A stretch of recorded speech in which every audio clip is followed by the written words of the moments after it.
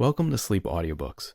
If you would like our Better Sleep Quick Guide filled with proven techniques to improve sleep, sign up to our mailing list at sleepaudiobooks.com and we'll send the PDF as a thank you. Subscribing and leaving a comment helps this channel more than you know, so please feel free to offer suggestions for future audiobooks or to just say hi. Thank you for listening. We hope you have an excellent night's sleep. This is Sleep Audiobooks. The Tale of Two Cities by Charles Dickens. Book the Third, The Track of a Storm. Recording by Paul Adams. Chapter 1. In Secret. The traveller fared slowly on his way, who fared towards Paris from England in the autumn of the year 1792. More than enough of bad roads, bad equipages, and bad horses he would have encountered to delay him, though the fallen and unfortunate King of France had been upon his throne in all his glory. But the changed times were fraught with other obstacles than these. Every town gate and village taxing house had its band of citizen patriots, with their national muskets in a most explosive state of readiness, who stopped all comers and goers, cross-questioned them, inspected their papers, looked for their names in lists of their own, turned them back, or sent them on, or stopped them, and laid them in hold, as their capricious judgment or fancy deemed best for the dawning republic one and indivisible, of liberty, equality, fraternity, or death. A very few French leagues of his journey were accomplished, when Charles Darnay began to perceive that for him, along these country roads, there was no hope of return until he should have been declared a good citizen at Paris. Whatever might befall now, he must on to his journey's end. Not a mean village closed upon him, not a common barrier dropped across the road behind him, but he knew it to be another iron door in the series that was barred between him and England. The universal watchfulness so encompassed him that if he had been taken in a net, or were being forwarded to his destination in a cage, he could not have felt his freedom more completely gone. This universal watchfulness not only stopped him on the highway 20 times in a stage, but retarded his progress 20 times in a day, by riding after him and taking him back, riding before him and stopping him by anticipation, riding with him and keeping him in charge. He had been days upon his journey in France alone, when he went to bed tired out in a little town on the high road, still a long way from Paris. Nothing but the production of the afflicted Gabelle's letter from his prison of the Abbaye would have got him on so far. His difficulty at the guard-house in this small place had been such that he felt his journey to have come to a crisis, and he was therefore as little surprised as a man could be to find himself awakened at the small inn to which he had been remitted until morning in the middle of the night.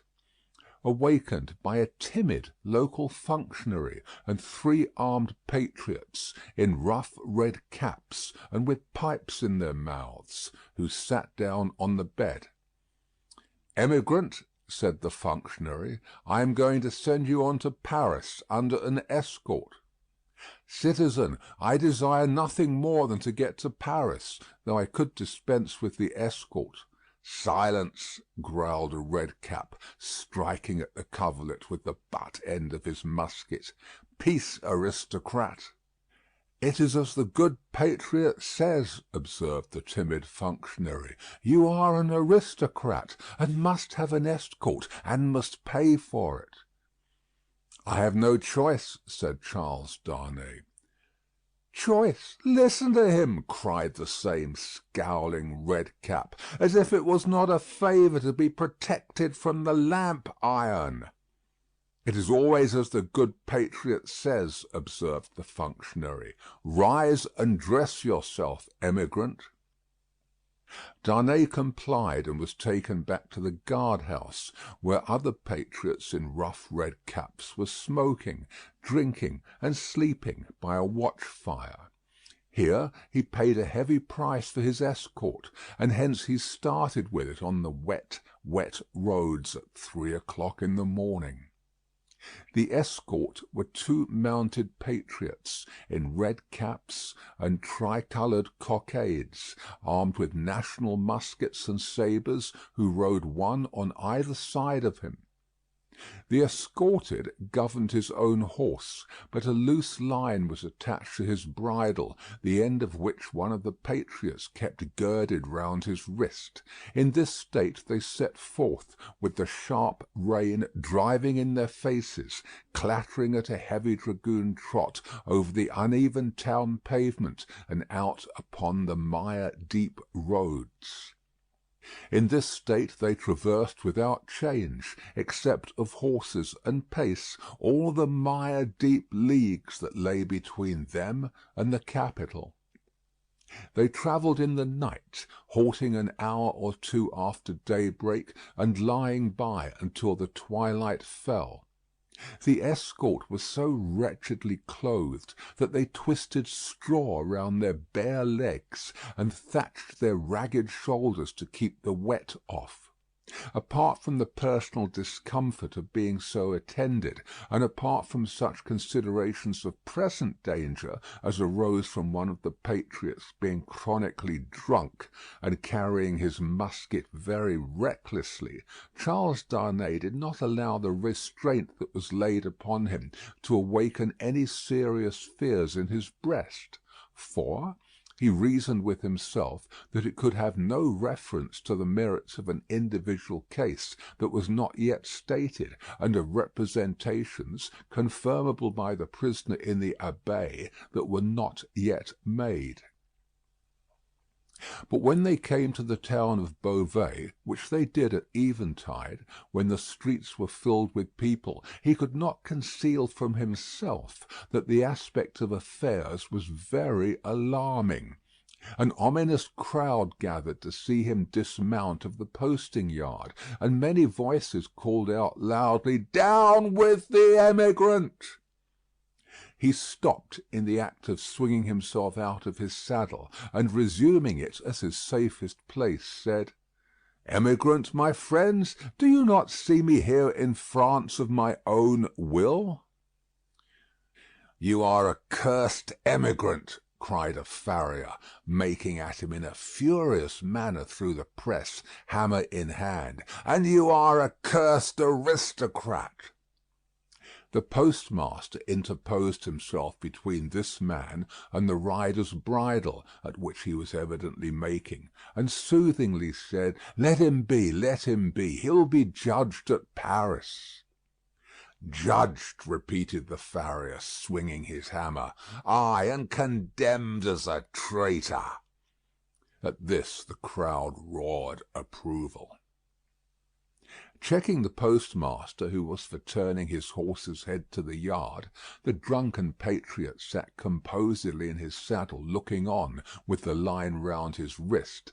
Darnay said, as soon as he could make his voice heard, "Friends, you deceive yourselves, or you are deceived. I am not a traitor." "He lies!" cried the smith. "He is a traitor since the decree. His life is forfeit to the people. His cursed life is not his own." At the instant when Darnay saw a rush in the eyes of the crowd, which another instant would have brought upon him, the postmaster turned his horse into the yard, the escort rode in close upon his horse's flanks, and the postmaster shut and barred the crazy double gates. The farrier struck a blow upon them with his hammer, and the crowd groaned, but no more was done. "What is this decree that the smith spoke of?" Darnay asked the postmaster, when he had thanked him, and stood beside him in the yard. "Truly, a decree for selling the property of emigrants." "When passed?" "On the 14th. "The day I left England. Everybody says it is but one of several, and that there will be others, if there are not already, banishing all emigrants and condemning all to death who return. That is what he meant when he said your life was not your own. But there are no such decrees yet." "What do I know?" said the postmaster, shrugging his shoulders. "There may be, or there will be. It's all the same. What would you have?" They rested on some straw in a loft until the middle of the night, and then rode forward again when all the town was asleep. Among the many wild changes observable on familiar things which made this wild ride unreal, not the least was the seeming rarity of sleep.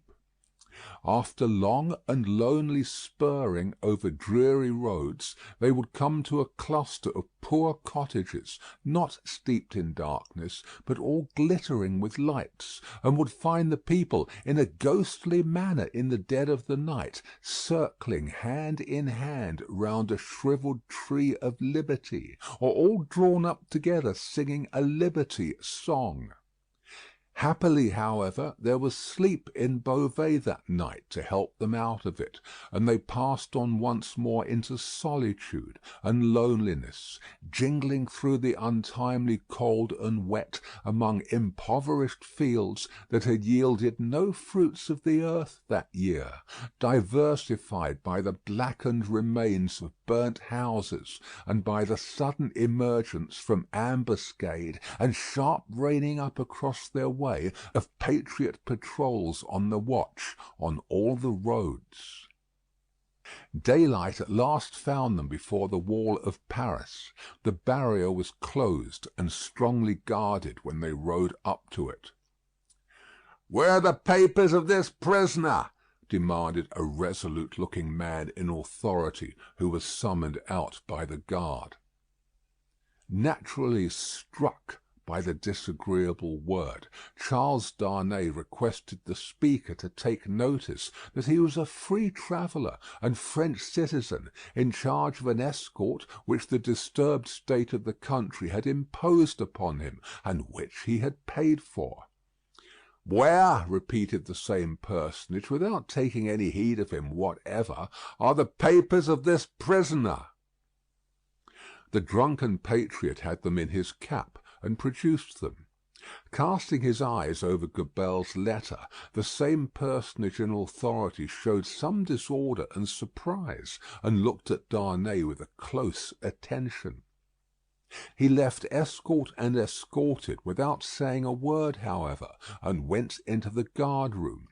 Meanwhile they sat upon their horses outside the gate.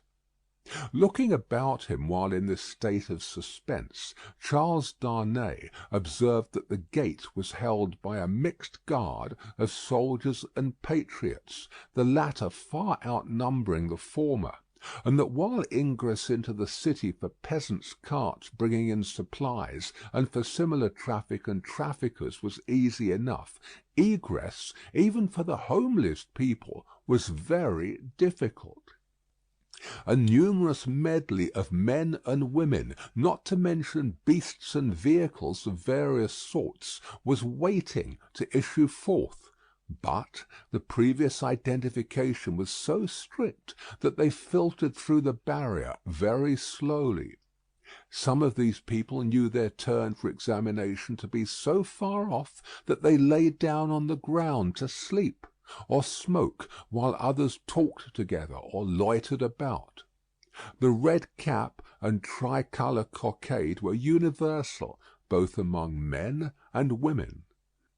When he had sat in his saddle some half hour, taking note of these things, Darnay found himself confronted by the same man in authority who directed the guard to open the barrier. Then he delivered to the escort, drunk and sober, a receipt for the escorted, and requested him to dismount. He did so, and the two patriots, leading his tired horse, turned and rode away without entering the city. He accompanied his conductor into a guard-room, smelling of common wine and tobacco, where certain soldiers and patriots, asleep and awake, drunk and sober, and in various neutral states between sleeping and waking, drunkenness and sobriety, were standing and lying about. The light in the guard-house, half derived from the waning oil lamps of the night, and half from the overcast day, was in some correspondingly uncertain condition.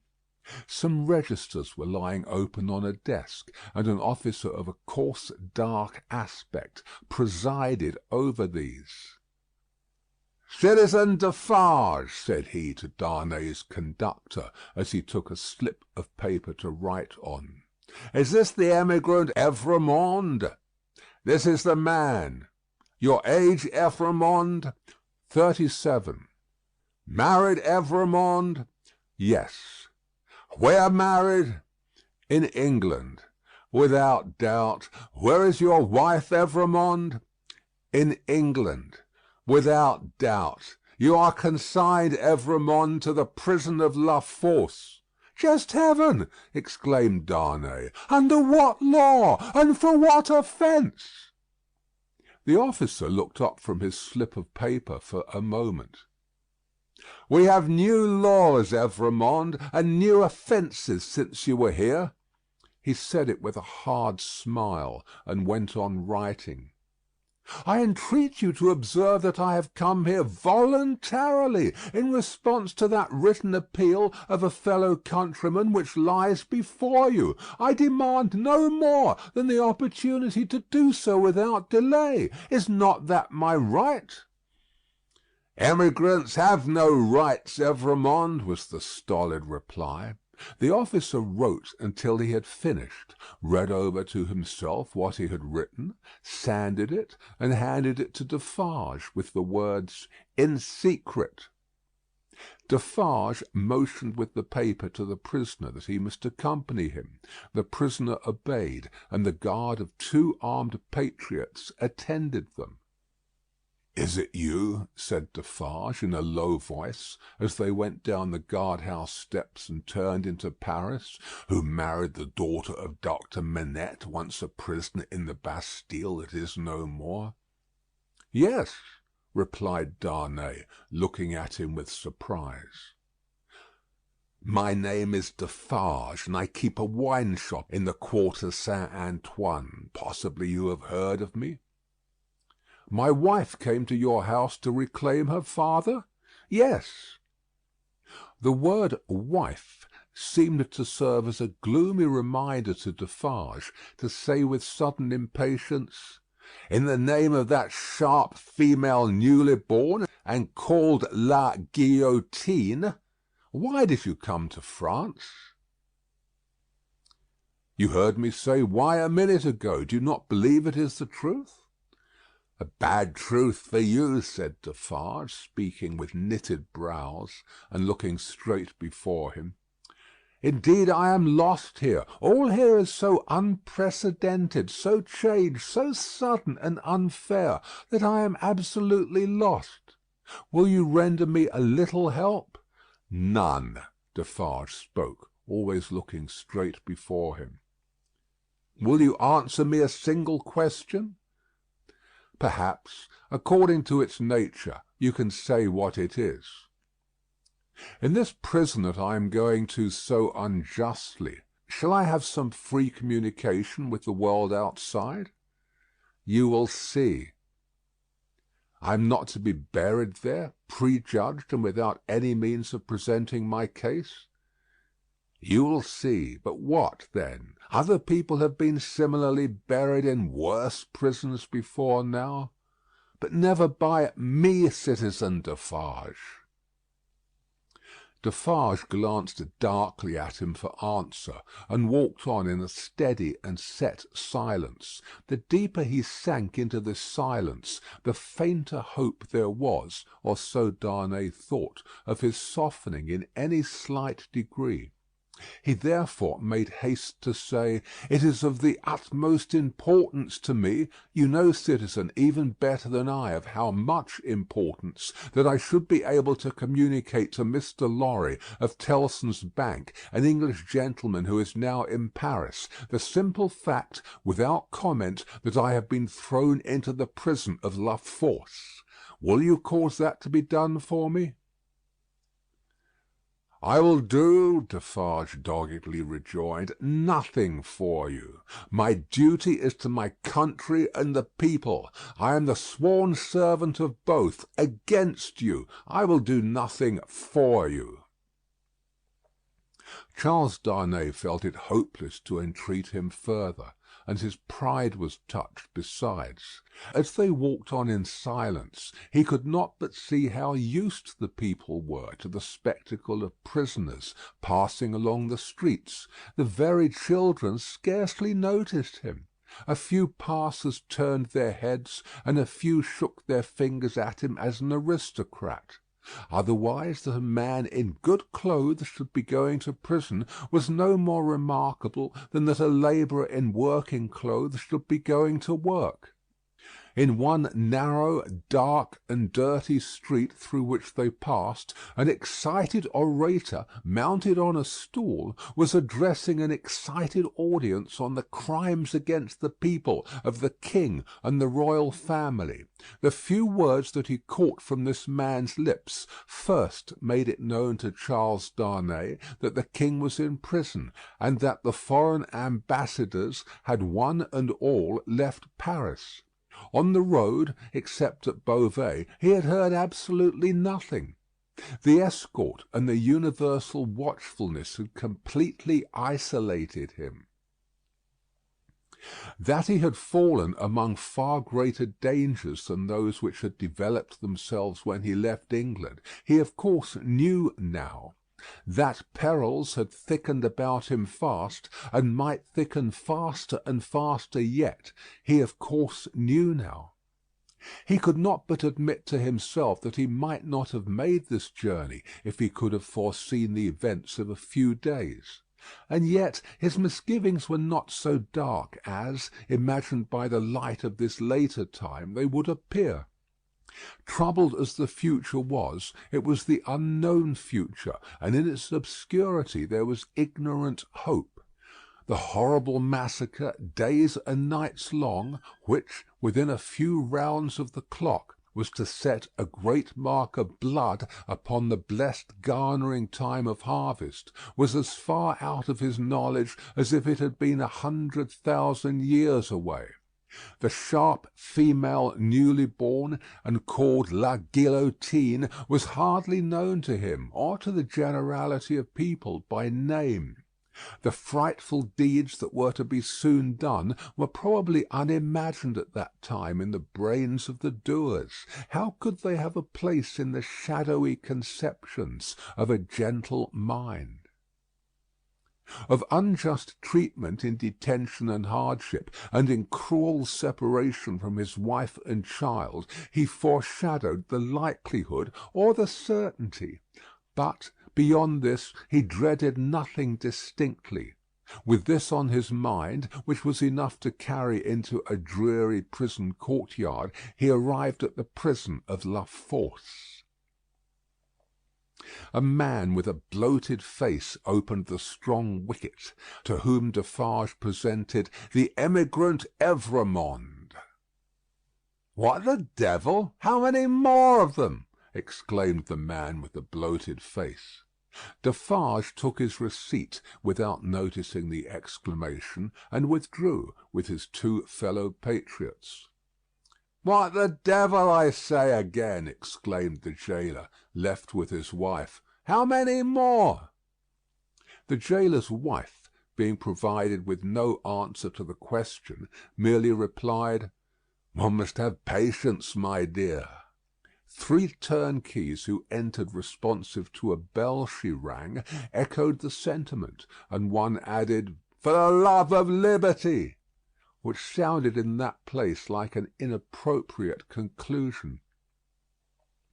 The prison of La Force was a gloomy prison, dark and filthy, and with a horrible smell of foul sleep in it. Extraordinary how soon the noisome flavour of imprisoned sleep becomes manifest in all such places that are ill cared for. In secret, too, grumbled the gaoler, looking at the written paper, as if I was not already full to bursting. He stuck the paper on a file in an ill humour, and Charles Darnay awaited his further pleasure for half an hour, sometimes pacing to and fro in the strong arched room, sometimes resting on a stone seat, in either case detained to be imprinted on the memory of the chief and his subordinates. "Come," said the chief at length, taking up his keys. "Come with me, emigrant." Through the dismal prison twilight his new charge accompanied him by corridor and staircase, many doors clanging and locking behind them, until they came into a large, low, vaulted chamber, crowded with prisoners of both sexes. The women were seated at a long table, reading and writing, knitting, sewing, and embroidering. The men were for the most part standing behind their chairs, or lingering up and down the room. In the instinctive association of prisoners with shameful crime and disgrace, the newcomer recoiled from this company. But the crowning unreality of his long unreal ride was, their all at once rising to receive him, with every refinement of manner known to the time, and with all the engaging graces and courtesies of life.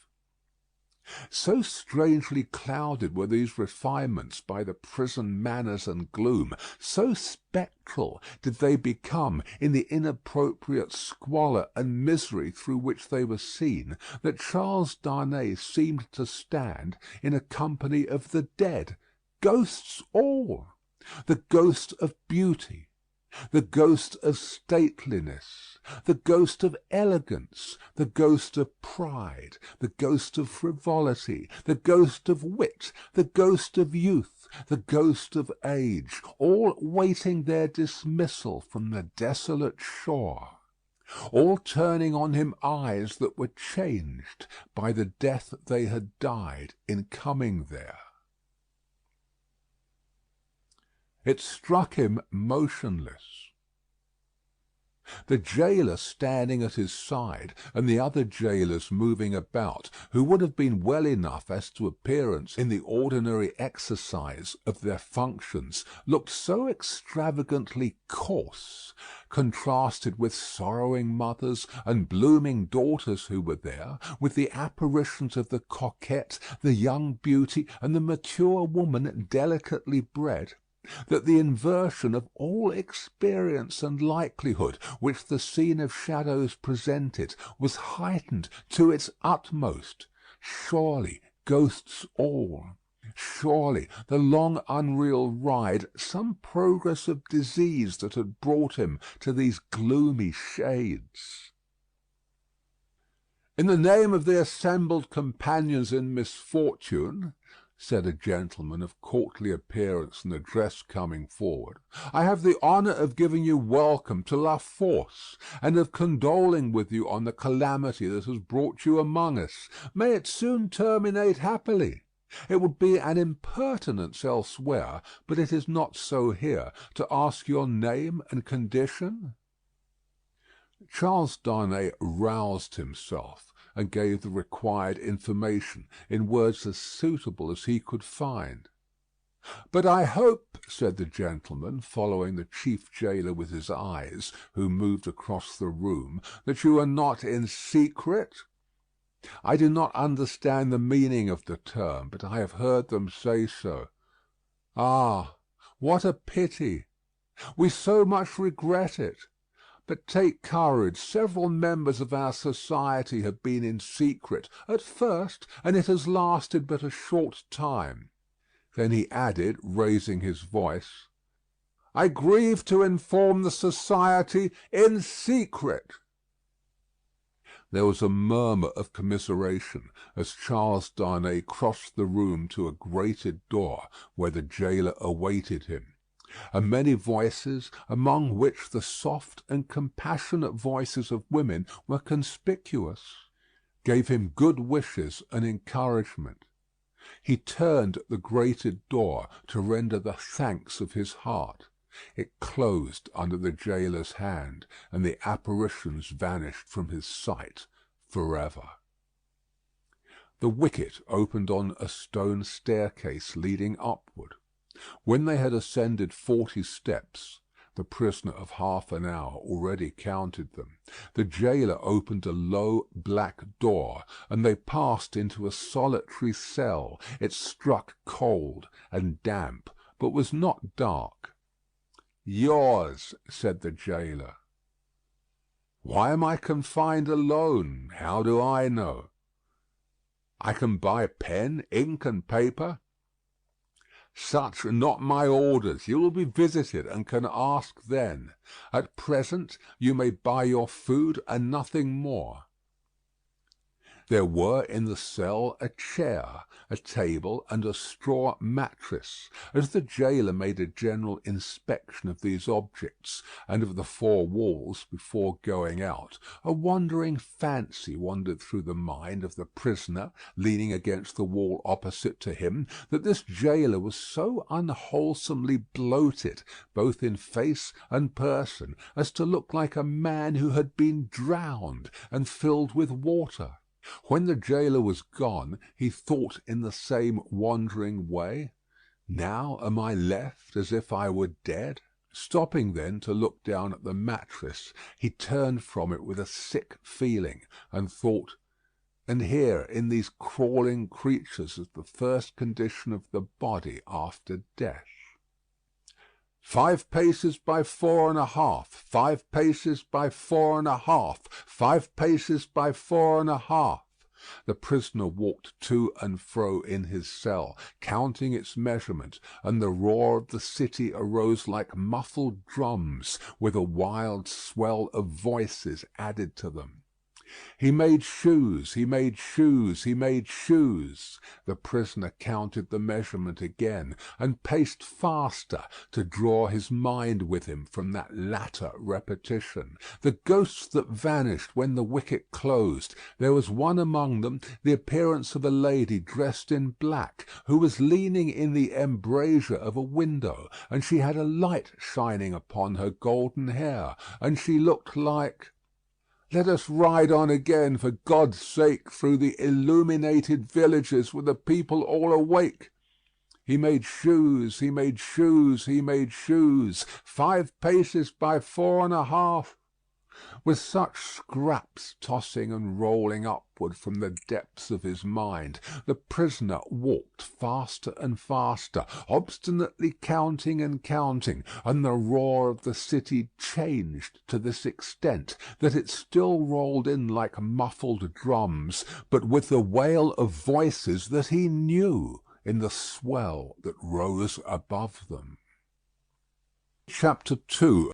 Tellson's Bank, established in the Saint-Germain quarter of Paris, was in a wing of a large house, approached by a courtyard, and shut off from the street by a high wall and a strong gate. The house belonged to a great nobleman, who had lived in it until he made a flight from the troubles in his own cook's dress, and got across the borders. A mere beast of the chase, flying from hunters. He was still in his metempsychosis, no other than the same Monseigneur, the preparation of whose chocolate, for whose lips, had once occupied 3 strong men, besides the cook in question. Monseigneur gone, and the 3 strong men absolving themselves from the sin of having drawn his high wages by being more than ready and willing to cut his throat on the altar of the dawning republic, one and indivisible, of liberty, equality, fraternity, or death, Monseigneur's house had been first sequestrated and then confiscated, For all things moved so fast, and decree followed decree with that fierce precipitation, that now upon the third night of the autumn month of September, patriot emissaries of the law were in possession of Monseigneur's house, and had marked it with the tricolour, and were drinking brandy in its state apartments. A place of business in London like Tellson's place of business in Paris would soon have driven the house out of its mind and into the Gazette. For what would staid British responsibility and respectability have said to orange trees in boxes in a bank courtyard, and even to a Cupid over the counter? Yet such things were. Tellson's had whitewashed the Cupid, but he was still to be seen on the ceiling, in the coolest linen, aiming, as he very often does, at money from morning to night. Bankruptcy must inevitably have come of this young pagan in Lombard Street, London, and also of a curtained alcove in the rear of the immortal boy, and also of a looking-glass let into the wall, and also of clerks, not at all old, who danced in public on the slightest provocation. Yet a French Tellson's could get on with these things exceedingly well, and, as long as the Times held together, no man had taken fright at them, and drawn out his money. What money would be drawn out of Tellson's henceforth, and what would lie there lost and forgotten, what plate and jewels would tarnish in Tellson's hiding places, while the depositors rusted in prisons, and when they should have violently perished? How many accounts with Tellson's, never to be balanced in this world, must be carried over into the next? No man could have said that night any more than Mr. Jarvis Lorry could, though he thought heavily of these questions. He sat by a newly lighted wood fire. The blighted and unfruitful year was prematurely cold, and on his honest and courageous face there was a deeper shade than the pendant lamp could throw, or any object in the room distortedly reflect, a shade of horror. He occupied rooms in the bank in his fidelity to the house of which he had grown to be a part, like strong root-ivy. It chanced that they derived a kind of security from the patriotic occupation of the main building, but the true-hearted old gentleman never calculated about that. All such circumstances were indifferent to him, so that he did his duty. On the opposite side of the courtyard, under a colonnade, was extensive standing for carriages, where indeed some carriages of Monseigneur yet stood. Against two of the pillars were fastened two great flaring flambeaux, and in the light of these, standing out in the open air, was a large grindstone, a roughly mounted thing, which appeared to have hurriedly been brought there from some neighbouring smithy or other workshop. Rising and looking out of window at these harmless objects, Mr. Lorry shivered, and retired to his seat by the fire. He had opened not only the glass window, but the lattice blind outside it, and he closed both again, and he shivered through his frame.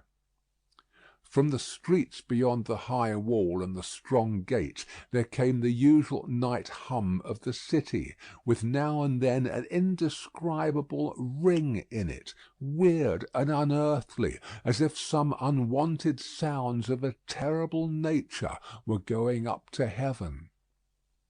"Thank God," said Mr. Lorry, clasping his hands, "that no one near and dear to me is in this dreadful town to-night. May he have mercy on all who are in danger." Soon afterwards the bell at the great gate sounded, and he thought, "They have come back," and sat listening. But there was no loud irruption into the courtyard, as he had expected, and he heard the gate clash again, and all was quiet. The nervousness and dread that were upon him inspired that vague uneasiness respecting the bank which a great change would naturally awaken with such feelings roused. It was well guarded, and he got up to go among the trusty people who were watching it, when his door suddenly opened, and two figures rushed in, at sight of which he fell back in amazement. Lucy and her father! Lucy, with her arms stretched out to him, and with that old look of earnestness so concentrated and intensified that it seemed as though it had been stamped upon her face expressly to give force and power to it in this one passage of her life. "What is this?" cried Mr. Lorry, breathless and confused. "What is the matter? Lucy, Manette, what has happened? What has brought you here? What is this?" With the look fixed upon him, in her paleness and wildness, she panted out in his arms, imploringly, "Oh, my dear friend, my husband!" "Your husband, Lucy?" "Charles." "What of Charles?" "Here." "Here? In Paris?" "Has been here some days, 3 or 4, I don't know how many, I can't collect my thoughts. An errand of generosity brought him here unknown to us. He was stopped at the barrier and sent to prison." The old man uttered an irrepressible cry. Almost at the same moment the beg of the great gate rang again, and a loud noise of feet and voices came pouring into the courtyard. "What is that noise?" said the doctor, turning towards the window. "Don't look!" cried Mr. Lorry. "Don't look out, Manette, for your life. Don't touch the blind." The doctor turned with his hand upon the fastening of the window, and said, with a cool, bold smile, "My dear friend, I have a charmed life in this city. I have been a Bastille prisoner. There is no patriot in Paris, in France, who, knowing me to have been a prisoner in the Bastille, would touch me, except to overwhelm me with embraces, or carry me in triumph. My old pain has given me a power that has brought us through the barrier, and gained us news of Charles there, and brought us here. I knew it would be so. I knew I could help Charles out of all danger. I told Lucy so. What is that noise?" His hand was again upon the window. "Don't look!" cried Mr. Lorry, absolutely desperate. "No, Lucy, my dear, not you." He got his arm round her and held her. "Don't be so terrified, my love. I solemnly swear to you that I know of no harm having happened to Charles; that I had no suspicion even of his being in this fatal place. What prison is he in?" "La Force." "La Force! Lucy, my child, if ever you were brave and serviceable in your life, and you were always both, you will compose yourself now to do exactly as I bid you, for more depends upon it than you can think or I can say. There is no help for you in any action on your part to-night. You cannot possibly stir out. I say this because what I must bid you to do for Charles' sake is the hardest thing to do of all. You must instantly be obedient, still, and quiet. You must let me put you in a room at the back here. You must leave your father and me alone for 2 minutes, and as there are life and death in the world, you must not delay." "I will be submissive to you. I see in your face that you know I can do nothing else than this. I know you are true." The old man kissed her, and hurried her into his room, and turned the key, then came hurrying back to the doctor, and opened the window, and partly opened the blind, and put his hand upon the doctor's arm, and looked out with him into the courtyard.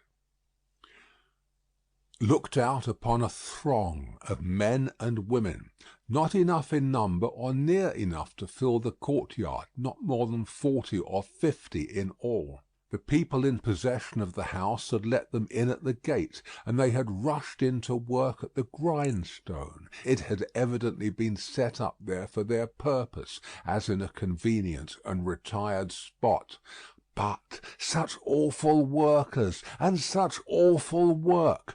The grindstone had a double handle, and, turning at it madly, were two men, whose faces, as their long hair flapped back when the whirlings of the grindstone brought their faces up, were more horrible and cruel than the visages of the wildest savages in their most barbarous disguise.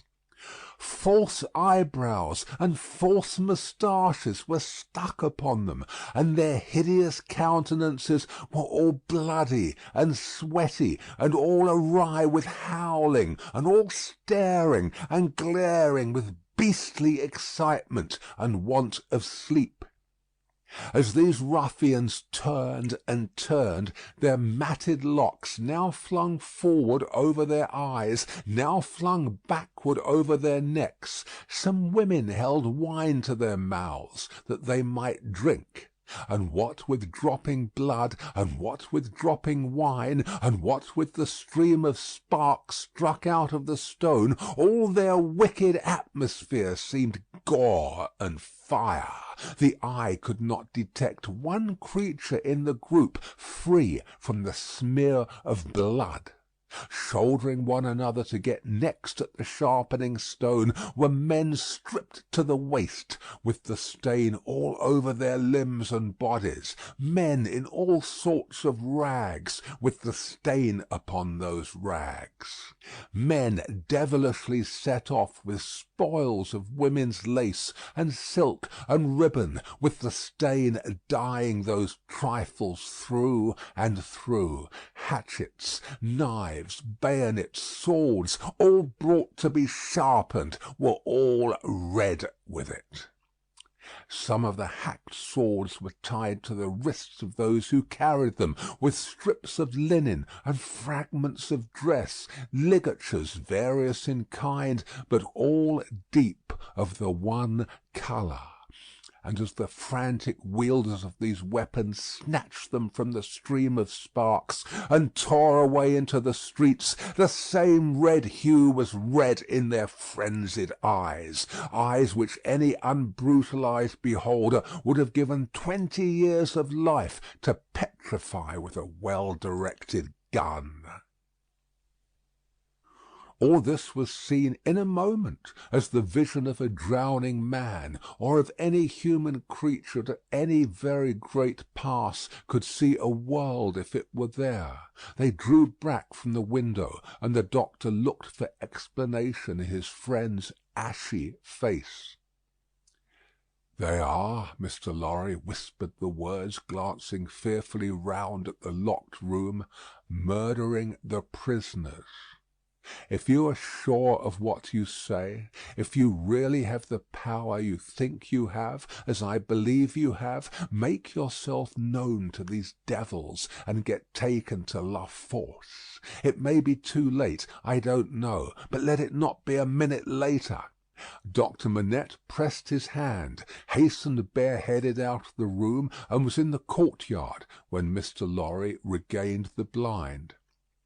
His streaming white hair, his remarkable face, and the impetuous confidence of his manner as he put the weapons aside like water, carried him in an instant to the heart of the concourse at the stone. For a few moments there was a pause, and a hurry, and a murmur, and the unintelligible sound of his voice, and then Mr. Lorry saw him, surrounded by all, and in the midst of a line of 20 men long, all linked shoulder to shoulder, and hand to shoulder, hurried out with cries of "Live the Bastille prisoner! Help for the Bastille prisoner's kindred in La Force! Room for the Bastille prisoner in front there! Save the prisoner Evremond at La Force!" and 1,000 answering shouts.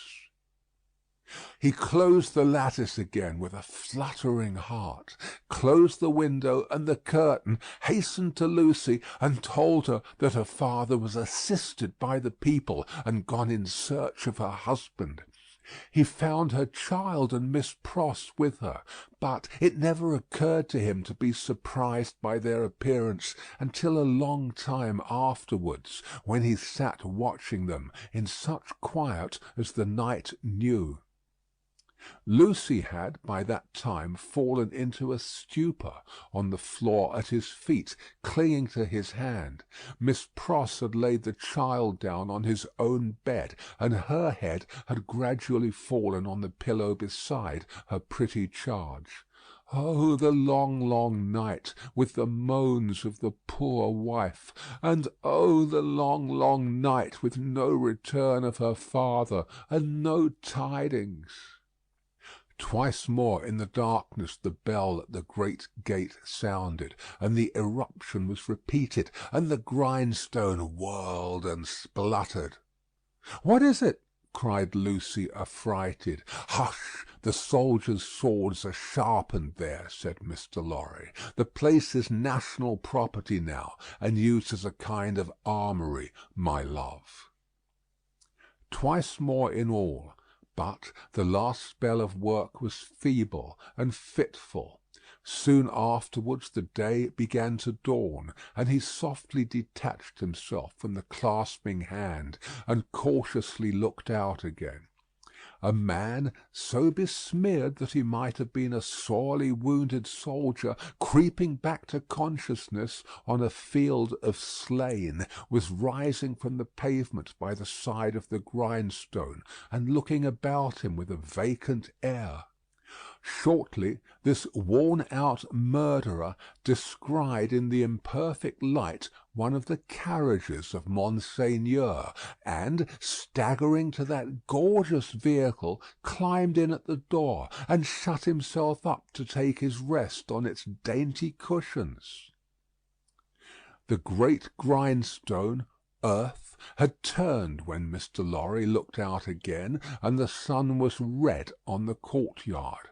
But the lesser grindstone stood alone there in the calm morning air, with a red upon it that the sun had never given and would never take away. Chapter 3. The Shadow.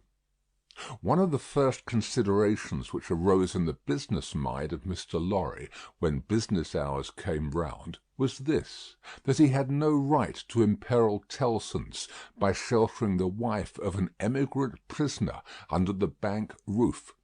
His own possessions, safety, life, he would have hazarded for Lucy and her child without a moment's demur; but the great trust he held was not his own, and as to that business charge he was a strict man of business. At first his mind reverted to Defarge, and he thought of finding out the wine shop again, and taking counsel with its master in reference to the safest dwelling place in the distracted state of the city.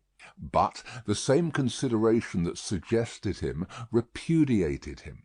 He lived in the most violent quarter, and doubtless was influential there, and deep in its dangerous workings. Noon coming, and the doctor not returning, and every minute's delay tending to compromise Tellson's, Mr. Lorry advised with Lucy. She said that her father had spoken of hiring a lodging for a short term in that quarter, near the banking house. As there was no business objection to this, and as he foresaw that even if it were all well with Charles, and he were to be released, he could not hope to leave the city, Mr. Lorry went out in quest of such a lodging, and found a suitable one, high up in a removed by-street, where the closed blinds in all the other windows of a high melancholy square of buildings marked deserted homes. To this lodging he at once removed Lucy and her child, and Miss Pross, giving them what comfort he could, and much more than he had himself. He left Jerry with them as a figure to fill a doorway that would bear considerable knocking on the head, and retained to his own occupations. A disturbed and doleful mind he brought to bear upon them, and slowly and heavily the day lagged on with him. It wore itself out, and wore him out with it, until the bank closed. He was again alone in his room of the previous night, considering what to do next, when he heard a foot upon the stair. In a few moments a man stood in his presence, who, with a keenly observant look at him, addressed him by his name. "Your servant," said Mr. Lorry. "Do you know me?" He was a strongly made man with dark curling hair, from 45 to 50 years of age. For answer he repeated, without any change of emphasis, the words, "Do you know me?" "I have seen you somewhere." "Perhaps at my wine shop." Much interested and agitated, Mr. Lorry said, "You come from Dr. Manette?" "Yes, I come from Dr. Manette." "And what says he? What does he send me?" Defarge gave into his anxious hand an open scrap of paper. It bore the words in the doctor's writing, "Charles is safe, but I cannot safely leave this place yet. I have obtained the favour that the bearer has a short note from Charles to his wife. Let the bearer see his wife." It was dated from La Force within an hour. "Will you accompany me," said Mr. Lorry, joyfully relieved after reading this note aloud, "to where his wife resides?" "Yes," returned Defarge. Scarcely noticing as yet in what a curiously reserved and mechanical way Defarge spoke, Mr. Lorry put on his hat, and they went down into the courtyard. There they found two women, one knitting. "Madame Defarge, surely," said Miss Lorry, who had left her in exactly the same attitude some 17 years ago. "It is she," observed her husband. "Does Madame go with us?" inquired Mr. Lorry, seeing that she moved as they moved. "Yes, that she may be able to recognise the faces and know the persons. It is for their safety." Beginning to be struck by Defarge's manner, Mr. Lorry looked dubiously at him, and led the way. Both the women followed, the second woman being the Vengeance. They passed through the intervening streets as quickly as they might, ascended the staircase of the new domicile, were admitted by Jerry, and found Lucy weeping, alone. She was thrown into a transport by the tidings Mr. Lorry gave her of her husband, and clasped the hand that delivered his note, little thinking what it had been doing near him in the night, and might, but for a chance, have done to him.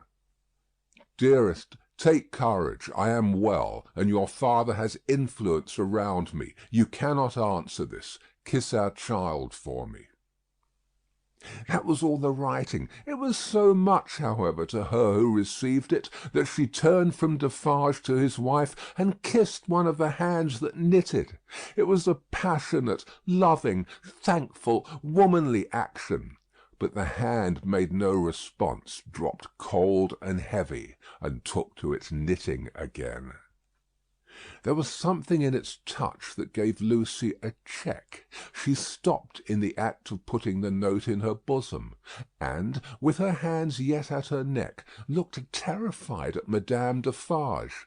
Madame Defarge met the lifted eyebrows and forehead with a cold, impassive stare.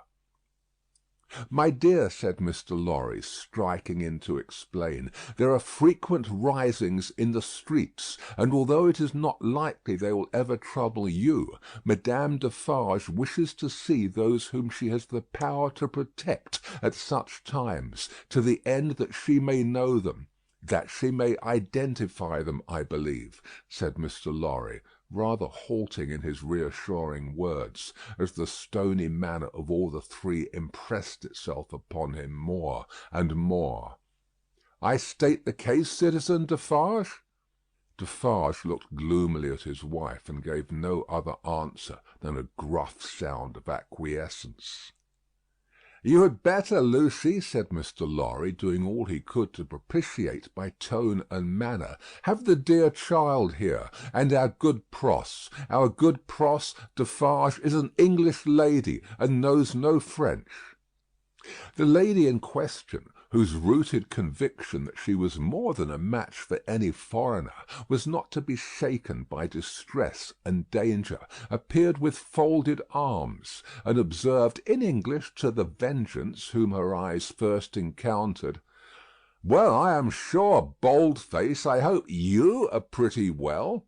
She also bestowed a British cough on Madame Defarge, but neither of the two took much heed of her. "Is this his child?" said Madame Defarge, stopping in her work for the first time, and pointing her knitting needle at little Lucy as if it were the finger of fate. "Yes, madame," answered Mr. Lorry. "This is our poor prisoner's darling daughter, and only child."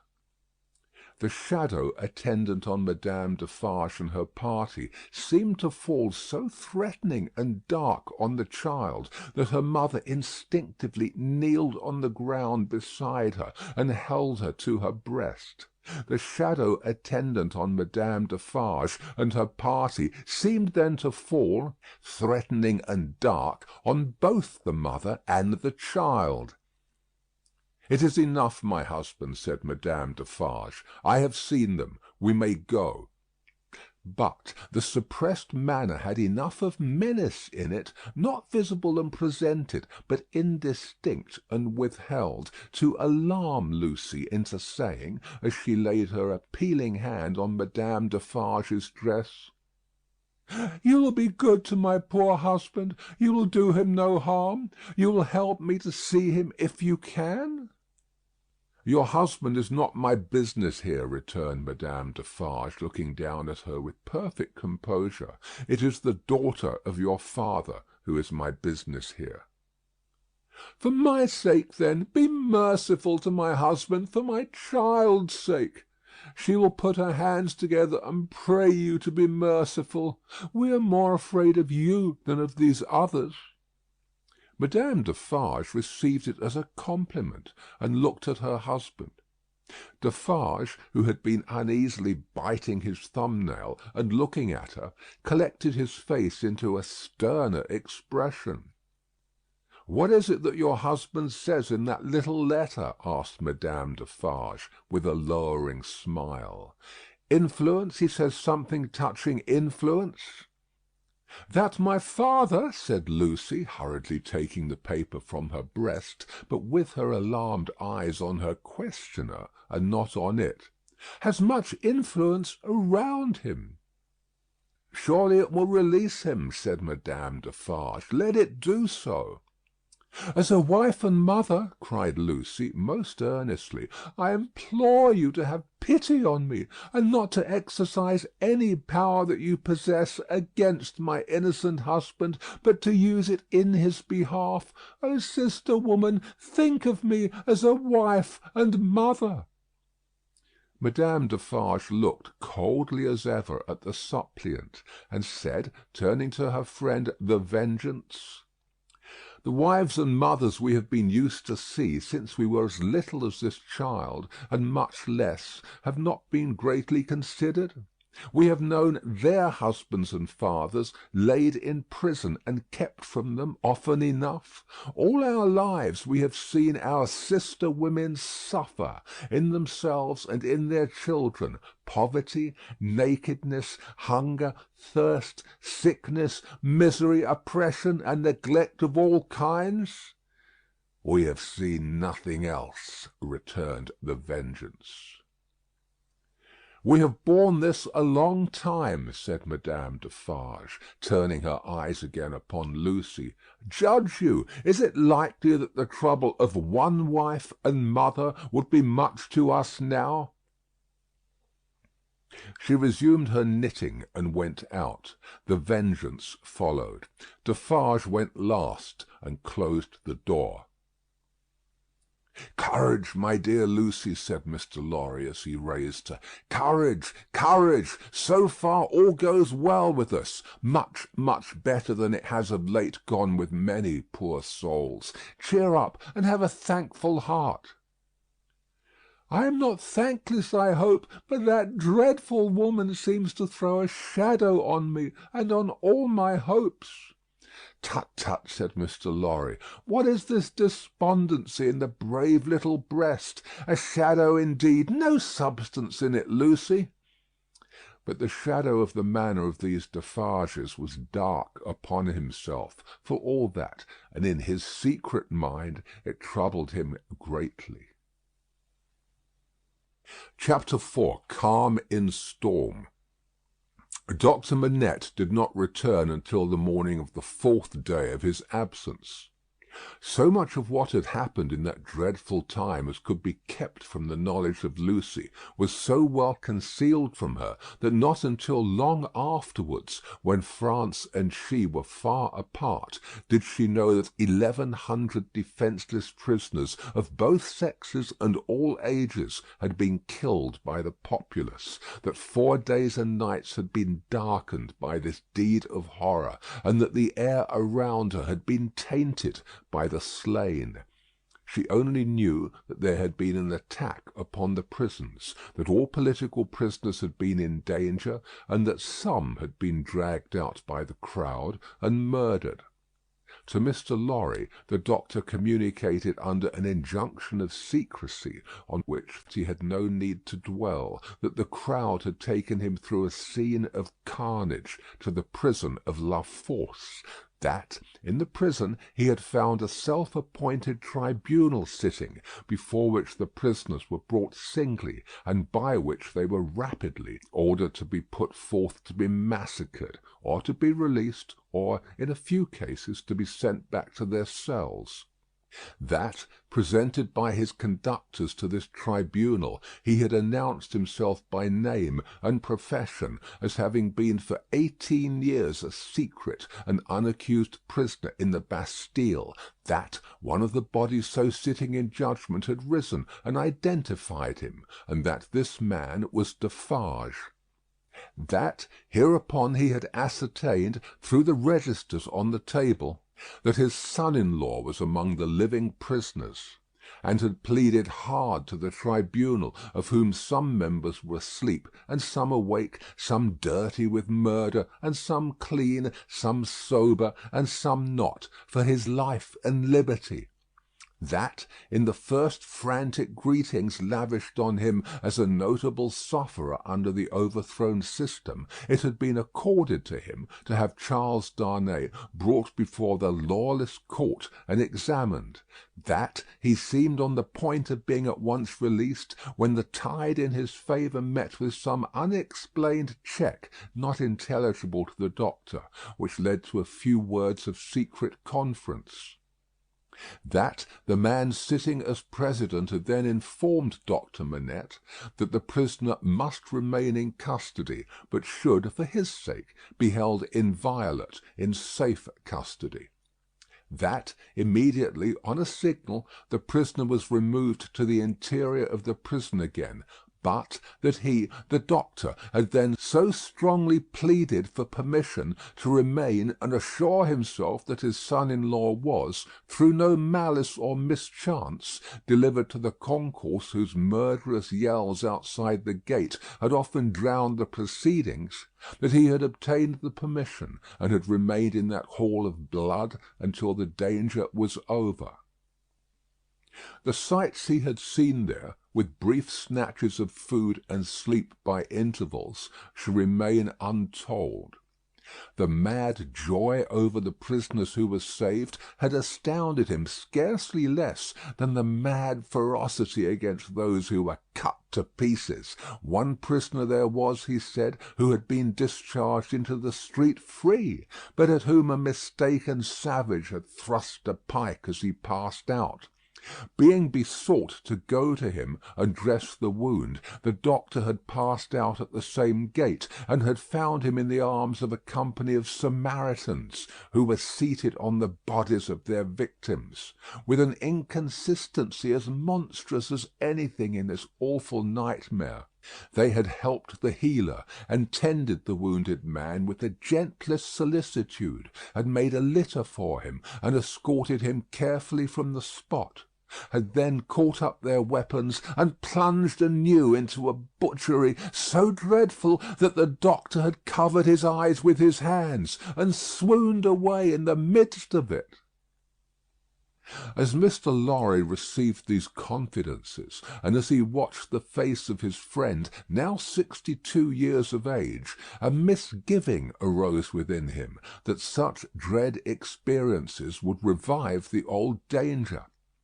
But he had never seen his friend in his present aspect. He had never at all known him in his present character. For the first time the doctor felt now that his suffering was strength and power. For the first time he felt that in that sharp fire he had slowly forged the iron which could break the prison door of his daughter's husband and deliver him. It all tended to a good end, my friend. It was not mere waste and ruin. As my beloved child was helpful in restoring me to myself, I will be helpful now in restoring the dearest part of herself to her. By the aid of heaven, I will do it. Thus Dr. Manette. And when Jarvis Lorry saw the kindled eyes, the resolute face, the calm, strong look and bearing of the man whose life always seemed to him to have been stopped, like a clock, for so many years, and then set going again with an energy which had lain dormant during the cessation of its usefulness, he believed. Greater things than the doctor had at that time to contend with would have yielded before his persevering purpose, while he kept himself in his place as a physician whose business was with all degrees of mankind, bond and free, rich and poor, bad and good. He used his personal influence so wisely that he was soon the inspecting physician of 3 prisons, and among them of La Force.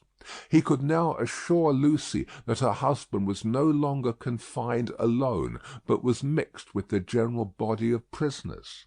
He saw her husband weekly, and brought sweet messages to her, straight from his lips. Sometimes her husband himself sent a letter to her, though never by the doctor's hand, but she was not permitted to write to him, for, among the many wild suspicions of plots in the prisons, the wildest of all pointed at emigrants who were known to have made friends or permanent connections abroad.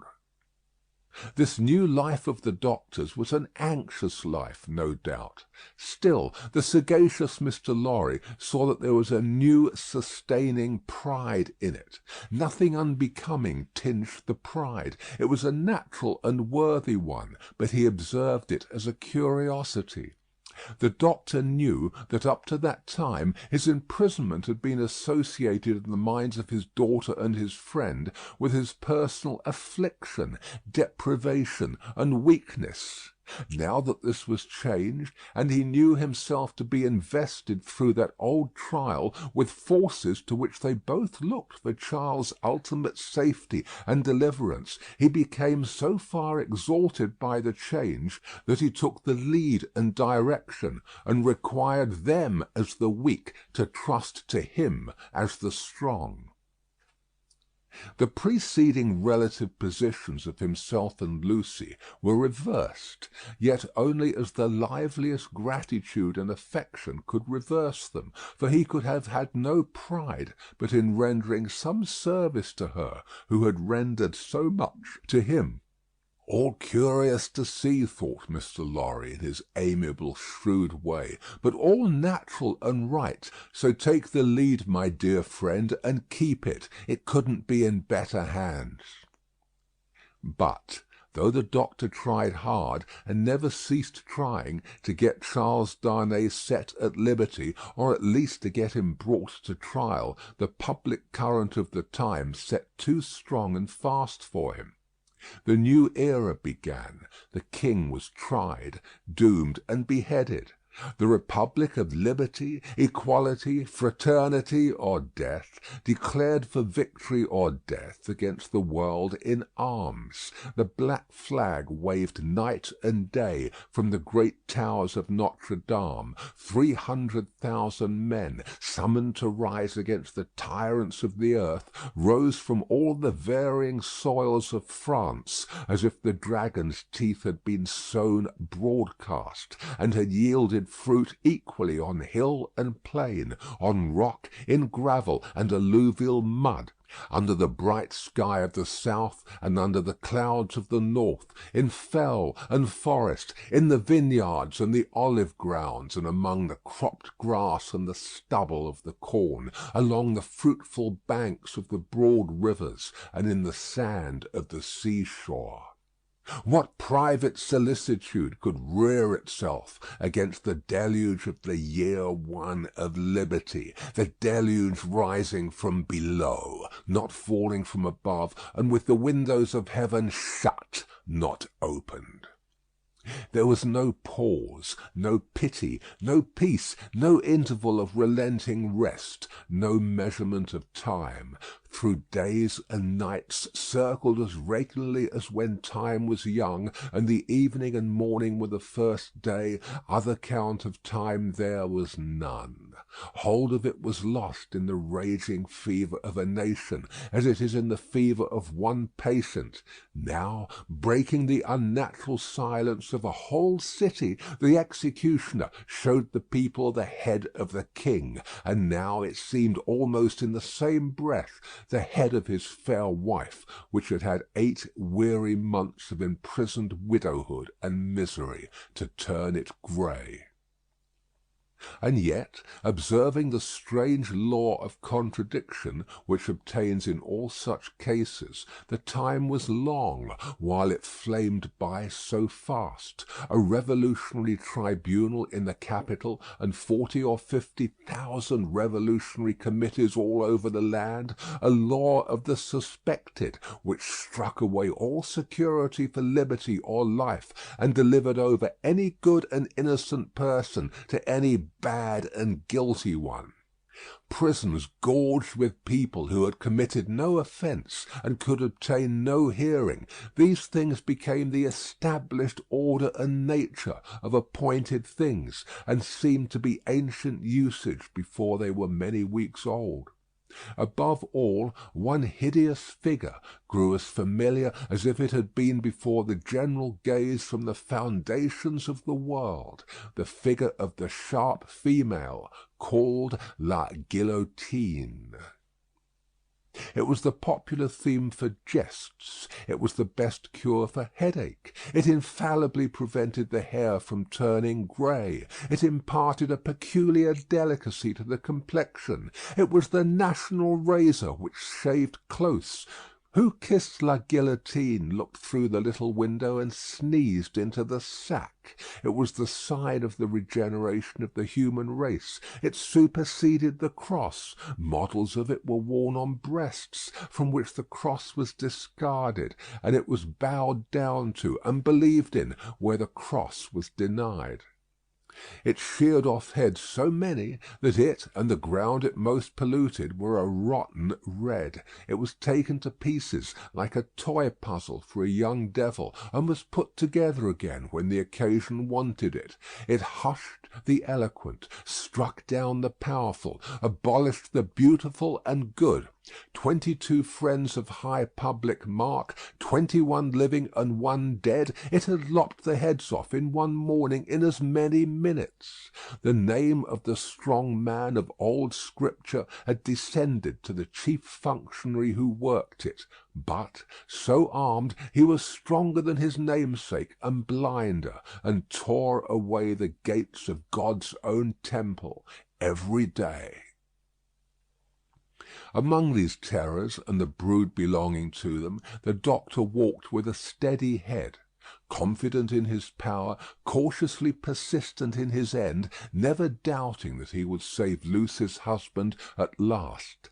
Yet the current of the time swept by, so strong and deep, and carried the time away so fiercely, that Charles had lain in prison 1 year and 3 months when the doctor was thus steady and confident. So much more wicked and distracted had the Revolution grown in that December month, that the rivers of the south were encumbered with the bodies of the violently drowned by night, and prisoners were shot in lines and squares under the southern wintry sun. Still the doctor walked among the terrors with a steady head.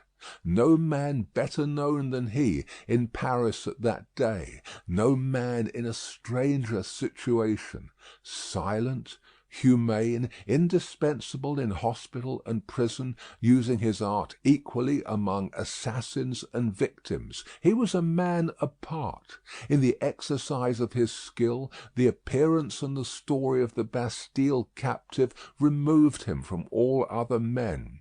He was not suspected or brought in question, any more than if he had indeed been recalled to life some 18 years before, or were a spirit moving among mortals.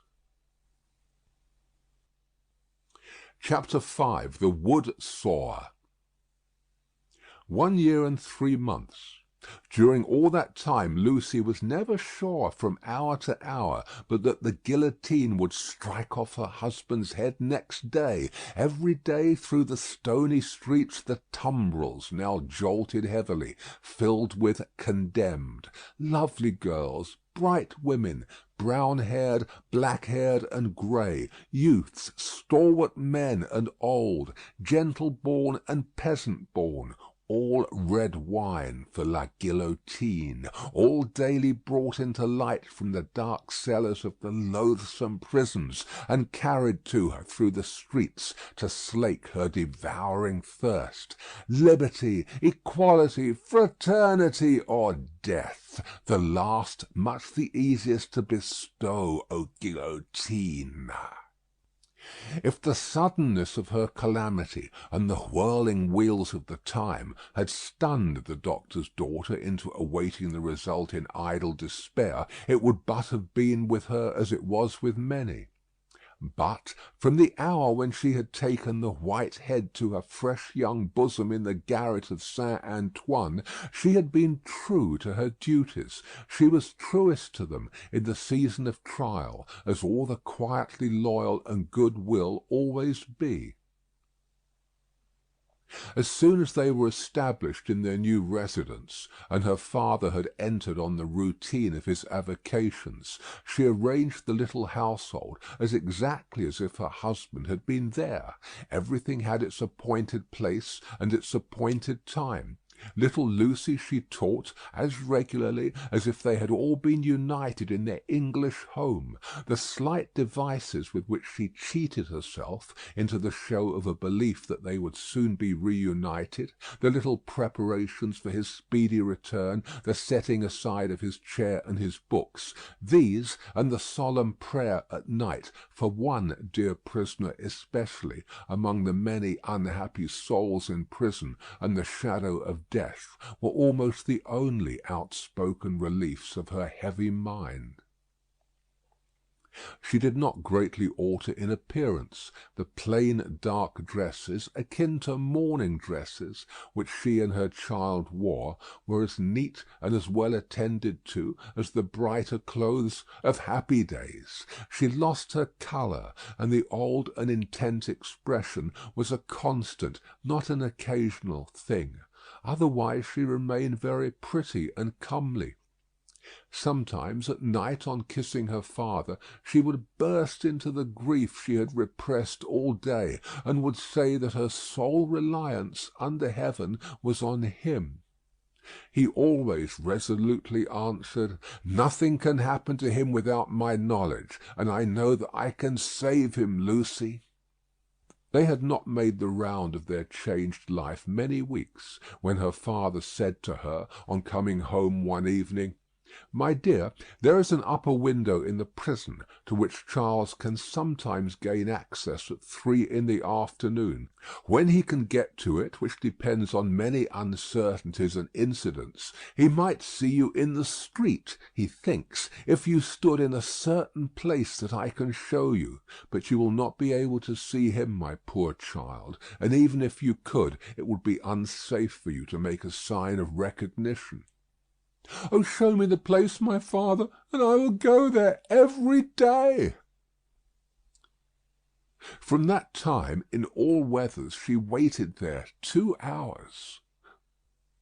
As the clock struck 2, she was there, and at 4 she turned resignedly away.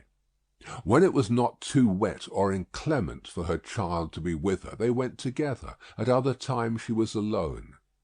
But she never missed a single day. It was the dark and dirty corner of a small winding street. The hovel of a cutter of wood into lengths for burning was the only house at that end. All else was wall. On the 3rd day of her being there, he noticed her. "Good day, citizeness." "Good day, citizen." This mode of address was now prescribed by decree. It had been established voluntarily some time ago among the more thorough patriots, but was now law for everybody. "Walking here again, citizeness?" "You see me, citizen?" The wood sawyer, who was a little man with a redundancy of gesture (he had once been a mender of roads), cast a glance at the prison, pointed at the prison, and putting his 10 fingers before his face to represent bars, peeped through them jocosely. "But it's not my business," said he, and went on sawing his wood. Next day he was looking out for her, and accosted her the moment she appeared. "What, walking here again, citizeness?" "Yes, citizen." "Ah, a child too. Your mother, is it not, my little citizeness?" "Do I say yes, mamma?" whispered little Lucy, drawing close to her. "Yes, dearest." "Yes, citizen." "Ah, but it is not my business. My work is my business. See my saw. I call it my little guillotine. La, la, la, la, la, la, and off his head comes." The billet fell as he spoke, and he threw it into a basket. "I call myself the Samson of the firewood guillotine. See here again, loo-loo-loo, loo-loo-loo, and off her head comes. Now a child, tickle, tickle, pickle, pickle, and off its head comes, all the family." Lucy shuddered as he threw 2 more billets into his basket, but it was impossible to be there while the wood sawyer was at work, and not be in his sight. Thenceforth, to secure his good will, she always spoke to him first, and often gave him drink money, which he readily received. He was an inquisitive fellow, and sometimes when she had quite forgotten him in gazing at the prison roof and grates, and in lifting her heart up to her husband, she would come to herself to find him looking at her, with his knee on his bench, and his saw stopped in its work.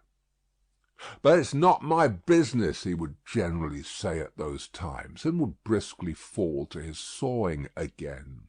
In all weathers, in the snow and frost of winter, in the bitter winds of spring, in the hot sunshine of summer, in the rains of autumn, and again in the snow and frost of winter, Lucy passed 2 hours of every day at this place, and every day on leaving it she kissed the prison wall. Her husband saw her, so she learned from her father. It might be once in 5 or 6 times. It might be twice or thrice running. It might be not for a week or a fortnight together. It was enough that he could and did see her when the chances served, and on that possibility he would have waited out the day 7 days a week. These occupations brought her round to the December month, wherein her father walked among the terrors with a steady head. On a lightly snowing afternoon she arrived at the usual corner.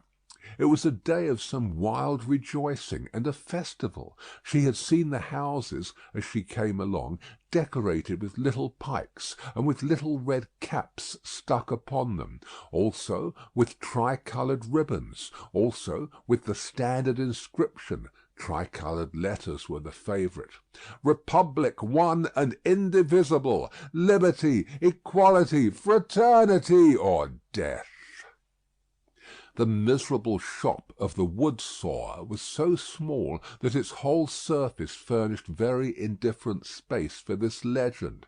He had got somebody to scrawl it up for him, however, who had squeezed death in with most inappropriate difficulty.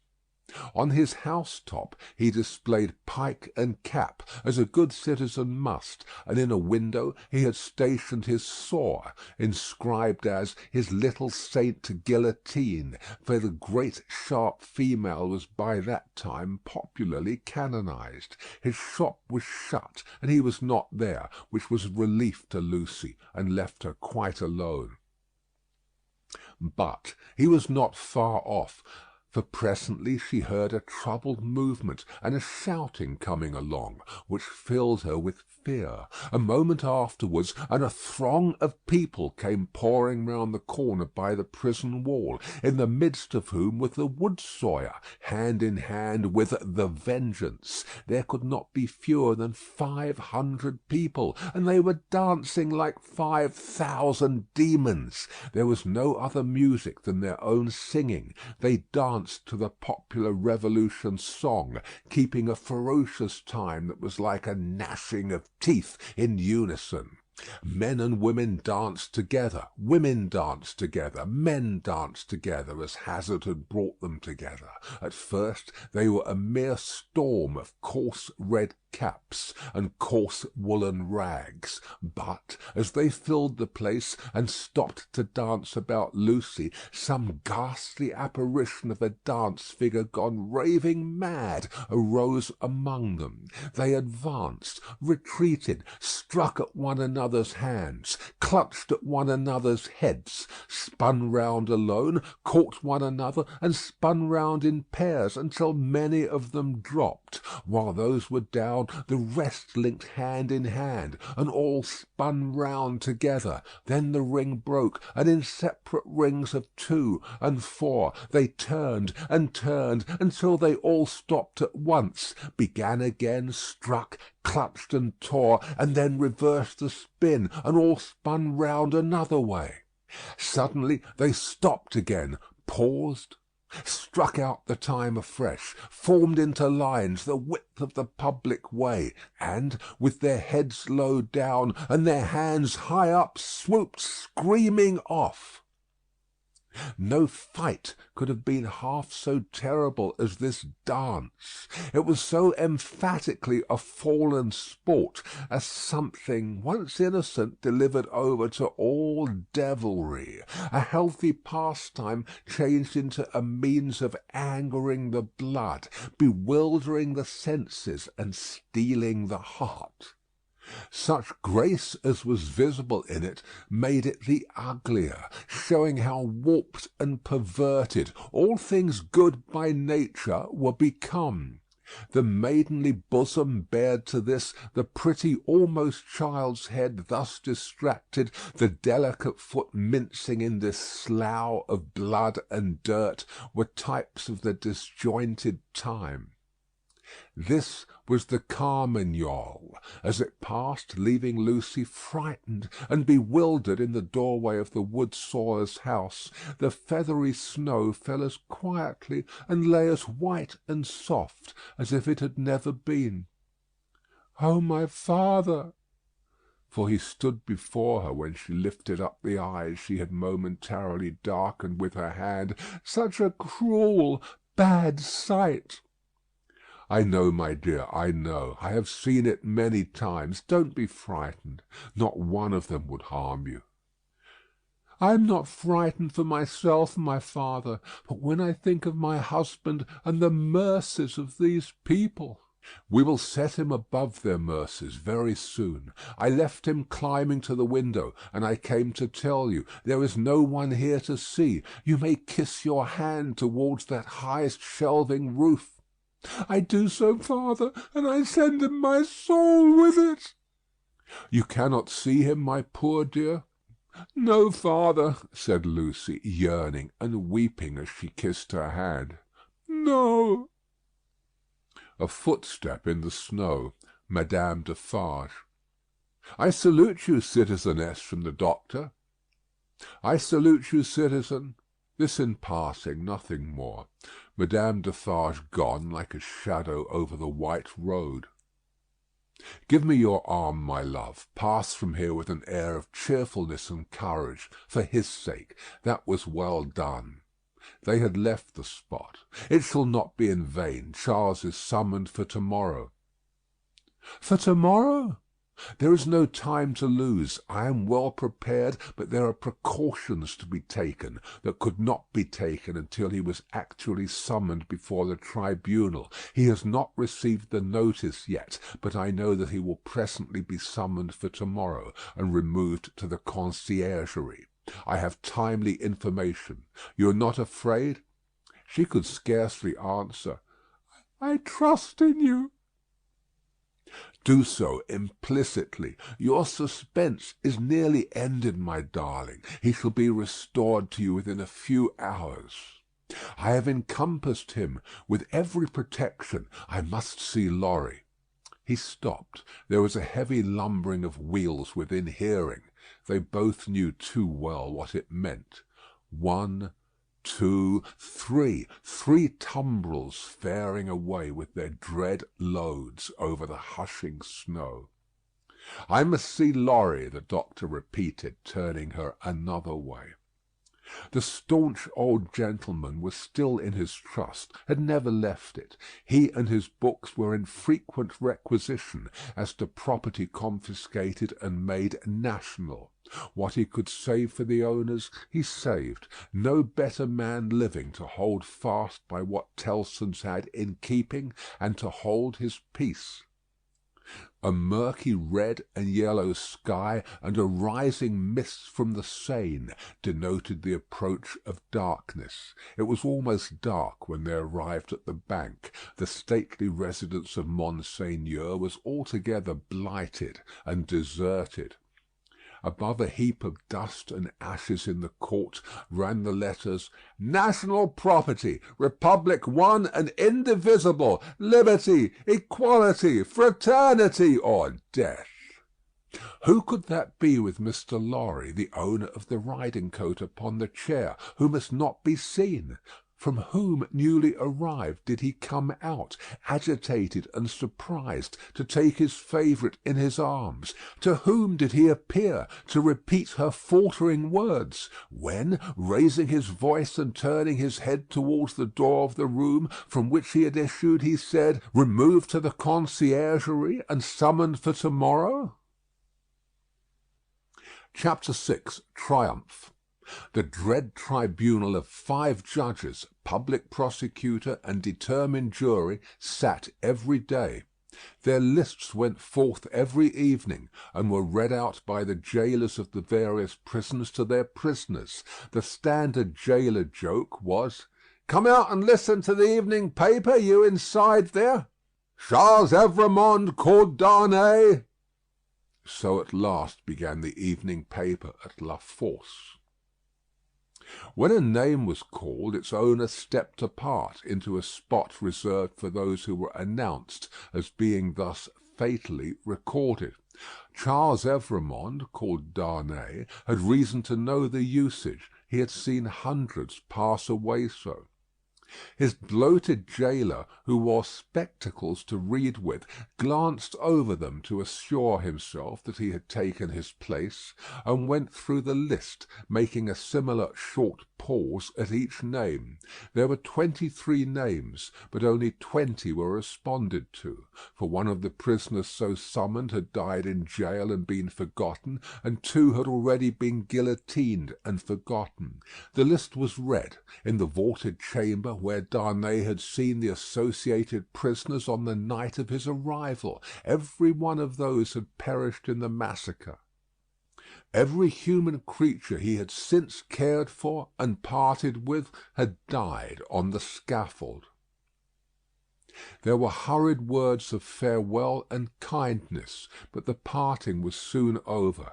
It was the incident of every day, and the Society of La Force were engaged in the preparation of some games of forfeit and a little concert for that evening. They crowded to the grates and shed tears there. But 20 places in the projected entertainments had to be refilled, and the time was at best short to the lock-up hour, when the common rooms and corridors would be delivered over to the great dogs who kept watch there through the night. The prisoners were far from insensible or unfeeling. Their ways arose out of the condition of the time. Similarly, though with a subtle difference, a species of fervour or intoxication, known, without doubt, to have led some persons to brave the guillotine unnecessarily and to die by it, was not mere boastfulness, but a wild infection of the wildly shaken public mind. In seasons of pestilence, some of us will have a secret attraction to the disease, a terrible passing inclination to die of it.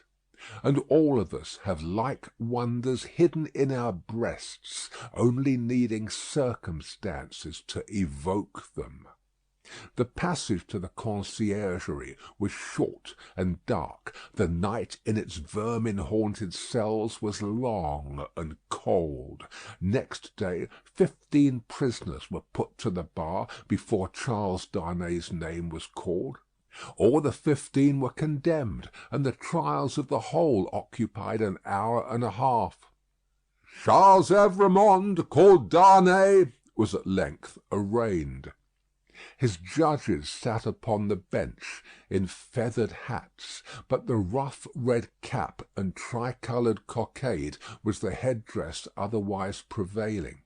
Looking at the jury and the turbulent audience, he might have thought that the usual order of things was reversed, and that the felons were trying the honest men. The lowest, cruellest, and worst populace of a city, never without its quantity of low, cruel, and bad, were the directing spirits of the scene, noisily commenting, applauding, disapproving, anticipating, and precipitating the result without a check. Of the men, the greater part were armed in various ways. Of the women, some wore knives, some daggers, some ate and drank as they looked on, many knitted. Among these last was one, with a spare piece of knitting under her arm as she worked. She was in a front row, by the side of a man whom he had never seen since his arrival at the barrier, but whom he directly remembered as Defarge. He noticed that she once or twice whispered in his ear, and that she seemed to be his wife. But what he most noticed in the 2 figures was, that, although they were posted as close to himself as they could be, they never looked towards him. They seemed to be waiting for something with a dogged determination, and they looked at the jury, but at nothing else. Under the president sat Dr. Manette in his usual quiet dress. As well as the prisoner could see, he and Mr. Lorry were the only men there unconnected with the tribunal, who wore their usual clothes, and had not assumed the coarse garb of the Carmagnole. Charles Evrémonde, called Darnay, was accused by the public prosecutor as an emigrant whose life was forfeit to the Republic under the decree which banished all emigrants on pain of death. It was nothing that the decree bore date since his return to France. There he was, and there was the decree. He had been taken in France, and his head was demanded. "Take off his head!" cried the audience. "An enemy to the Republic!" The president rang his bell to silence those cries, and asked the prisoner whether it was not true that he had lived many years in England. Undoubtedly it was. Was he not an emigrant then? What did he call himself? Not an emigrant, he hoped, within the sense and spirit of the law. Why not, the president desired to know. Because he had voluntarily relinquished a title that was distasteful to him, and a station that was distasteful to him, and had left his country. He submitted before the word emigrant in the present acceptation by the tribunal was in use, to live by his own industry in England, rather than on the industry of the overladen people of France. What proof had he of this? He handed in the names of two witnesses, Théophile Gabelle and Alexandre Manette. But he had married in England, the president reminded him. True, but not an Englishwoman. A citizeness of France? Yes, by birth. Her name and family? Lucy Manette, only daughter of Dr. Manette, the good physician who sits there. This answer had a happy effect upon the audience. Cries in exaltation of the well-known good physician rent the hall. So capriciously were the people moved that tears immediately rolled down several ferocious countenances which had been glaring at the prisoner a moment before, as if with impatience to pluck him out into the streets and kill him. On these few steps of his dangerous way, Charles Darnay had set his foot according to Dr. Manette's reiterated instructions. The same cautious counsel directed every step that lay before him, and had prepared every inch of his road. The president asked, why had he returned to France when he did, and not sooner? He had not returned sooner, he replied, simply because he had no means of living in France, save those he had resigned, whereas, in England, he lived by giving instruction in the French language and literature. He had returned when he did, on the pressing and written entreaty of a French citizen, who represented that his life was endangered by his absence. He had come back to save a citizen's life, and to bear his testimony, at whatever personal hazard, to the truth. Was that criminal in the eyes of the Republic? The populace cried enthusiastically, "No!" and the president rang his bell to quiet them, which it did not, for they continued to cry "No!" until they left off of their own will.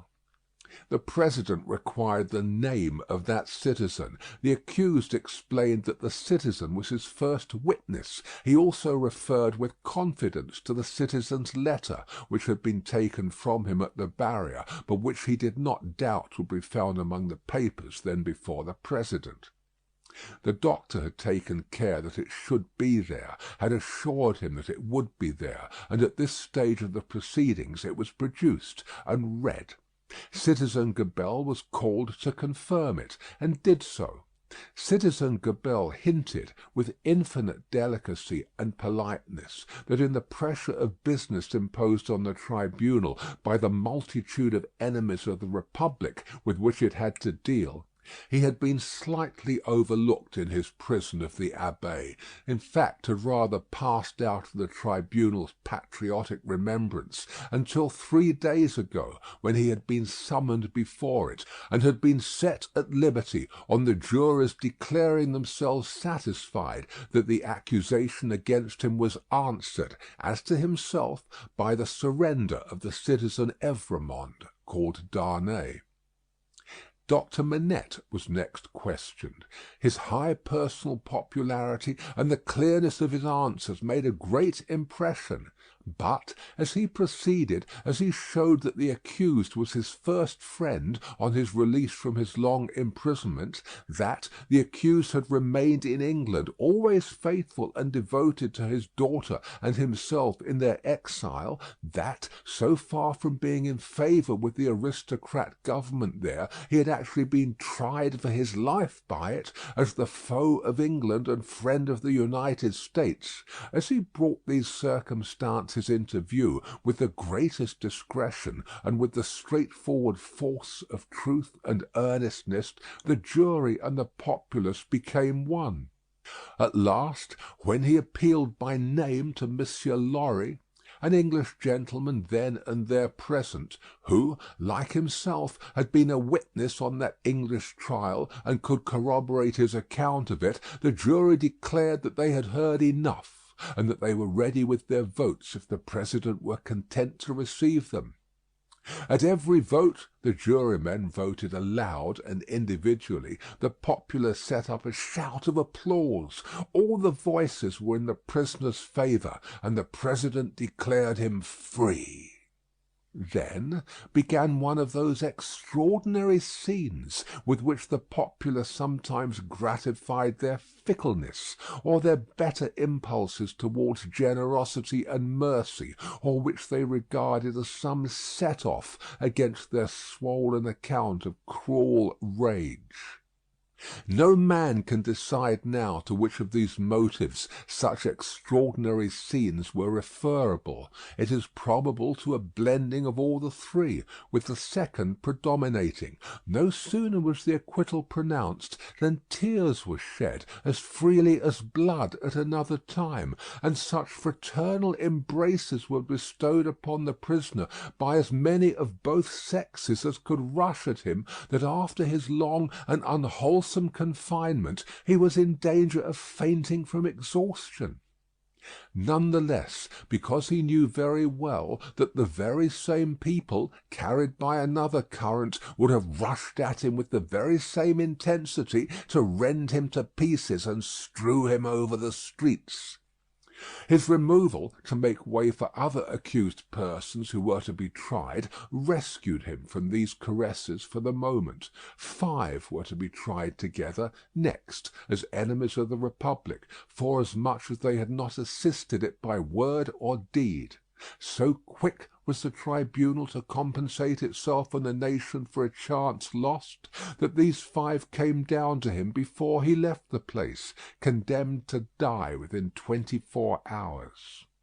The first of them told him so, with the customary prison sign of death, a raised finger, and they all added in words, "Long live the Republic." The 5 had had, it is true, no audience to lengthen their proceedings, for when he and Dr. Manette emerged from the gate, there was a great crowd about it, in which there seemed to be every face he had seen in court, except 2, for which he looked in vain.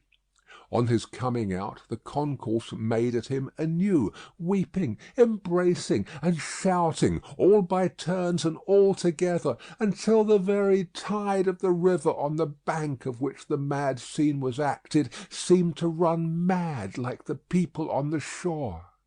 They put him into a great chair they had among them, and which they had taken either out of the court itself or one of its rooms or passages. Over the chair they had thrown a red flag, and to the back of it they had bound a pike with a red cap on its top. In this car of triumph not even the doctor's entreaties could prevent his being carried to his home on men's shoulders, with a confused sea of red caps heaving about him, and casting up to sight from the stormy deep such wrecks of faces that he more than once misdoubted his mind being in confusion, and that he was in the tumbril on his way to the guillotine.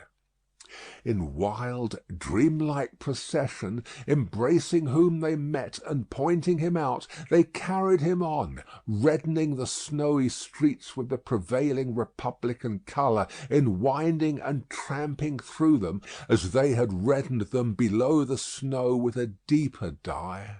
They carried him thus into the courtyard of the building where he lived.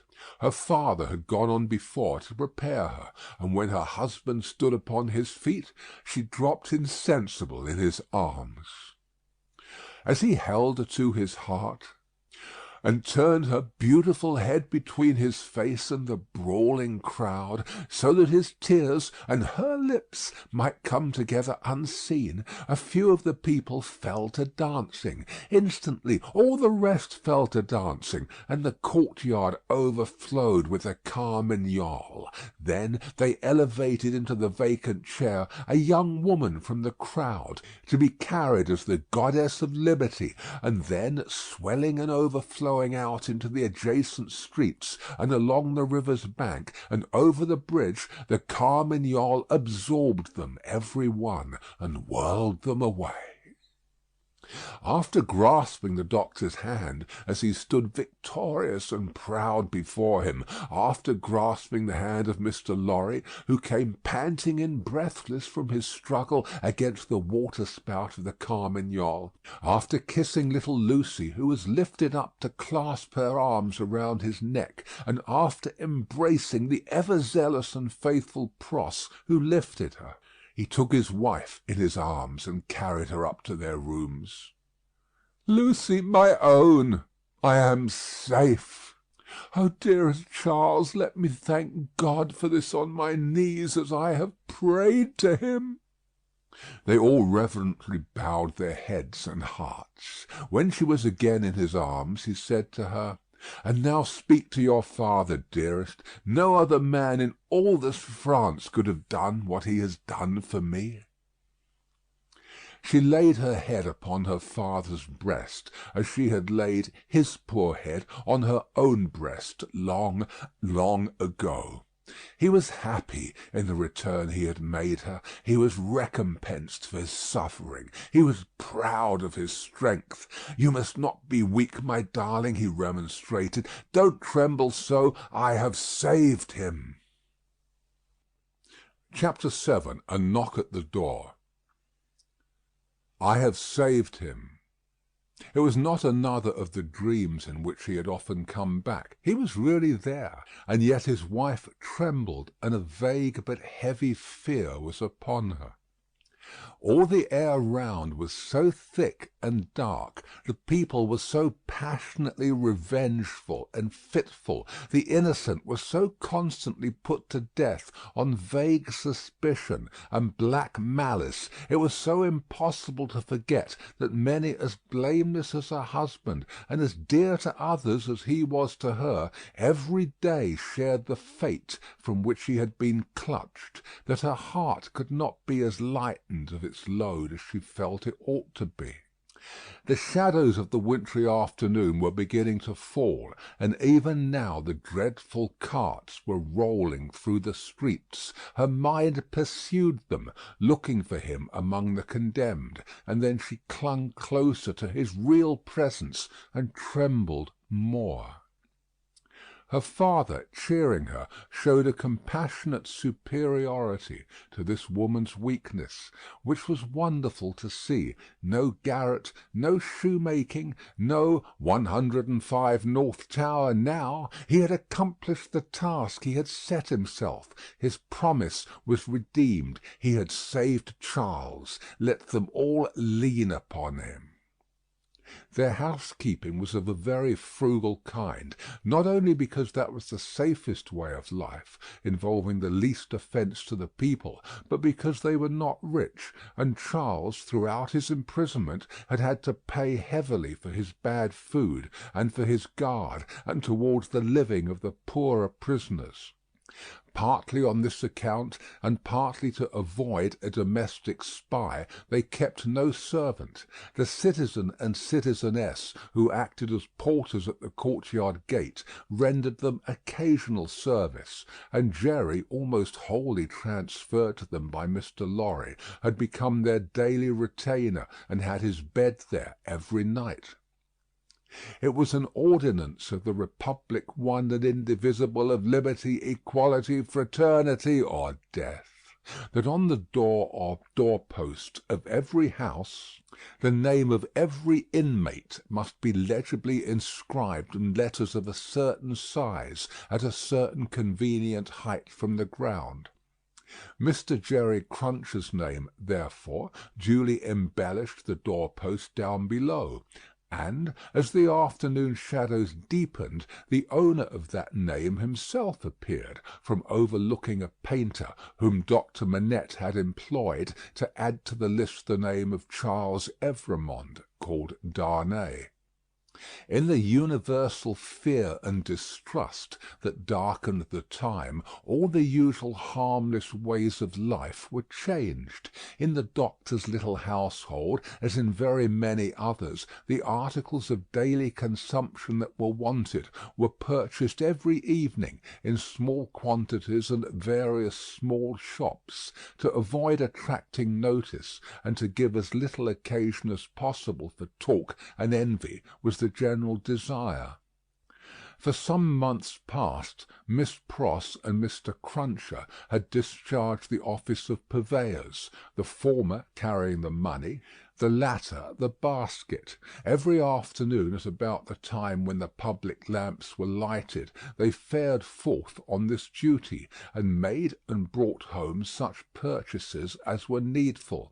Although Miss Pross, through her long association with a French family, might have known as much of their language as of her own, if she had had a mind, she had no mind in that direction. Consequently, she knew no more of that nonsense, as she was pleased to call it, than Mr. Cruncher did. So her manner of marketing was to plump a noun substantive at the head of a shopkeeper without any introduction in the nature of an article, and, if it happened not to be the name of the thing she wanted, to look round for that thing, lay hold of it, and hold on by it until the bargain was concluded. She always made a bargain for it, by holding up, as a statement of its just price, one finger less than the merchant held up, whatever his number might be. "Now, Mr. Cruncher," said Miss Pross, whose eyes were red with felicity, "if you are ready, I am." Jerry hoarsely professed himself at Miss Pross's service. He had worn all his rust off long ago, but nothing would file his spiky head down. "There's all manner of things wanted," said Miss Pross, "and we shall have a precious time of it. We want wine among the rest. Nice toasts these redheads will be drinking wherever we buy it." "It will be much the same to your knowledge, miss, I should think," retorted Jerry, "whether they drink your health or the old un's." "Who's he?" said Miss Pross. Mr. Cruncher, with some diffidence, explained himself as meaning Old Nick's. "Ha!" said Miss Pross, "it doesn't need an interpreter to explain the meaning of these creatures. They have but one, and it's midnight murder and mischief." "Hush, dear! Pray, be cautious!" cried Lucy. Yes, I'll be cautious," said Miss Pross, "but I may say among ourselves that I do hope there will be no oniony and tobacco-y smotherings in the form of embracings all round going on in the streets. Now, Ladybird, never you stir from that fire till I come back. Take care of the dear husband you have recovered, and don't move your pretty head from his shoulder, as you have it now, till you see me again. May I ask a question, Dr. Manette, before I go?" "I think you may take that liberty," the doctor answered, smiling. "For gracious sake, don't talk about liberty. We have quite enough of that," said Miss Pross. "Hush, dear! Again?" Lucy remonstrated. "Well, my sweet," said Miss Pross, nodding her head emphatically, "the short and the long of it is that I am a subject of his most gracious Majesty King George the Third." Miss Pross curtsied at the name. "And as such, my maxim is, confound their politics, frustrate their knavish tricks, on him our hopes we fix, God save the King." Mr. Cruncher, in an excess of loyalty, growlingly repeated the words after Miss Pross, like somebody at church.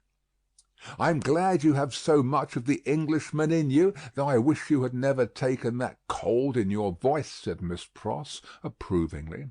"But a question, Doctor Manette. Is there—" It was the good creature's way to affect to make light of anything that was a great anxiety with them all, and to come at it in this chance manner. "Is there any prospect yet of our getting out of this place?"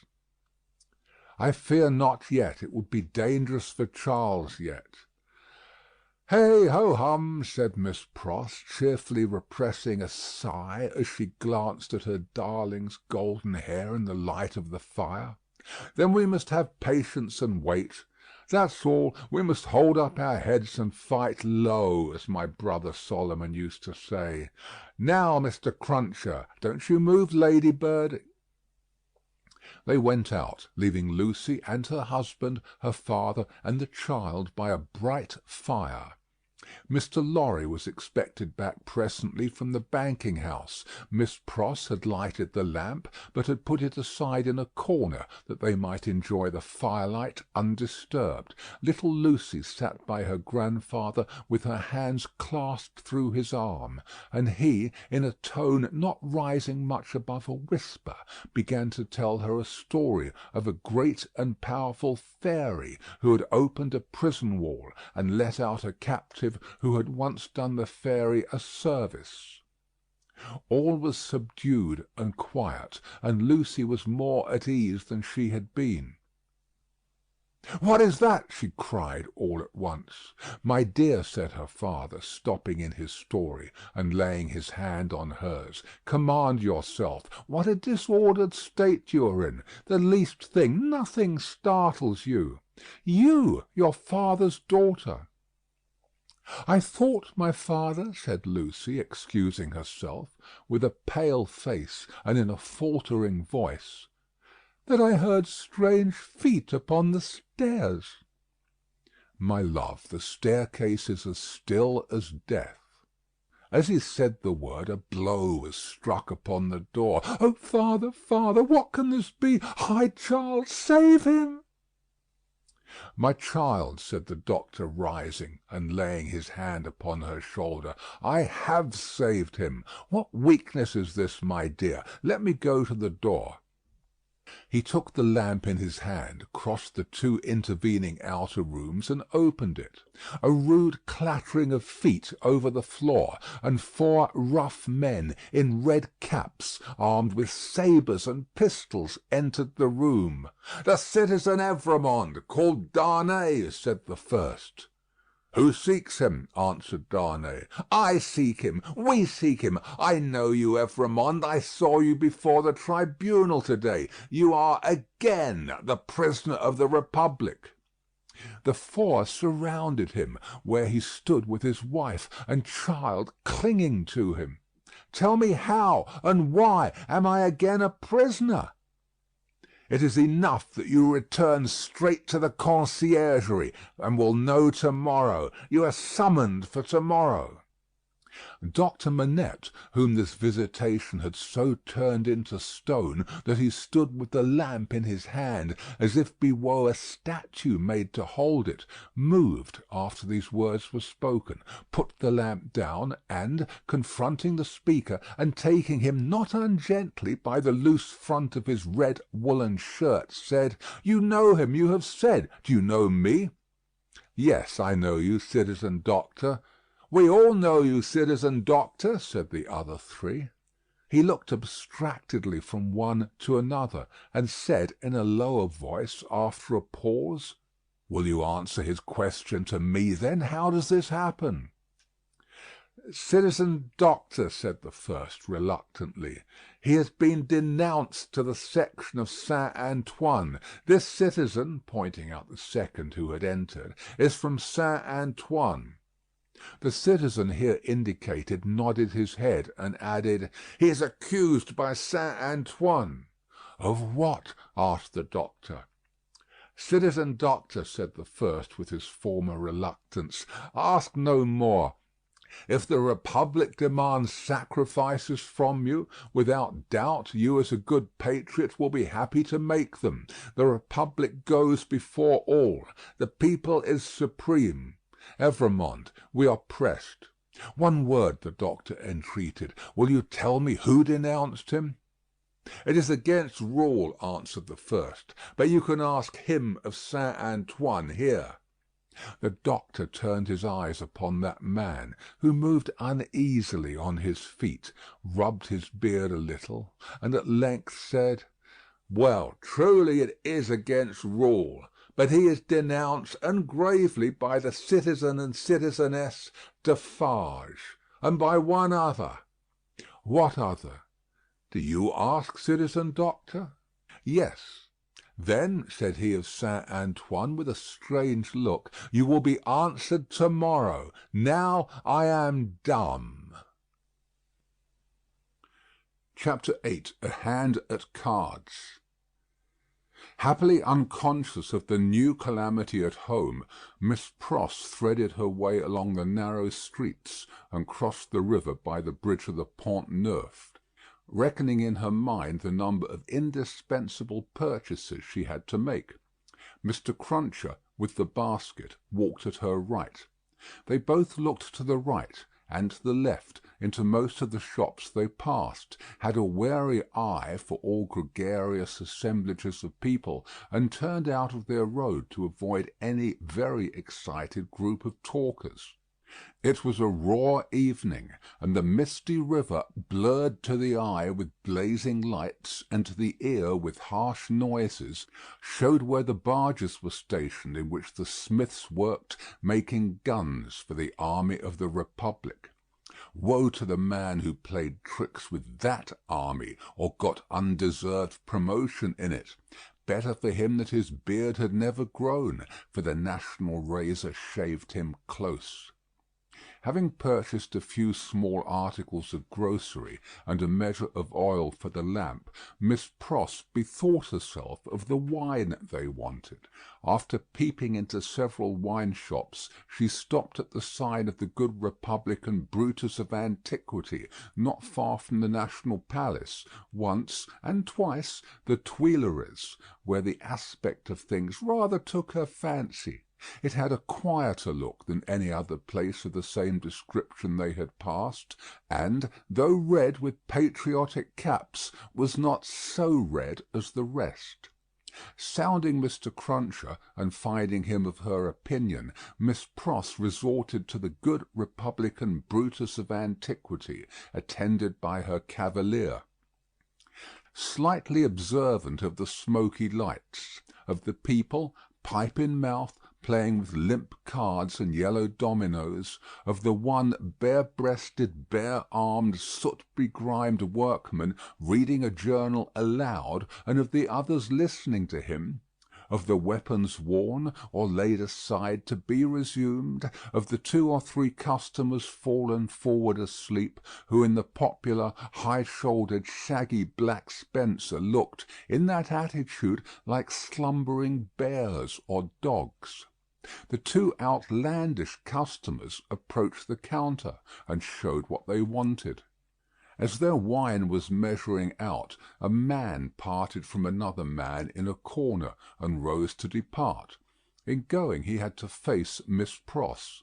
No sooner did he face her than Miss Pross uttered a scream and clapped her hands. In a moment the whole company were on their feet. That somebody was assassinated by somebody, vindicating a difference of opinion, was the likeliest occurrence. Everybody looked to see somebody fall, but only saw a man and a woman standing staring at each other, the man with all the outward aspect of a Frenchman and a thorough republican, the woman evidently English. What was said in this disappointing anticlimax by the disciples of the good republican Brutus of antiquity, except that it was something very voluble and loud, would have been as so much Hebrew or Chaldean to Miss Pross and her protector, though they had been all ears. But they had no ears for anything in their surprise, for it must be recorded that not only was Miss Pross lost in amazement and agitation, but Mr. Cruncher, though it seemed on his own separate and individual account, was in a state of the greatest wonder. "What is the matter?" said the man who had caused Miss Pross to scream, speaking in a vexed, abrupt voice, though in a low tone, and in English. "Oh, Solomon, dear Solomon!" cried Miss Pross, clapping her hands again. "After not setting eyes upon you or hearing of you for so long a time, do I find you here?" "Don't call me Solomon. Do you want to be the death of me?" asked the man in a furtive, frightened way. "Brother, brother!" cried Miss Pross, bursting into tears. "Have I ever been so hard with you that you ask me such a cruel question?" "Then hold your meddlesome tongue," said Solomon, "and come out if you want to speak to me. Pay for your wine and come out. Who's this man?" Miss Pross, shaking her loving and dejected head at her by no means affectionate brother, said through her tears, "Mr. Cruncher." "Let him come out too," said Solomon. "Does he think me a ghost?" Apparently Mr. Cruncher did, to judge from his looks. He said not a word, however, and Miss Pross, exploring the depths of her reticule through her tears with great difficulty, paid for her wine. As she did so, Solomon turned to the followers of the good republican Brutus of antiquity, and offered a few words of explanation in the French language, which caused them all to relapse into their former places and pursuits. "Now," said Solomon, stopping at the dark street corner, "what do you want?" "How dreadfully unkind in a brother nothing has ever turned my love away from," cried Miss Pross, "to give me such a greeting and show me no affection." "There, confound it, there," said Solomon, making a dab at Miss Pross's lips with his own. "Now, are you content?" Miss Pross only shook her head and wept in silence. "If you expect me to be surprised," said her brother Solomon, "I am not surprised. I knew you were here. I know of most people who are here. If you really don't want to endanger my existence, which I half believe you do, go your ways as soon as possible, and let me go mine. I am busy. I am an official." "My English brother Solomon," mourned Miss Pross, casting up her tear-fraught eyes, "that had the makings in him of one of the best and greatest of men in his native country, an official among foreigners, and such foreigners! I would almost sooner have seen the dear boy lying in his—" "I said so," cried her brother, interrupting. "I knew it. You want to be the death of me. I shall be rendered suspected by my own sister, just as I am getting on." "The gracious and merciful heavens forbid!" cried Miss Pross. "Far rather would I never see you again, dear Solomon, though I have ever loved you truly and ever shall. Say but one affectionate word to me, and tell me there is nothing angry or estranged between us, and I will detain you no longer." Good Miss Pross, as if the estrangement between them had come of any culpability of hers, as if Mr. Lorry had not known it for a fact, years ago, in the quiet corner in Soho, that this precious brother had spent her money and left her. He was saying the affectionate word, however, with a far more grudging condescension and patronage than he could have shown if their relative merits and positions had been reversed, which is invariably the case all the world over, when Mr. Cruncher, touching him on the shoulder, hoarsely and unexpectedly interposed with the following singular question: "I say, might I ask the favour as to whether your name is John Solomon or Solomon John?" The official turned towards him with sudden distrust. He had not previously uttered a word. "Come," said Mr. Cruncher, "speak out, you know," which, by the way, was more than he could do himself. "John Solomon or Solomon John? She calls you Solomon, and she must know, being your sister, and I know you're John, you know. Which of the two goes first? And regarding that name of Pross, likewise. That weren't your name over the water." "What do you mean?" "Well, I don't know all I mean, for I can't call to mind what your name was over the water." "No?" "No, but I'll swear it was a name of 2 syllables." "Indeed?"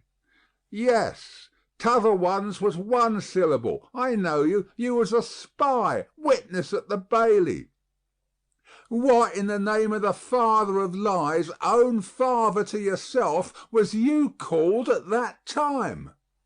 "Barsad," said another voice, striking in. "That's the name for £1,000," cried Jerry. The speaker who struck in was Sidney Carton. He had his hands behind him under the skirts of his riding-coat, and he stood at Mr. Cruncher's elbow as negligently as he might have stood at the Old Bailey itself.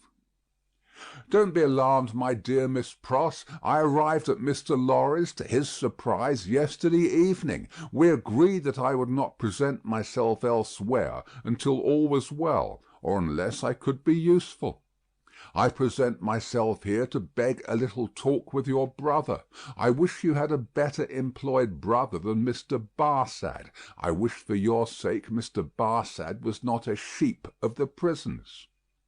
Sheep was a cant word of the time for a spy. Under the jailers, the spy, who was pale, turned paler, and asked him how he dared. "I'll tell you," said Sidney. "I lighted on you, Mr. Barsad, coming out of the prison of the Conciergerie, while I was contemplating the walls an hour or more ago. You have a face to be remembered, and I remember faces well, made curious by seeing you in that connection, and having a reason, to which you are no stranger, for associating you with the misfortunes of a friend now very unfortunate, I walked in your direction. I walked into the wine-shop here, close after you, and sat near you. I had no difficulty in deducing from your unreserved conversation, and the rumour openly going about among your admirers, the nature of your calling. And, gradually, what I had done at random seemed to shape itself into a purpose, Mr. Barsad." "What purpose?" the spy asked. "It will be troublesome and might be dangerous to explain in the street. Could you favour me, in confidence, with some minutes of your company, at the office of Tellson's Bank, for instance?" "Under a threat? Oh, did I say that? Then why would I go there?" "Really, Mr. Barsad, I can't say if you can't."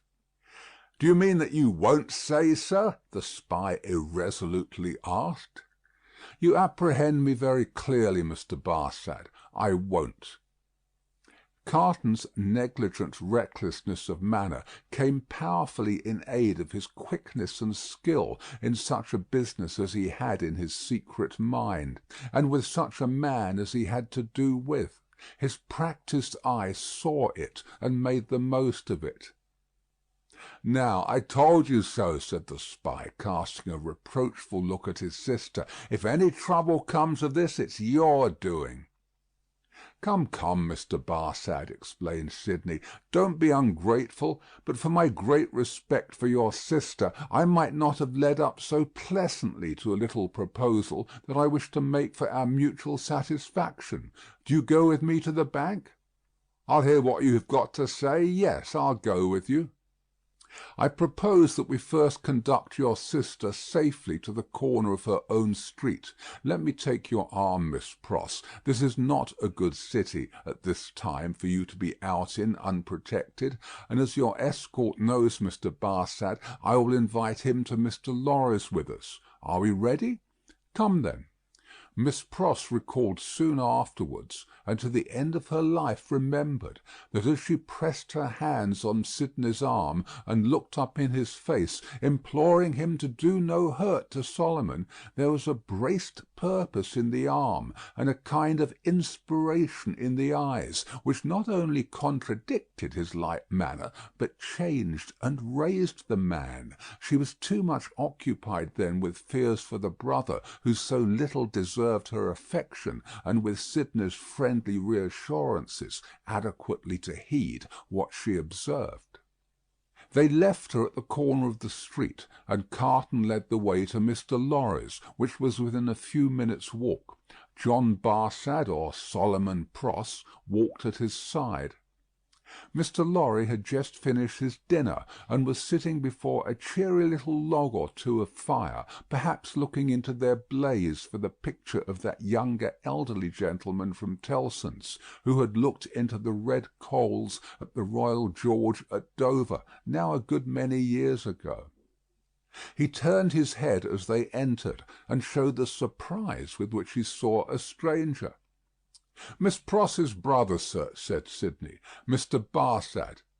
"Barsad?" repeated the old gentleman. "Barsad? I have an association with the name, and with the face." "I told you had a remarkable face, Mr. Barsad," observed Carton coolly. "Pray sit down." As he took a chair himself, he supplied the link that Mr. Lorry wanted, by saying to him with a frown, "Witness at the trial." Mr. Lorry immediately remembered, and regarded his new visitor with an undisguised look of abhorrence. "Mr. Barsad has been recognized by Miss Pross as the affectionate brother you have heard of," said Sidney, "and has acknowledged the relationship. I pass to worse news. Darnay has been arrested again."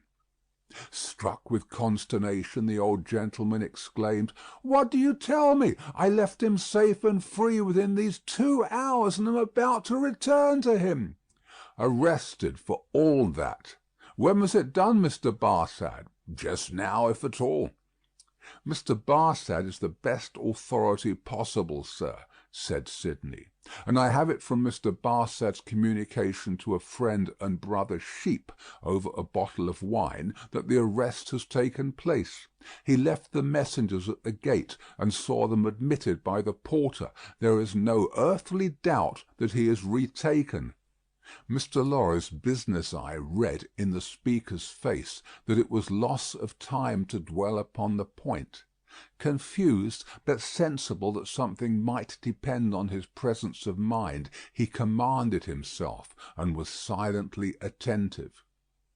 "Now, I trust," said Sidney to him, "that the name and influence of Dr. Manette may stand him in as good stead to-morrow. You said he would be before the tribunal again to-morrow, Mr. Barsad?" "Yes, I believe so." "In as good stead to-morrow as to-day, but it may not be so. I own to you I am shaken, Mr. Lorry, by Dr. Manette's not having had the power to prevent this arrest." "He may not have known of it beforehand," said Mr. Lorry. "But that very circumstance would be alarming, when we remember how identified he is with his son-in-law." "That's true," Mr. Lorry acknowledged, with his troubled hand at his chin, and his troubled eyes on Carton. "In short," said Sidney, "this is a desperate time, when desperate games are played for desperate stakes. Let the doctor play the winning game, I will play the losing one. No man's life here is worth purchase. Any one carried home by the people to-day may be condemned to-morrow. Now, the stake I have resolved to play for, in case of the worst, is a friend in the conciergerie. And the friend I purpose to myself to win is Mr. Barsad." "You need have good cards, sir," said the spy. I'll run them over. I'll see what I hold. Mr. Lorry, you know what a brute I am. I wish you'd give me a little brandy." It was put before him, and he drank off a glassful, drank off another glassful, pushed the bottle thoughtfully away.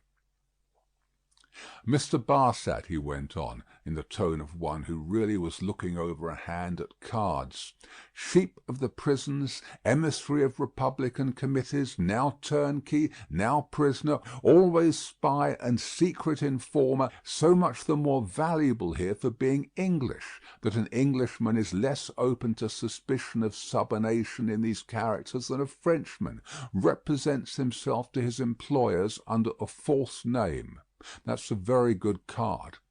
Mr. Barsad, now in the employ of the Republican French government, was formerly in the employ of the aristocratic English government, the enemy of France and freedom. That's an excellent card.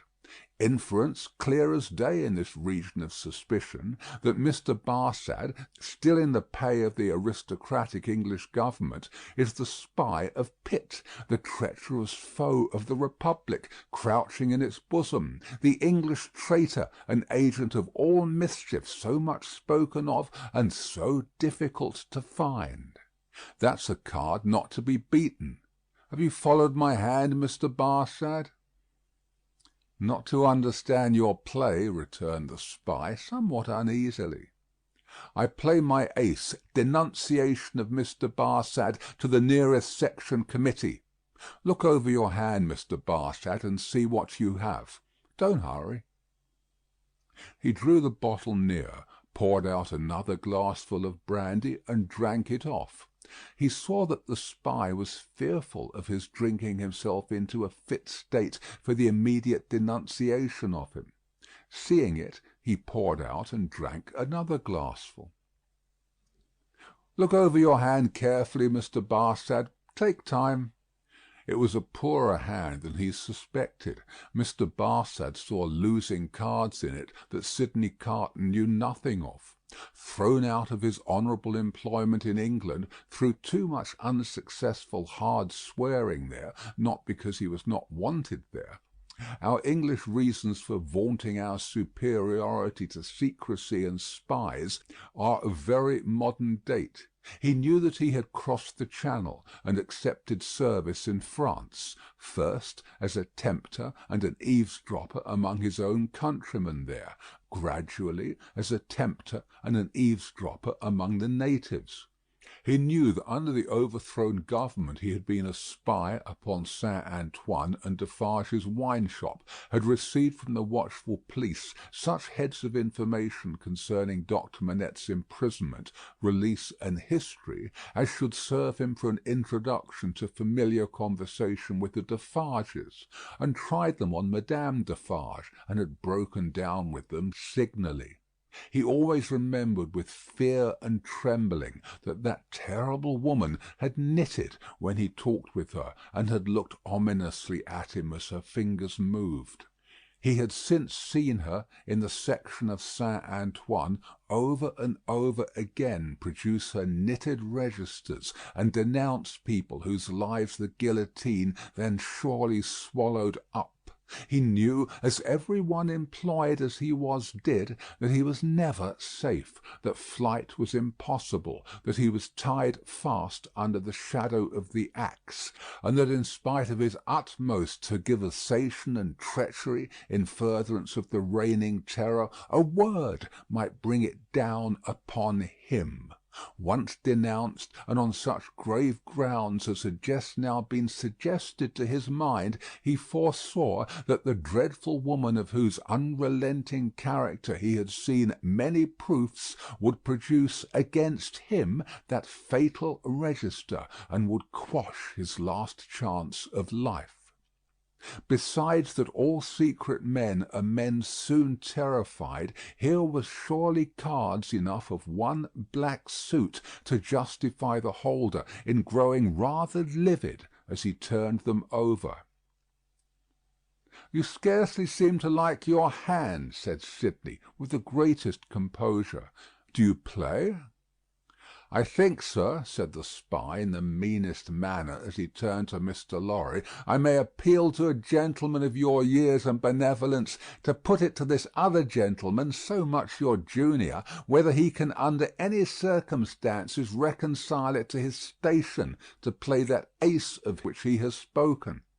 I admit that I am a spy, and that it is considered a discreditable station, though it must be filled by somebody. But this gentleman is no spy, and why should he so demean himself as to make himself one?" "I play my ace, Mr. Barsad," said Carton, taking the answer on himself, and looking at his watch, "without any scruple, in a very few minutes." "I should have hoped, gentlemen both," said the spy, always striving to hook Mr. Lorry into the discussion, "that your respect for my sister—" "I could not better testify my respect for your sister than by finally relieving her of her brother," said Sidney Carton. "You think not, sir?" "I have thoroughly made up my mind about it."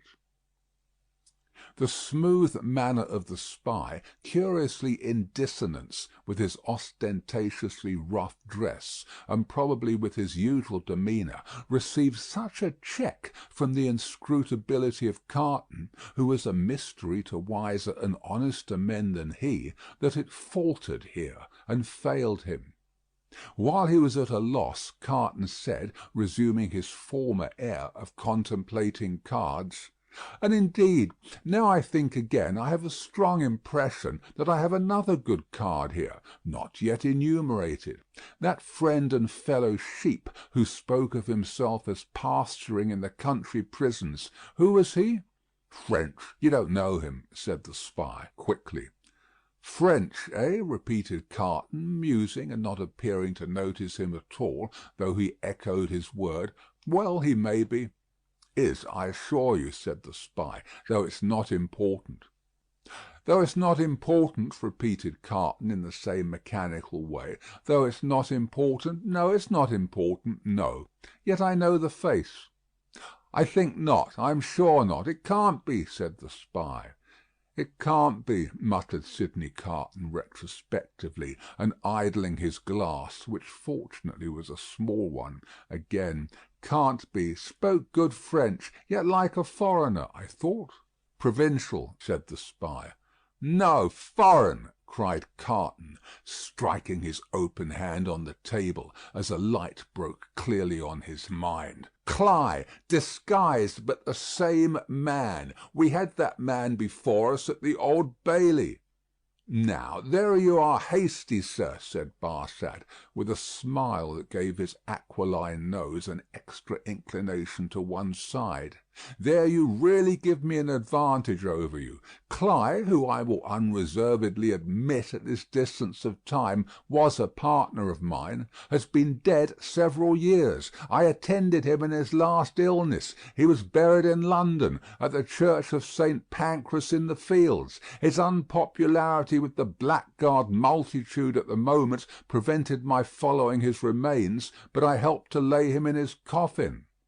Here Mr. Lorry became aware, from where he sat, of a most remarkable goblin shadow on the wall.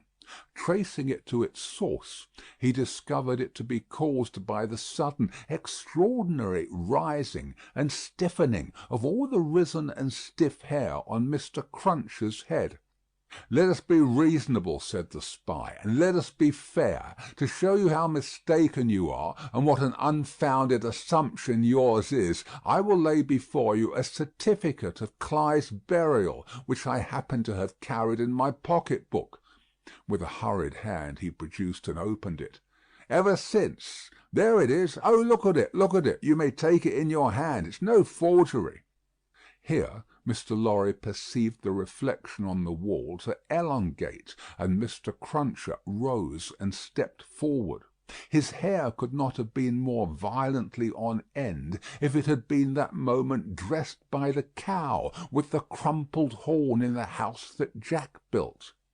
Unseen by the spy, Mr. Cruncher stood at his side, and touched him on the shoulder like a ghostly bailiff. "That there Roger Cly, master," said Mr. Cruncher, with a taciturn and iron-bound visage. "So you put him in his coffin?" "I did." "Who took him out of it?" Barsad leaned back in his chair and stammered, "What do you mean?" "I mean," said Mr. Cruncher, "that he warn't never in it. No, not he. I'll have me head took off if he was ever in it." The spy looked round at the two gentlemen. They both looked in unspeakable astonishment at Jerry.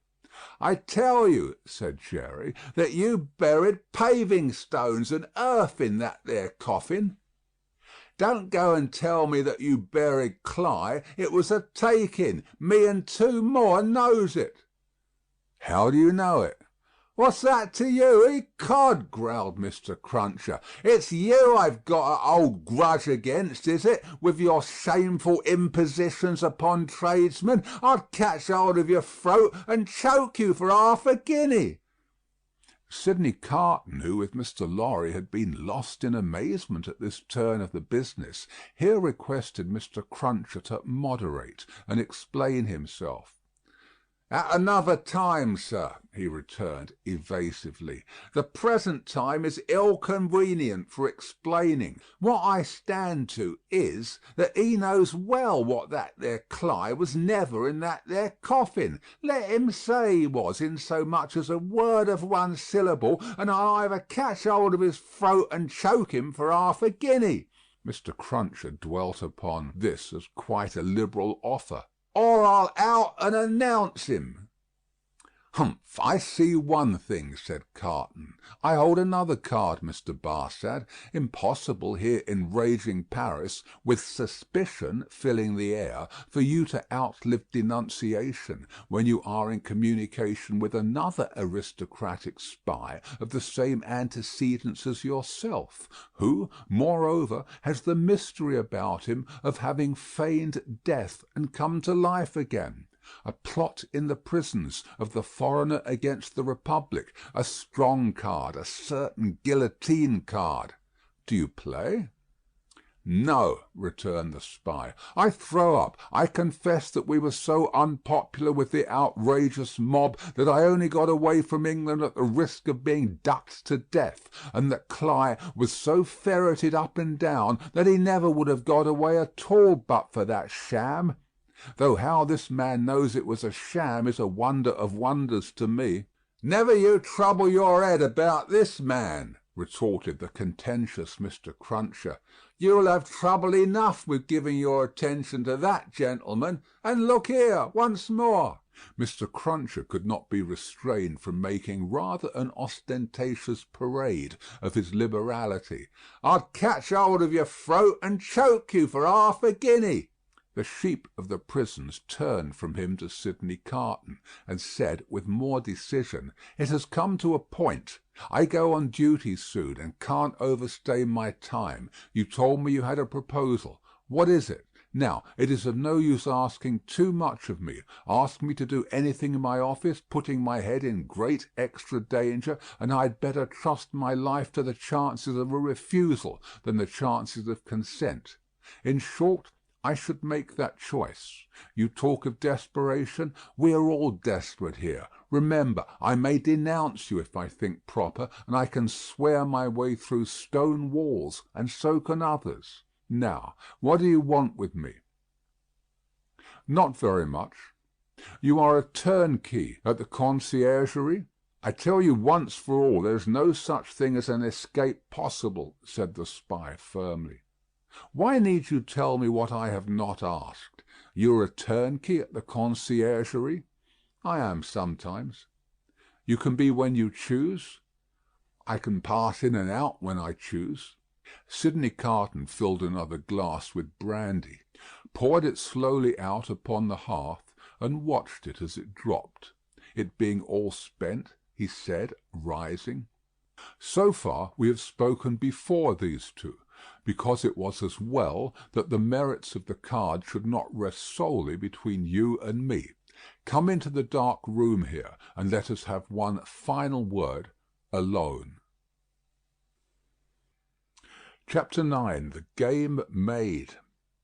While Sidney Carton and the sheep of the prisons were in the adjoining dark room, speaking so low that not a sound was heard, Mr. Lorry looked at Jerry in considerable doubt and mistrust.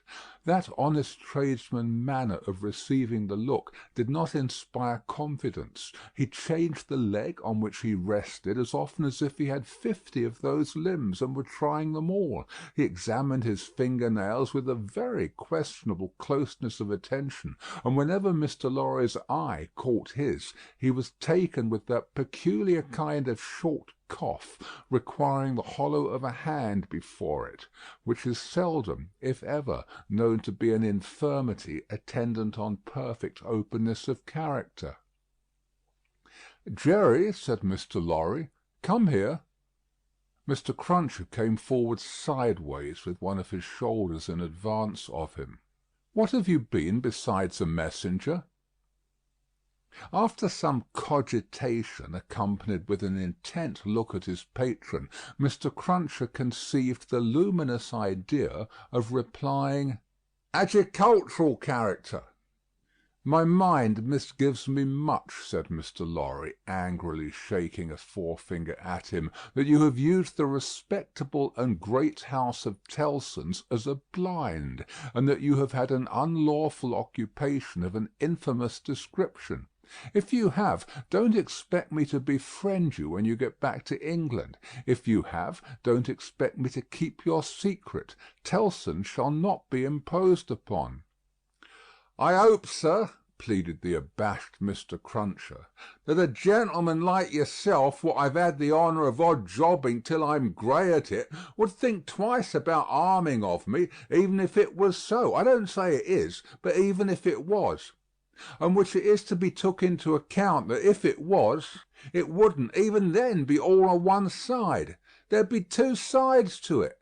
There might be medical doctors at the present hour a picking up their guineas where honest tradesman don't pick up his fardens. Fardens? No, nor yet his half fardens, no, nor yet his quarter, a banking away like smoke at Tellson's, and a cocking their medical eyes at that tradesman on the sly, a going in and going out to their own carriages, equally like smoke, if not more so. Well, that would be imposing too on Tellson's, for you cannot sarse the goose and not the gander. And here's Mrs. Cruncher, or leastways was in the old England times, and would be to-morrow, if call's given, a flopping again the business to that degree as is ruinating, stark ruinating. Whereas them medical doctors' wives don't flop, catch 'em at it, or if they flop, their floppings goes in favour of more patients, and how can you rightly have one without t'other? Then, what with undertakers, and what with parish clerks, and what with sextons, and what with private watchmen, all avaricious and all in it, a man wouldn't get much by it, even if it was so. And what little a man did get would never prosper with him, Mr. Lorry. He'd never have no good of it. He'd want all along to be out the line if he could see his way out, being once in, even if it was so." "Ugh!" cried Mr. Lorry, rather relenting, nevertheless. "I am shocked at the sight of you." "Now, what I would humbly offer to you, sir," pursued Mr. Cruncher, "even if it was so, which I don't say it is—" "Don't prevaricate," said Mr. Lorry. "No, I will not, sir," returned Mr. Cruncher, as if nothing were further from his thoughts or practice, "which I don't say it is. What I would humbly offer to you, sir, would be this. Upon that there stall at that there bar sets that there boy of mine, brought up and growed up to be a man, what will errand you, message you, general light job you, till your heels is where your head is, if such should be your wishes. If it was so, which I still don't say it is, for I will not prewaricate to you, sir, let that there boy keep his father's place, and take care of his mother. Don't blow upon that boy's father. Do not do it, sir, and let that father go into the line of the regular digging, and make amends for what he would have undug, if it was so, by digging of 'em in with a will, and with conwictions respecting the future keeping of 'em safe. That, Mr. Lorry," said Mr. Cruncher, wiping his forehead with his arm, as an announcement that he had arrived at the peroration of his discourse, "is what I would respectfully offer to you, sir. A man don't see all this here a going on dreadful round him in the way of subjects without heads, dear me. Plentiful enough for to bring the price down to porterage, and hardly that, without having his serious thoughts of things. And these here would be mine, if it was so, entreating of you for to bear in mind that what I said jest now, I up and said in the good cause where I might have kept it back." "That at least is true," said Mr. Lorry. "Say no more now. It may be that I shall yet stand your friend, if you deserve it, and repent in action, not in words. I want no more words." Mr. Cruncher knuckled his forehead as Sidney Carton and the spy returned from the dark room. "Adieu, Mr. Barsad," said the former. "Our arrangement thus made, you have nothing to fear from me." He sat down in a chair on the hearth, over against Mr. Lorry. When they were alone, Mr. Lorry asked him what he had done. "Not much. If it shall go ill with the prisoner, I have ensured access to him, once." Mr. Lorry's countenance fell. "It is all I could do," said Carton. "To propose too much would be to put this man's head under the axe, and, as he himself said, nothing worse could happen to him if he were denounced. It was obviously the weakness of the position. There is no help for it." "But access to him," said Mr. Lorry, "if it should go ill before the tribunal, will not save him." "I never said it would." Mr. Lorry's eyes gradually sought the fire. His sympathy with his darling, and the heavy disappointment of his second arrest, gradually weakened them.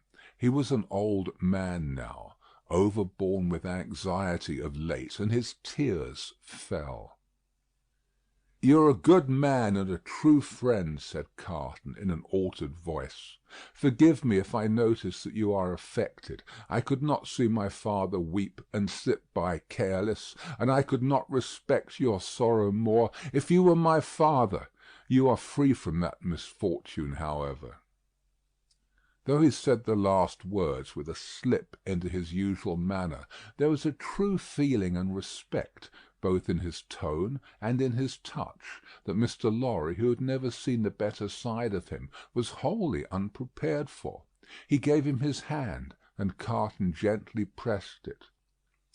"To return to poor Darnay," said Carton. "Don't tell her of this interview or this arrangement. It would not enable her to go to see him. She might think it was contrived, in case of the worst, to convey to him the means of anticipating the sentence." Mr. Lorry had not thought of that, and he looked quickly at Carton to see if it were in his mind. It seemed to be. He returned the look, and evidently understood it. "She might think 1,000 things," Carton said, "and any of them would only add to her trouble. Don't speak of me to her. As I said to you when I first came, I had better not see her. I can put my hand out to do any little helpful work for her that my hand can find to do, without that. You are going to her, I hope? She must be very desolate to-night." "I am going now, directly." "I am glad of that. She has such a strong attachment to you and reliance on you. How does she look?" "Anxious and unhappy, but very beautiful." "Ah." It was a long grieving sound, like a sigh, almost like a sob. It attracted Mr. Lorry's eyes to Carton's face, which was turned to the fire. A light, or a shade, the old gentleman could not have said which, passed from it as swiftly as a change will sweep over a hillside on a wild bright day, and he lifted his foot to put back one of the little flaming logs, which was tumbling forward. He wore the white riding-coat and top-boots then in vogue, and the light of the fire touching their light surfaces made him look very pale, with his long brown hair, all untrimmed, hanging loose about him. His indifference to fire was sufficiently remarkable to elicit a word of remonstrance from Mr. Lorry. His boot was still upon the hot embers of the flaming log when it had broken under the weight of his foot. "I forgot it," he said. Mr. Lorry's eyes were again attracted to his face. Taking note of the wasted air which clouded the naturally handsome features, and having the expression of prisoners' faces fresh in his mind, he was strongly reminded of that expression. "And your duties here have drawn to an end, sir?" said Carton, turning to him. "Yes. As I was telling you last night when Lucy came in so unexpectedly, I have at length done all that I can do here. I hope to have left them in perfect safety, and then to have quitted Paris. I have my leave to pass. I was ready to go." They were both silent. "Yours is a long life to look back upon, sir," said Carton wistfully. "I am in my 78th year." "You have been useful all your life, steadily and constantly occupied, trusted, respected, and looked up to?" "I have been a man of business ever since I have been a man. Indeed, I may say that I was a man of business when a boy." "See what a place you fill at 78.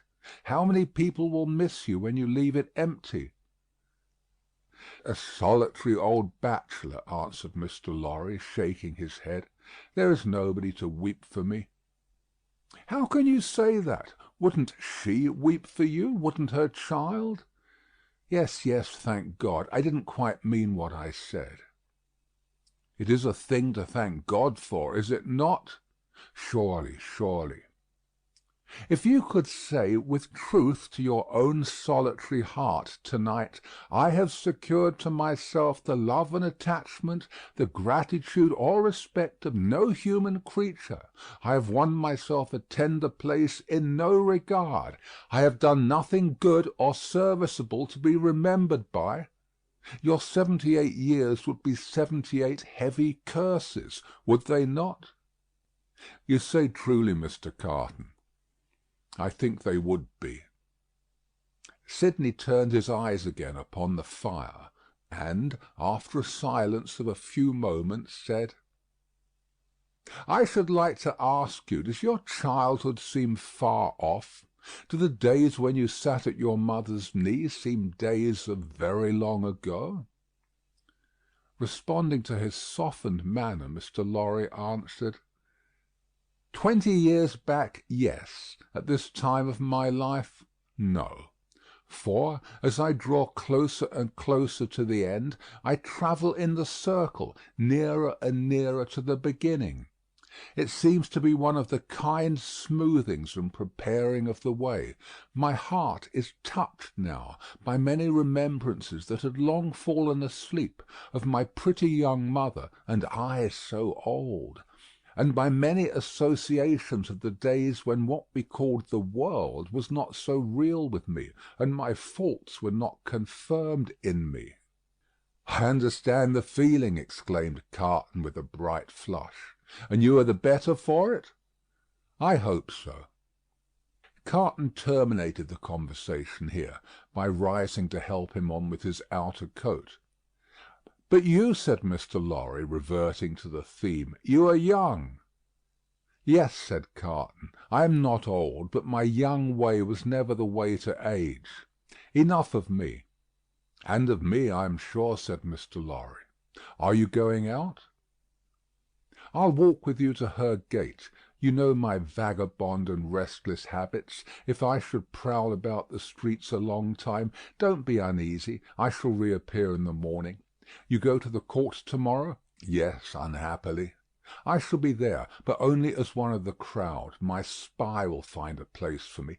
Take my arm, sir."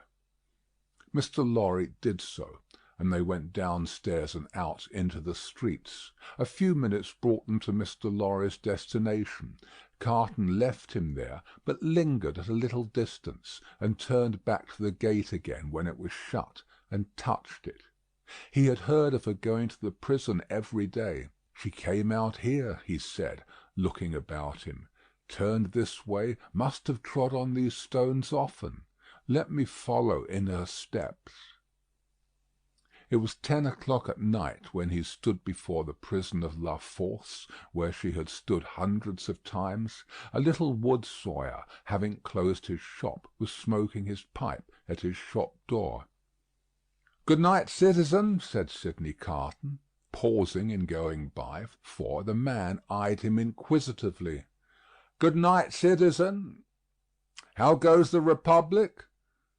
"You mean the guillotine? Not ill. 63 to-day. We shall mount to 100 soon. Samson and his men complain sometimes of being exhausted. Ha, ha, ha! He is so droll, that Samson, such a barber." "Do you often go to see him? Shave?" "Always. Every day. What a barber! You have seen him at work?" "Never." "Never. Go and see him when he has a good batch. Figure this to yourself, citizen. He shaved the 63 to-day in less than 2 pipes. Less than 2 pipes. Word of honour." As the grinning little man held up the pipe he was smoking to explain how he timed the executioner, Carton was so sensible of a rising desire to strike the life out of him that he turned away. "But you are not English," said the wood sawyer, "though you wear English dress." "Yes," said Carton, pausing again and answering over his shoulder. "You speak like a Frenchman. I am an old student here. Aha, a perfect Frenchman. Good night, Englishman." "Good night, citizen." "But go and see that droll dog," the little man persisted, calling after him, "and take a pipe with you." Sidney had not gone far out of sight when he stopped in the middle of the street under a glimmering lamp, and wrote with his pencil on a scrap of paper. Then, traversing with the decided step of one who remembered the way well, several dark and dirty streets, much dirtier than usual, for the best public thoroughfares remained uncleansed in those times of terror, he stopped at a chemist's shop which the owner was closing with his own hands. A small, dim, crooked shop, kept in a tortuous uphill thoroughfare by a small, dim, crooked man. Giving this citizen, too, good night, as he confronted him at his counter, he laid the scrap of paper before him. "Whew!" the chemist whistled softly as he read it. "Hi, hi, hi!" Sidney Carton took no heed, and the chemist said, "For you, citizen?" "For me." "You'll be careful to keep them separate, citizen. You know the consequence of mixing them?" "Perfectly." Certain small packets were made and given to him. He put them one by one in the breast of his inner coat, counted out the money for them, and deliberately left the shop. "There is nothing more to do," said he, glancing upward at the moon, "until to-morrow. I can't sleep." It was not a reckless manner, the manner in which he said these words aloud under the fast-sailing clouds, nor was it more expressive of negligence than defiance. It was the settled manner of a tired man who had wandered and struggled and got lost, but who at length struck into his road and saw its end. Long ago, when he had been famous among his earliest competitors as a youth of great promise, he had followed his father to the grave. His mother had died years before. These solemn words, which had been read at his father's grave, arose in his mind as he went down the dark streets, among the heavy shadows, with the moon and the clouds sailing on high above him. "I am the resurrection and the life, saith the Lord. He that believeth in me, though he were dead, yet shall he live. And whosoever liveth and believeth in me shall never die." In a city dominated by the axe, alone at night, with natural sorrow rising in him for the 63 who had been that day put to death, and for tomorrow's victims then awaiting their doom in the prisons, and still of tomorrows and tomorrows, the chain of association that brought the words home like a rusty old ship's anchor from the deep might have been easily found. He did not seek it, but repeated them and went on. With a solemn interest in the lighted windows where the people were going to rest, forgetful through a few calm hours of the horrors surrounding them, in the towers of the churches where no prayers were said, for the popular revulsion had even travelled that length of self-destruction from years of priestly impostors, plunderers, and profligates. In the distant burial places, reserved, as they wrote upon the gates, for eternal sleep, in the abounding jails, and in the streets along which the sixties rolled to a death which had become so common and material that no sorrowful story of a haunting spirit ever arose among the people out of all the workings of the guillotine, with a solemn interest in the whole life and death of the city settling down to its short nightly pause in fury. Sidney Carton crossed the Seine again for the lighter streets. Few coaches were abroad, for riders in coaches were liable to be suspected, and gentility hid its head in red nightcaps, and put on heavy shoes, and trudged. But the theatres were all well filled, and the people poured cheerfully out as he passed, and went chatting home. At one of the theatre doors there was a little girl with a mother, looking for a way across the street through the mud. He carried the child over, and before the timid arm was loosed from his neck, asked her for a kiss. "I am the resurrection and the life, saith the Lord. He that believeth in me, though he were dead, yet shall he live. And whosoever liveth and believeth in me shall never die." Now that the streets were quiet, and the night wore on, the words were in the echoes of his feet, and were in the air, perfectly calm and steady. He sometimes repeated them to himself as he walked, but he heard them always. The night wore out, and as he stood upon the bridge, listening to the water as it splashed the river walls of the island of Paris, where the picturesque confusion of houses and cathedral shone bright in the light of the moon, the day came coldly, looking like a dead face out of the sky.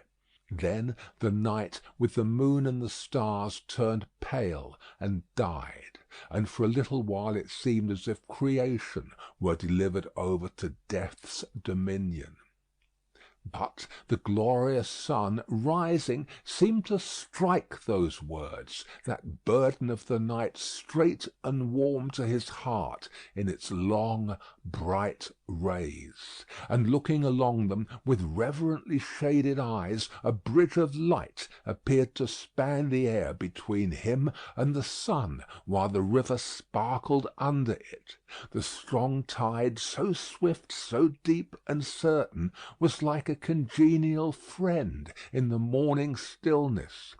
He walked by the stream, far from the houses, and in the light and warmth of the sun fell asleep on the bank.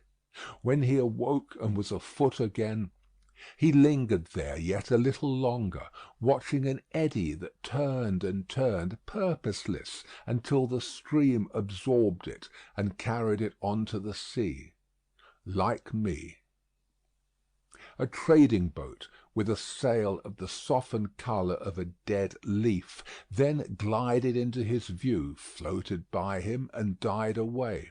As its silent track in the water disappeared, the prayer that had broken up out of his heart for a merciful consideration of all his poor blindnesses and errors ended in the words, "I am the resurrection and the life. Mr. Lorry was already out when he got back, and it was easy to surmise where the good old man was gone. Sidney Carton drank nothing but a little coffee, ate some bread, and, having washed and changed to refresh himself, went out to the place of trial.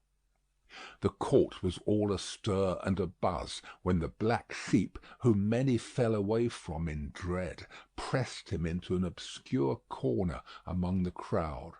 Mr. Lorry was there, and Dr. Manette was there. She was there, sitting beside her father. When her husband was brought in, she turned a look upon him, so sustaining, so encouraging, so full of admiring love and pitying tenderness, yet so courageous for his sake, that it called the healthy blood into his face, brightened his glance, and animated his heart. If there had been any eyes to notice the influence of her look on Sidney Carton, it would have been seen to be the same influence exactly. Before that unjust tribunal there was little or no order of procedure, ensuring to any accused person any reasonable hearing. There could have been no such revolution if all laws, forms, and ceremonies had not first been so monstrously abused that the suicidal vengeance of the revolution was to scatter them all to the winds.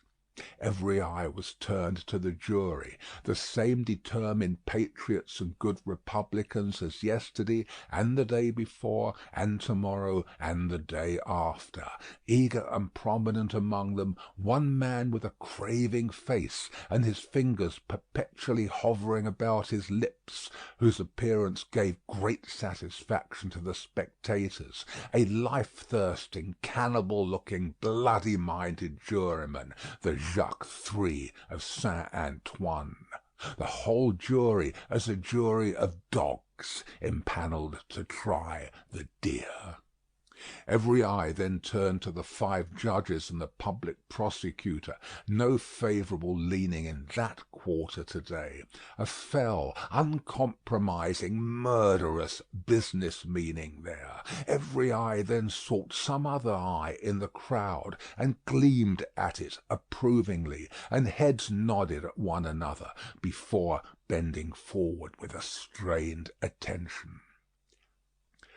Charles Evrémonde, called Darnay, released yesterday, reaccused and retaken yesterday, indictment delivered to him last night, suspected and denounced enemy of the Republic, aristocrat, one of a family of tyrants, one of a race proscribed, for that they had used their abolished privileges to the infamous oppression of the people.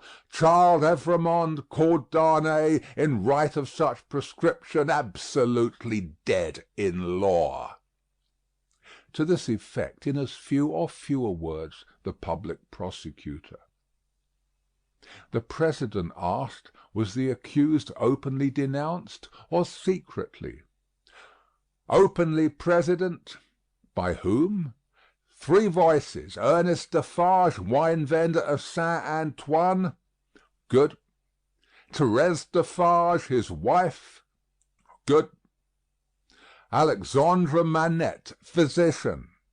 A great uproar took place in the court, and in the midst of it Dr. Manette was seen, pale and trembling, standing where he had been seated. President, I indignantly protest to you that this is a forgery and a fraud. You know the accused to be the husband of my daughter, and those dear to her are far dearer to me than my life. Who and where is the false conspirator who says that I denounce the husband of my child? Citizen Manette, be tranquil. To fail in submission to the authority of the tribunal would be to put yourself out of law. As to what is dearer to you than life, nothing can be so dear to a good citizen as the Republic. Loud acclamations hailed this rebuke. The President rang his bell, and with warmth resumed. If the Republic should demand of you the sacrifice of your child herself, you would have no duty but to sacrifice her. Listen to what is to follow. In the meanwhile, be silent." Frantic acclamations were again raised. Doctor Manette sat down, with his eyes looking around, and his lips trembling. His daughter drew closer to him. The craving man on the jury rubbed his hands together, and restored the usual hand to his mouth. Defarge was produced, when the court was quiet enough to admit of his being heard, and rapidly expounded the story of the imprisonment, and of his having been a mere boy in the doctor's service, and of the release, and of the state of the prisoner when released and delivered to him. This short examination followed, for the court was quick with its work. "You did good service at the taking of the Bastille, citizen?" "I believe so." Here an excited woman screeched from the crowd. "You were one of the best patriots there. Why not say so? You were a cannoneer that day there, and you were among the first to enter the accursed fortress when it fell. Patriots, I speak the truth." It was the Vengeance who, amidst the warm commendations of the audience, thus assisted the proceedings. The president rang his bell, but the Vengeance, warming with encouragement, shrieked, "I defy that bell!" wherein she was likewise much commended. "Inform the tribunal of what you did that day within the Bastille, citizen." "I knew," said Defarge, looking down at his wife, who stood at the bottom of the steps on which he was raised, looking steadily up at him, "I knew that prisoner of whom I speak had been confined in a cell known as 105 North Tower. I knew it from himself. He knew himself by no other name than 105 North Tower, when he made shoes under my care. As I served my gun that day, I resolve, when the place shall fall, to examine that cell. It falls. I mount to the cell with a fellow citizen who is one of the jury, directed by a gaoler. I examine it very closely. In a hole in the chimney where a stone has been worked out and replaced, I find a written paper. This is that written paper. I have made it my business to examine some specimens of the writing of Doctor Manette. This is the writing of Doctor Manette. I confide this paper, in the writing of Doctor Manette, to the hands of the President. Let it be read."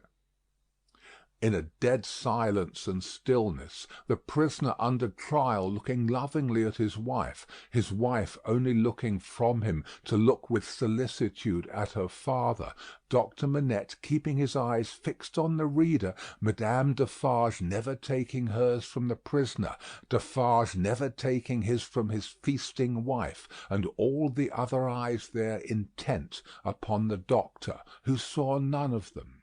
The paper was read as follows. Chapter 10. The Substance of the Shadow. I, Alexandre Manette, unfortunate physician, native of Beauvais, and afterwards resident in Paris, write this melancholy paper in my doleful cell in the Bastille, during the last month of the year 1767. I write it at stolen intervals, under every difficulty. I design to secrete it into the wall of the chimney, where I have slowly and laboriously made a place of concealment for it.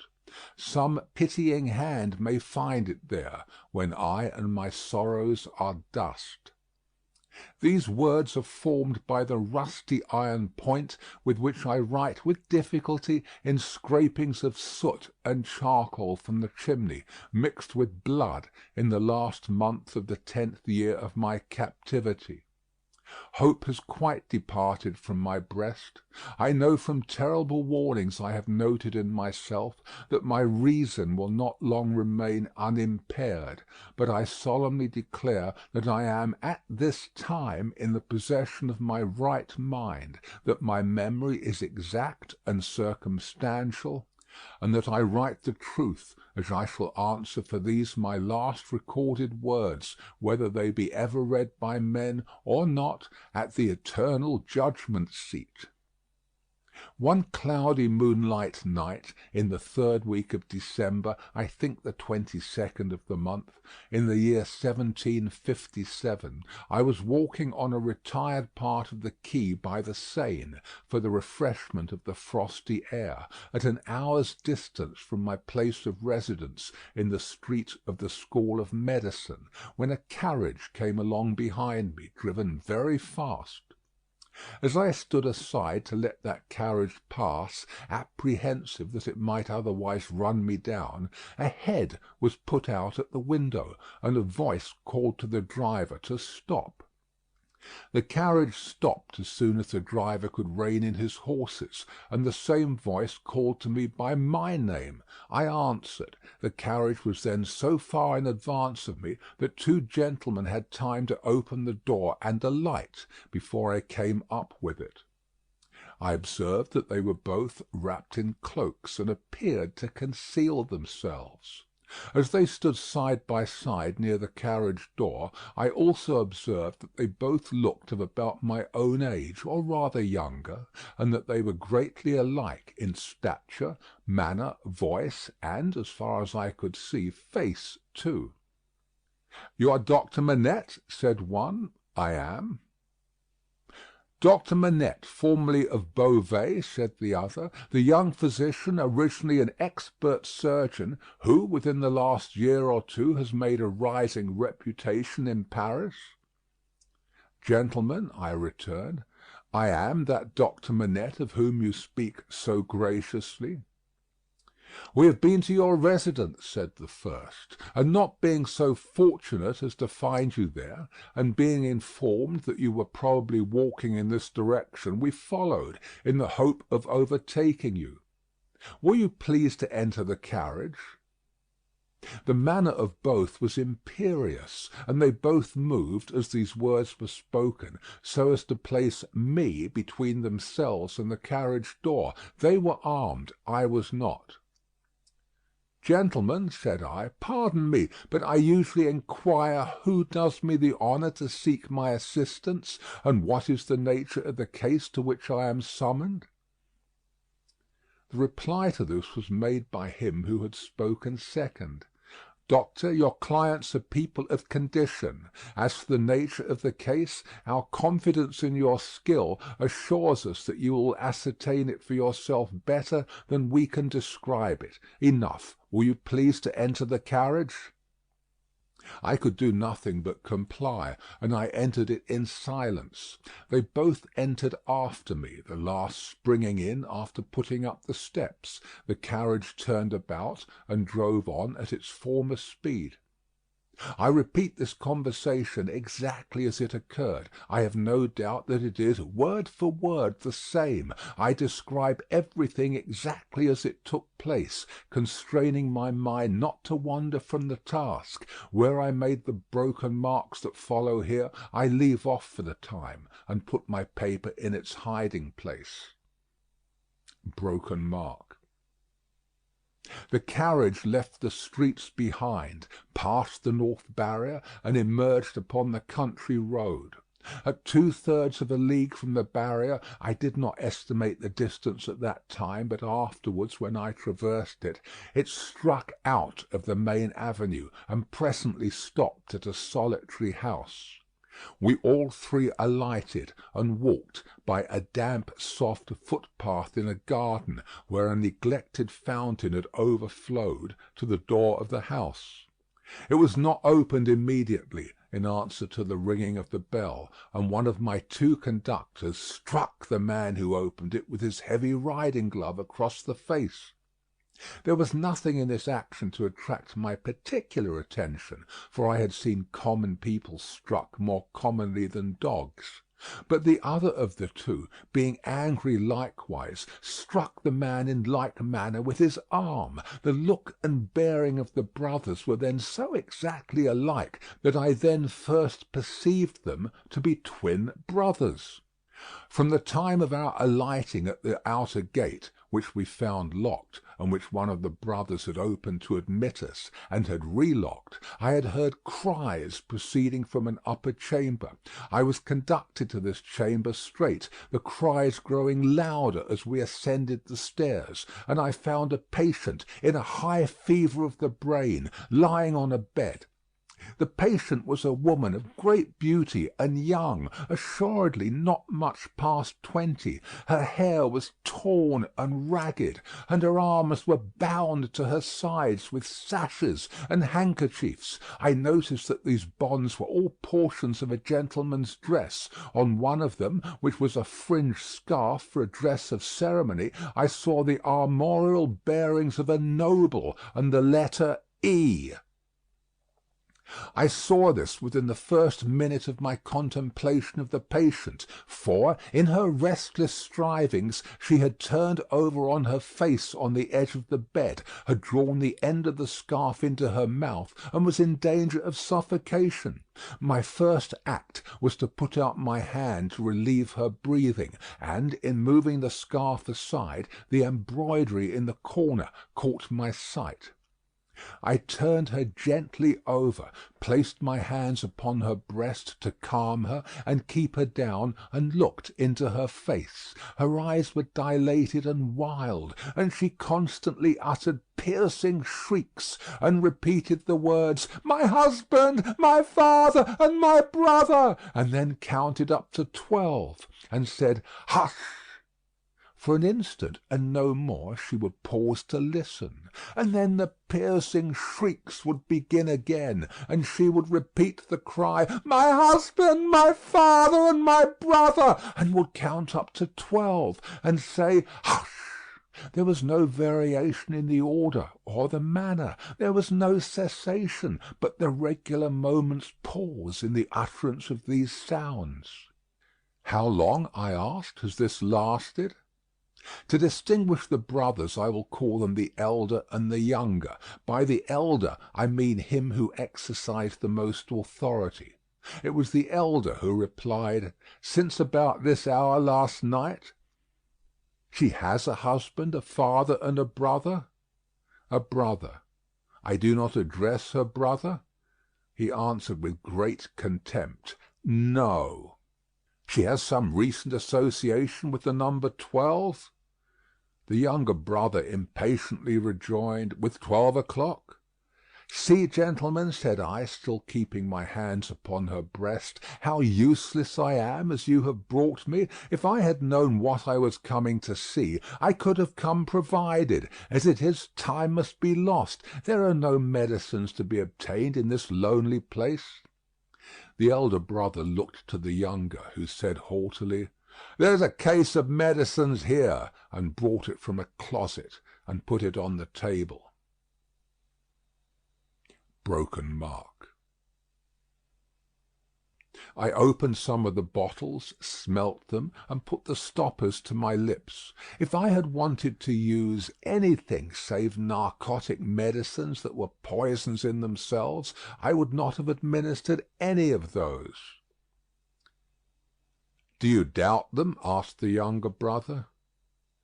"You see, monsieur, I am going to use them," I replied, and said no more. I made the patient swallow with great difficulty and after many efforts the dose that I desired to give. As I intended to repeat it after a while, and as it was necessary to watch its influence, I then sat down by the side of the bed. There was a timid and suppressed woman in attendance, wife of the man downstairs, who had retreated into a corner. The house was damp and decayed, indifferently furnished, evidently recently occupied and temporarily used. Some thick old hangings had been nailed up before the windows to deaden the sound of the shrieks. They continued to be uttered in their regular succession, with the cry, "My husband! My father! And my brother!" the counting up to 12, and "Hush!" The frenzy was so violent that I had not unfastened the bandages restraining the arms. But I had looked to them to see that they were not painful. The only spark of encouragement in the case was, that my hand upon the sufferer's breast had this much soothing influence, that for minutes at a time it tranquillized the figure. It had no effect upon the cries. No pendulum could be more regular. For the reason that my hand had this effect, I assume, I had sat by the side of the bed for half an hour, with the two brothers looking on, before the elder said, "There is another patient." I was startled, and asked, "Is it a pressing case?" "You had better see," he carelessly answered, and took up a light. Broken mark. The other patient lay in a back room across a second staircase, which was a species of loft over a stable. There was a low plastered ceiling to a part of it, the rest was open to the ridge of the tiled roof, and there were beams across. Hay and straw were stored in that portion of the place, faggots for firing, and a heap of apples in sand. I had to pass through that part to get at the other. My memory is circumstantial and unshaken. I try it with these details, and I see them all, in this my cell in the Bastille, near the close of the 10th year of my captivity, as I saw them all that night. On some hay on the ground, with a cushion thrown under his head, lay a handsome peasant boy, a boy of not more than 17 at the most. He lay on his back, with his teeth set, his right hand clenched on his breast, and his glaring eyes looking straight upward. I could not see where his wound was, as I kneeled on one knee over him, but I could see that he was dying of a wound from a sharp point. "I am a doctor, my poor fellow," said I. "Let me examine it." "I do not want it examined," he answered. "Let it be." It was under his hand, and I soothed him to let me move his hand away. The wound was a sword thrust, received from 20 to 24 hours before, but no skill could have saved him if it had been looked to without delay. He was then dying fast. As I turned my eyes to the elder brother, I saw him looking down at this handsome boy whose life was ebbing out, as if he were a wounded bird, or hare, or rabbit, not at all as if he were a fellow creature. "How has this been done, monsieur?" said I.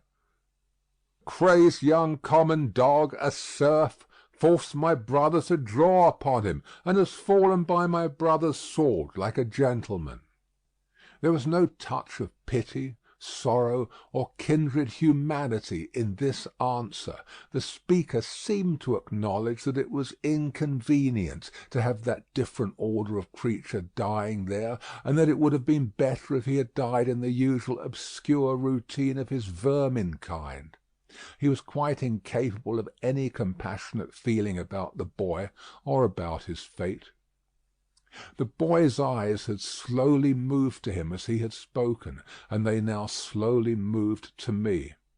"Doctor, they are very proud, these nobles, but we common dogs are proud too sometimes. They plunder us, outrage us, beat us, kill us, but we have a little pride left sometimes.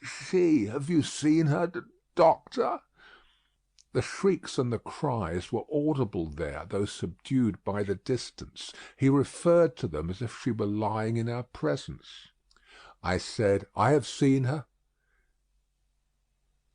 "She is my sister, doctor.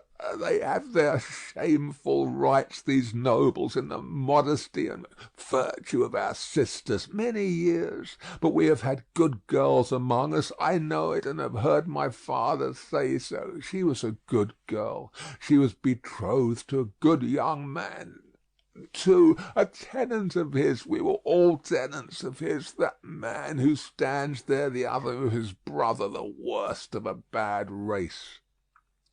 It was with the greatest difficulty that the boy gathered bodily force to speak, but his spirit spoke with a dreadful emphasis.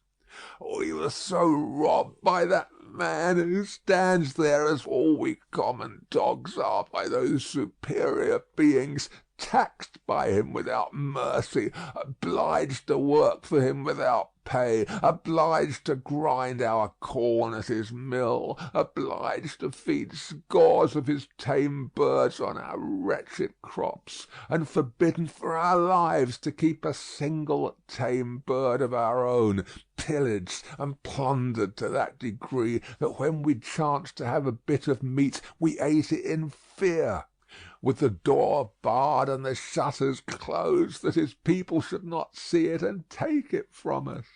I say, we were so robbed and hunted and were made so poor that our father told us it was a dreadful thing to bring a child into the world, and that what we should most pray for was that our women might be barren and our miserable race die out. I had never before seen the sense of being oppressed bursting forth like a fire. I had supposed that it must be latent in the people somewhere, but I had never seen it break out until I saw it in the dying boy.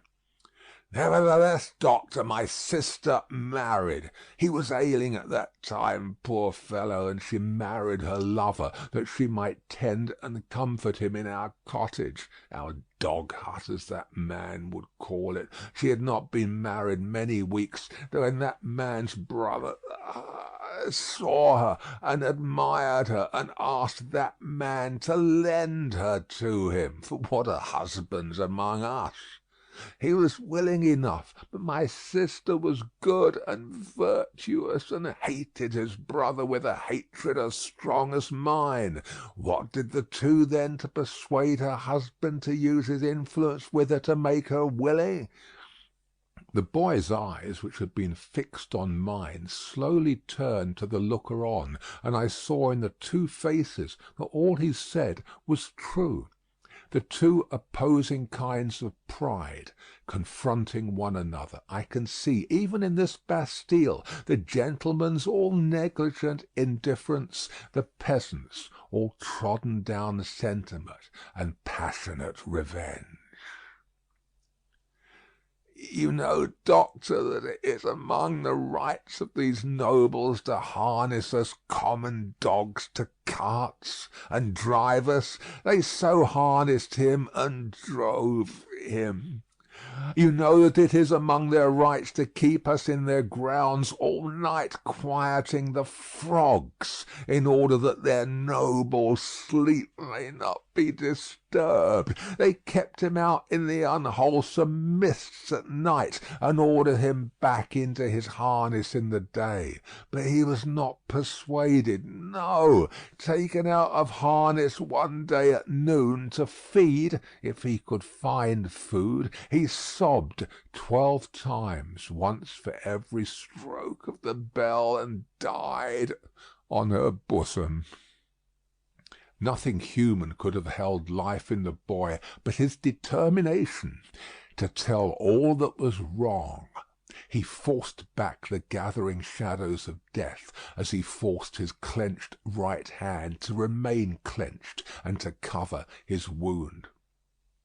Then, with that man's permission, and even with his aid, his brother took her away. In spite of what I know, she must have told his brother, and what that is will not be long unknown to you, doctor. If it is now, his brother took her away for his pleasure and diversion for a little while. I saw her pass me on the road. When I took the tidings home, our father's heart burst. He never spoke one of the words that filled it. I took my young sister, for I have another, to a place beyond the reach of this man, and where at least she will never be his vassal. Then I tracked the brother here, and last night climbed in, a common dog, but sword in hand. Where is the loft window? It was somewhere here."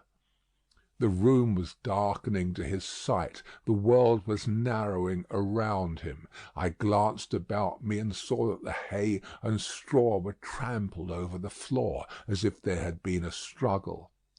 "She heard me and ran in. I told her not to come near us till he was dead. He came in and first tossed me some pieces of money, then struck at me with a whip. But I, though a common dog, so struck at him as to make him draw. Let him break into as many pieces as he will the sword that he stained with my common blood. He drew to defend himself, thrust at me with all his skill for his life." My glance had fallen, but a few moments before, on the fragments of a broken sword lying among the hay. That weapon was a gentleman's. In another place lay an old sword that seemed to have been a soldier's. "Now lift me up, doctor, lift me up. Where is he?" "He is not here," I said, supporting the boy, and thinking that he referred to the brother. "He, proud as these nobles are, he is afraid to see me. Where is the man who was here? Turn my face to him." I did so, raising the boy's head against my knee. But, invested for the moment with extraordinary power, he raised himself completely, obliging me to rise too, or I could not have still supported him.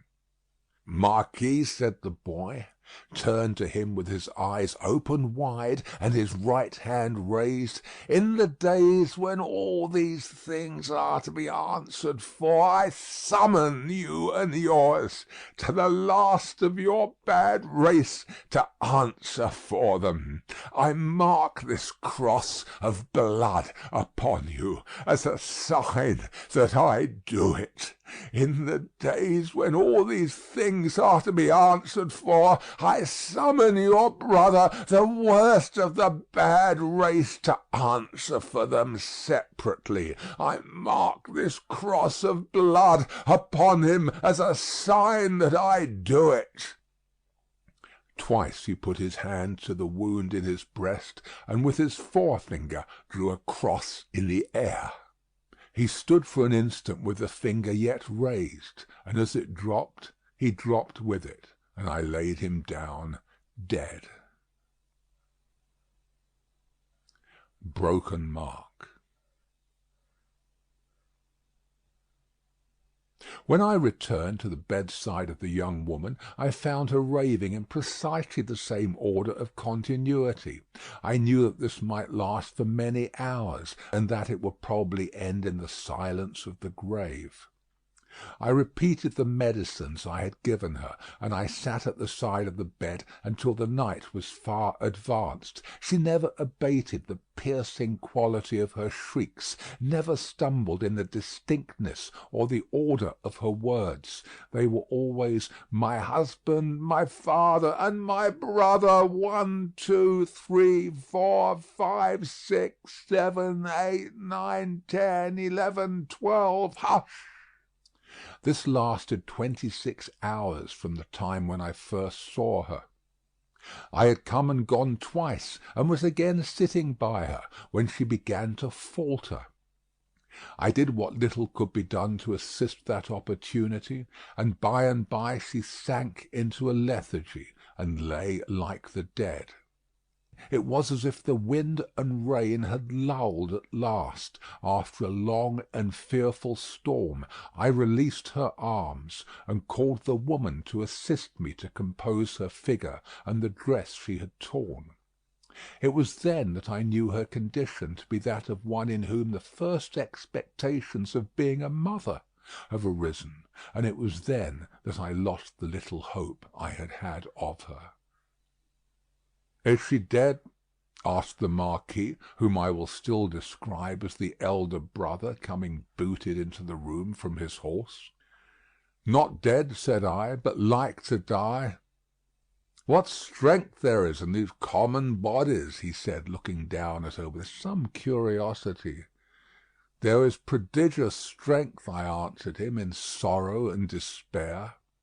He first laughed at my words and then frowned at them. He moved a chair with his foot near to mine, ordered the woman away, and said in a subdued voice, "Doctor, finding my brother in this difficulty with these hinds, I recommended that your aid should be invited. Your reputation is high, and as a young man with your fortune to make, you are probably mindful of your interest. The things that you see here are things to be seen and not spoken of." I listened to the patient's breathing and avoided answering. "Do you honour me with your attention, doctor?" "Monsieur," said I, "in my profession the communications of patients are always received in confidence." I was guarded in my answer, for I was troubled in my mind with what I had heard and seen. Her breathing was so difficult to trace that I carefully tried the pulse and the heart. There was life and no more. Looking round as I resumed my seat, I found both the brothers intent upon me. Broken mark. I write with so much difficulty, the cold is so severe, I am so fearful of being detected and consigned to an underground cell and total darkness, that I must abridge this narrative. There is no confusion or failure in my memory. It can recall and could detail every word that was ever spoken between me and those brothers. She lingered for a week. Towards the last I could understand some few syllables that she said to me by placing my ear close to her lips. She asked me where she was, and I told her; who I was, and I told her. It was in vain that I asked her for her family name. She faintly shook her head upon the pillow, and kept her secret as the boy had done. I had no opportunity of asking her any question until I had told the brothers she was sinking fast and could not live another day. Until then, though no one was ever presented to her consciousness save the woman and myself, one or other of them had always jealously sat behind the curtain at the head of the bed when I was there. But when it came to that, they seemed careless what communication I might hold with her, as if, the thought passed through my mind, I were dying too. I always observed that their pride bitterly resented the younger brothers, as I call him, having crossed swords with a peasant, and that peasant a boy. The only consideration that appeared to affect the mind of either of them was the consideration that this was highly degrading to the family and was ridiculous. As often as I caught the younger brother's eyes, their expression reminded me that he disliked me deeply for knowing what I knew from the boy. He was smoother and more polite to me than the elder, but I saw this. I also saw that I was an encumbrance in the mind of the elder too. My patient died 2 hours before midnight, at a time, by my watch, answering almost to the minute when I had first seen her. I was alone with her, when her forlorn young head drooped gently on one side, and all her earthly wrongs and sorrows ended. The brothers were waiting in a room downstairs, impatient to ride away. I had heard them, alone at the bedside, striking their boots with their riding whips, and loitering up and down. "At last she is dead," said the elder, when I went in. "She is dead," said I. "I congratulate you, my brother," were his words as he turned around. He had before offered me money, which I had postponed taking. He now gave me a rouleau of gold. I took it from his hand, but laid it on the table. I had considered the question, and had resolved to accept nothing. "Pray excuse me," said I. "Under the circumstances, no." They exchanged looks, but bent their heads to me as I bent mine to them, and we parted without another word on either side. Broken Mark. I am weary, weary, weary, worn down by misery. I cannot read what I have written with this gaunt hand. Early in the morning the rouleau of gold was left at my door in a little box with my name on the outside. From the first I had anxiously considered what I ought to do. I decided that day to write privately to the minister, stating the nature of the two cases to which I had been summoned, and the place to which I had gone, in effect stating all the circumstances. I knew what court influence was, and what the immunity of the nobles were, and I expected that the matter would never be heard of. But I wished to relieve my own mind. I had kept the matter a profound secret, even from my wife, and this, too, I resolved to state in my letter. I had no apprehension whatever of my real danger, but I was conscious that there might be danger for others, if others were compromised by possessing the knowledge that I possessed. I was much engaged that day, and could not complete my letter that night. I rose long before my usual time next morning to finish it. It was the last day of the year. The letter was lying before me, just completed, when I was told that a lady waited, who wished to see me. Broken Mark. I am growing more and more unequal to the task I have set myself. It is so cold, so dark, my senses are so benumbed, and the gloom upon me is so dreadful. The lady was young, engaging, and handsome, but not marked for long life. She was in great agitation. She presented herself to me as the wife of the Marquis Saint-Evremond. I connected the title by which the boy had addressed the elder brother with the initial letter embroidered on the scarf, and had no difficulty in arriving at the conclusion that I had seen that nobleman very lately. My memory is still accurate, but I cannot write the words of our conversation. I suspect that I am watched more closely than I was, and I know not at what times I may be watched. She had in part suspected and in part discovered the main facts of the cruel story of her husband's share in it and my being resorted to. She did not know that the girl was dead. Her hope had been, she said in great distress, to show her in secret a woman's sympathy. Her hope had been to avert the wrath of heaven from a house that had long been hateful to the suffering many. She had reasons for believing that there was a young sister living, and her greatest desire was to help that sister. I could tell her nothing but that there was such a sister. Beyond that I knew nothing. Her inducement to come to me, relying on my confidence, had been the hope that I could tell her the name and place of abode, whereas to this wretched hour I am ignorant of both. Broken Mark. These scraps of paper fail me. One was taken from me with a warning yesterday. I must finish my record today. She was a good, compassionate lady, and not happy in her marriage. How could she be? The brother distrusted and disliked her, and his influence was all opposed to her. She stood in dread of him, and in dread of her husband too. When I handed her down to the door, there was a child, a pretty boy from 2 to 3 years old, in her carriage. "For his sake, doctor," she said, pointed to him in tears, I will do all I can to make what poor amends I can.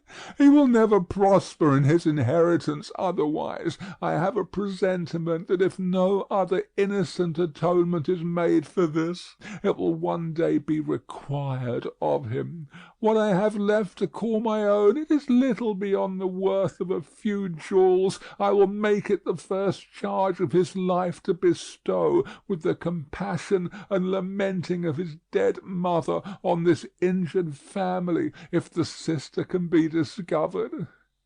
She kissed the boy, and said, caressing him, "It is for thine own dear sake. Thou wilt be faithful, little Charles?" The child answered her bravely, "Yes." I kissed her hand, and she took him in her arms and went away caressing him. I never saw her more. As she had mentioned her husband's name in the faith that I knew it, I added no mention of it to my letter. I sealed my letter, and, not trusting it out of my own hands, delivered it myself that day. That night, the last night of the year, towards 9 o'clock, a man in a black dress rang at my gate, demanding to see me, and softly followed my servant, Ernest Defarge, a youth, upstairs. When my servant came into the room where I sat with my wife, "O my wife, beloved of my heart, my fair young English wife," we saw the man, who was supposed to be at the gate, standing silent behind him. "An urgent case in the Rue Saint Honoré," he said. It would not detain me. He had a coach in waiting. It brought me here. It brought me to my grave.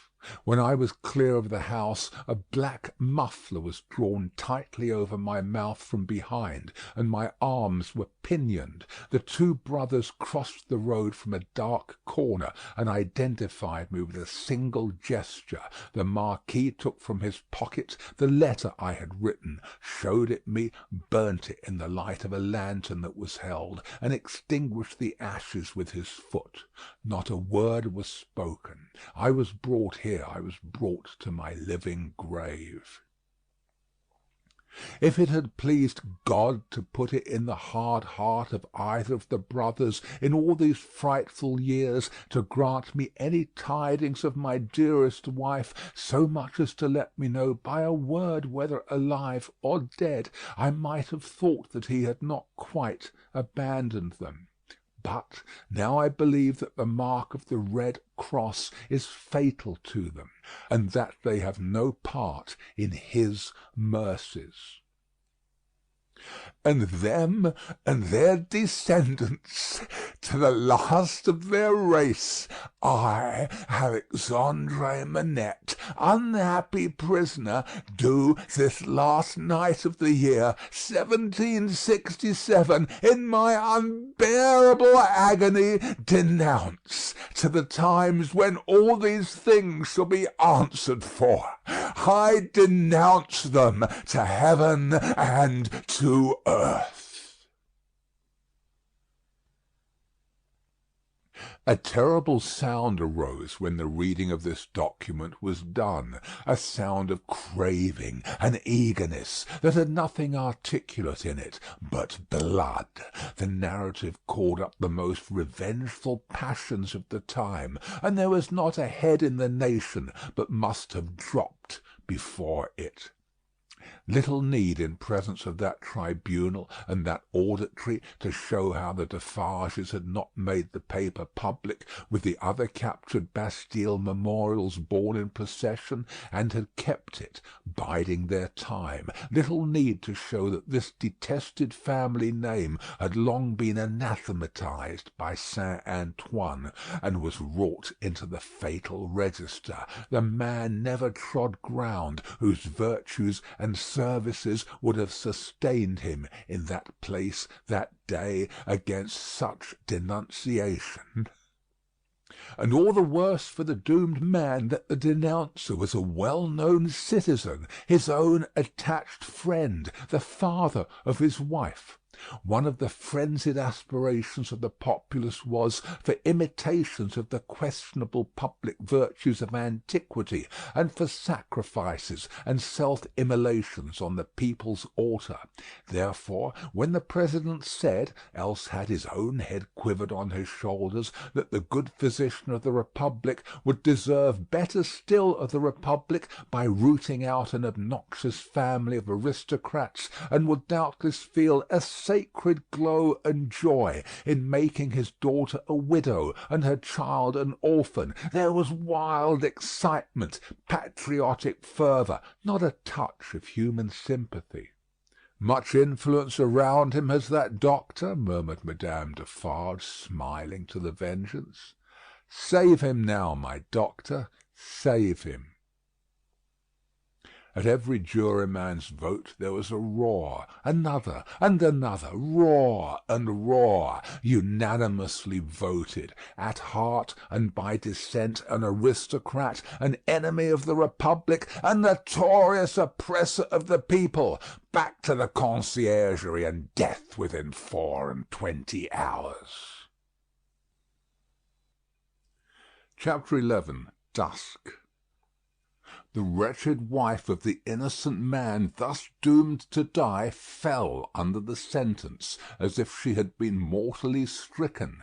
But she uttered no sound, and so strong was the voice within her, representing that it was she, of all the world, who must uphold him in his misery, and not augment it, that it quickly raised her even from that shock. The judges having to take part in a public demonstration out of doors, the tribunal adjourned, the quick noise and movement of the court's emptying itself by many passages had not ceased, when Lucy stood stretching out her arms towards her husband, with nothing in her face but love and consolation. "If I might touch him, if I might embrace him once, oh good citizens, if you would have so much compassion for us!" There was but a gaoler left, along with 2 of the 4 men who had taken him last night, and Barsad. The people had all poured out to the show in the streets. Barsad proposed to the rest, "Let her embrace him then, it is but a moment." It was silently acquiesced in, and they passed her over the seats in the hall to a raised place, where he, by leaning over the dock, could fold her in his arms. "Farewell, dear darling of my soul, my parting blessing on my love. We shall meet again where the weary are at rest." They were her husband's words as he held her to his bosom. "I can bear it, dear Charles. I am supported from above. Don't suffer for me. A parting blessing for our child." "I send it to her by you. I kiss her by you. I say farewell to her by you." "My husband! No, a moment!" He was tearing himself apart from her. "We shall not be separated long. I feel that this will break my heart by and by, but I will do my duty while I can, and when I leave her, God will raise up friends for her, as he did for me." Her father had followed her, and would have fallen on his knees to both of them, but that Darnay put out a hand and seized him, crying, "No, no! What have you done? What have you done that you should kneel to us? We know now what a struggle you made of old. We know now what you underwent when you suspected my descent, and when you knew it. We know now the natural antipathy you strove against, and conquered for her dear sake. We thank you with all our hearts and all our love and duty. Heaven be with you." Her father's only answer was to draw his hands through his white hair and wring them with a shriek of anguish. "It could not be otherwise," said the prisoner. "All things have worked together as they have fallen out. It was the always vain endeavour to discharge my poor mother's trust that first brought my fatal presence near you. Good could never come of such evil. A happier end was not in nature to so unhappy a beginning. Be comforted, and forgive me. Heaven bless you." As he was drawn away, his wife released him, and stood looking after him, with her hands touching one another in the attitude of prayer, and with a radiant look upon her face, in which there was even a comforting smile. As he went out at the prisoner's door, she turned, laid her head lovingly on her father's breast, tried to speak to him, and fell at his feet. Then, issuing from the obscure corner from which he had never moved, Sidney Carton came and took her up. Only her father and Mr. Lorry were with her. His arm trembled as it raised her and supported her head. Yet there was an air about him that was not all of pity, that had a flush of pride in it. "Shall I take her to a coach? I shall never feel her weight." He carried her lightly to the door, and laid her tenderly down in a coach.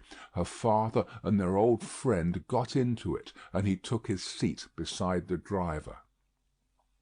When they arrived at the gateway where he had paused in the dark, not many hours before, to picture to himself on which of the rough stones of the street her feet had trodden, he lifted her again, and carried her up the staircase to their rooms. There he laid her down on a couch, where her child and Miss Pross wept over her. "Don't recall her to herself," he said softly to the latter. "She is better so. Don't revive her to consciousness while she only faints." "Oh, Carton, Carton, dear Carton!" cried little Lucy, springing up and throwing her arms passionately round him in a burst of grief. "Now that you have come, I think you will do something to help mamma, something to save papa. Oh, look at her, dear Carton! Can you, of all the people who love her, bear to see her so?" He bent over the child, and laid her blooming cheek against his face. He put her gently from him, and looked at her unconscious mother. "Before I go," he said, and paused, "I may kiss her?" It was remembered afterwards that when he bent down and touched her face with his lips, he murmured some words. The child, who was nearest to him, told them afterwards, and told her grandchildren, when she was a handsome old lady, that she heard him say, "A life you love." When he had gone out into the next room, he turned suddenly on Mr. Lorry and her father, who were following, and said to the latter, "You had great influence but yesterday, Dr. Manette. Let it at least be tried. These judges and all the men in power are very friendly to you, and very recognisant of your services, are they not? Nothing connected with Charles was concealed from me. I had the strongest assurances that I should save him. And I did." He returned the answer in great trouble, and very slowly. "Try them again. The hours between this and tomorrow afternoon are few and short, but try." "I intend to try. I will not rest a moment." "That's well. I have known such energy as yours do great things before now, though never," he added, with a smile and a sigh together, "such great things as this. But try. Of little worth as life is when we misuse it, it is worth that effort. It would cost nothing to lay down if it were not." "I will go," said Dr. Manette, "to the prosecutor and the president straight, and I will go to others whom it is better not to name. I will write too, and but stay, there is a celebration in the streets, and no one will be accessible until dark." "That's true. Well, it is a forlorn hope at the best, and not much the forlorner for being delayed till dark. I should like to know how you speed. Though, mind, I expect nothing. When are you likely to have seen these dread powers, Dr. Manette?" "Immediately after dark, I should hope, within an hour or two from this." It will be dark soon after 4. Let us stretch the hour or two. If I go to Mr. Lorry's at 9, shall I hear what you have done, either from our friend or from yourself? Yes. May you prosper. Mr. Lorry followed Sidney to the outer door, and, touching him on the shoulder as he was going away, caused him to turn. "I have no hope," said Mr. Lorry, in a low and sorrowful whisper. "Nor have I. If any one of these men, or all of these men, were disposed to spare him, which is a large supposition, for what is his life or any man's to them, I doubt if they durst spare him after the demonstration in the court. And so do I. I heard the fall of the axe in that sound." Mr. Lorry leaned his arm upon the door-post, and bowed his face upon it. "Don't despond," said Carton, very gently. "Don't grieve. I encouraged Dr. Manette in this idea, because I felt that it might one day be consolatory to her. Otherwise she might think his life was want only thrown away or wasted, and that might trouble her." "Yes, yes, yes," returned Mr. Lorry, drying his eyes. "You are right. But he will perish. There is no real hope." "Yes, he will perish. There is no real hope," echoed Carton, and walked with a settled step downstairs. Chapter 12. Darkness. Sidney Carton paused in the street, not quite decided where to go. "At Tellson's banking-house at 9, he said, with a musing face. "Shall I do well in the meantime to show myself? I think so. It is best that these people should know there is such a man as I here. It is a sound precaution, and may be a necessary preparation. But care, care, care! Let me think it out." Checking his steps, which had begun to tend towards an object, he took a turn or two in the already darkening street, and traced the thought in his mind to its possible consequences. His first impression was confirmed. "It is best," he said, finally resolved, "that these people should know there is such a man as I here." And he turned his face towards Saint Antoine. Defarge had described himself that day as the keeper of a wine-shop in the Saint Antoine suburb. It was not difficult for one who knew the city well to find his house without asking any question. Having ascertained its situation, Carton came out of those closer streets again, and dined at a place of refreshment, and fell sound asleep after dinner. For the first time in many years he had no strong drink. Since last night he had taken nothing but a little light thin wine, and last night he had dropped the brandy slowly down on Mr. Lorry's hearth like a man who had done with it.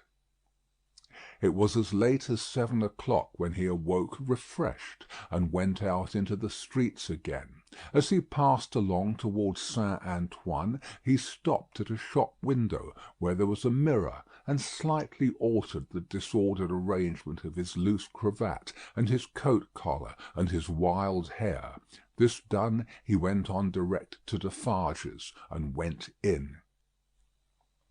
There happened to be no customer in the shop but Jacques Three, of the restless fingers and the croaking voice. This man, whom he had seen upon the jury, stood drinking at the little counter, in conversation with the Defarges, man and wife. The Vengeance assisted in the conversation, like a regular member of the establishment. As Carton walked in, took his seat, and asked in very indifferent French for a small measure of wine, Madame Defarge cast a careless glance at him, and then a keener, and then a keener, and then advanced to him herself, and asked him what it was he had ordered. He repeated what he had already said. "English?" asked Madame Defarge, inquisitively raising her dark eyebrows. After looking at her, as if the sound of even a single French word were slow to express itself to him, he answered, in his former strong foreign accent, "Yes, madame, yes, I am English." Madame Defarge returned to her counter to get the wine, and, as he took up a Jacobin journal and feigned to pore over it, puzzling out its meaning, he heard her say, "I swear to you, like Evrémonde." Defarge brought him the wine, and gave him good evening. "How? Good evening." "Oh, good evening, citizen," filling his glass. "Ah, and good wine. I drink to the Republic." Defarge went back to the counter and said, "Certainly, a little like." Madame sternly retorted, "I tell you, a good deal like." Jacques Three pacifically remarked, "Here's so much in your mind, see you, madame?" The amiable Vengeance added with a laugh, "Yes, my faith, and you are looking forward with so much pleasure to seeing him once more to-morrow." Carton followed the lines and words of his paper with a slow forefinger and with a studious and absorbed face. They were all leaning their arms on the counter close together, speaking low. After a silence of a few moments, during which they all looked towards him without disturbing his outward attention from the Jacobin editor, they resumed their conversation. "It is true what madame says," observed Jacques Three. "Why stop? There is great force in that. Why stop?" "Well, well," reasoned Defarge, "but one must stop somewhere. After all, the question is still where. At extermination," said madame. "Magnificent!" croaked Jacques Three. The Vengeance also highly approved. "Extermination is good doctrine, my wife," said Defarge, rather troubled. "In general, I say nothing against it. But this doctor has suffered much. You have seen him to-day. You have observed his face when the paper was read." "I have observed his face," repeated madame, contemptuously and angrily. "Yes, I have observed his face. I have observed his face to be not the face of a true friend of the Republic. Let him take care of his face." "And you have observed, my wife," said Defarge, in a deprecatory manner, "the anguish of his daughter, which must be a dreadful anguish to him."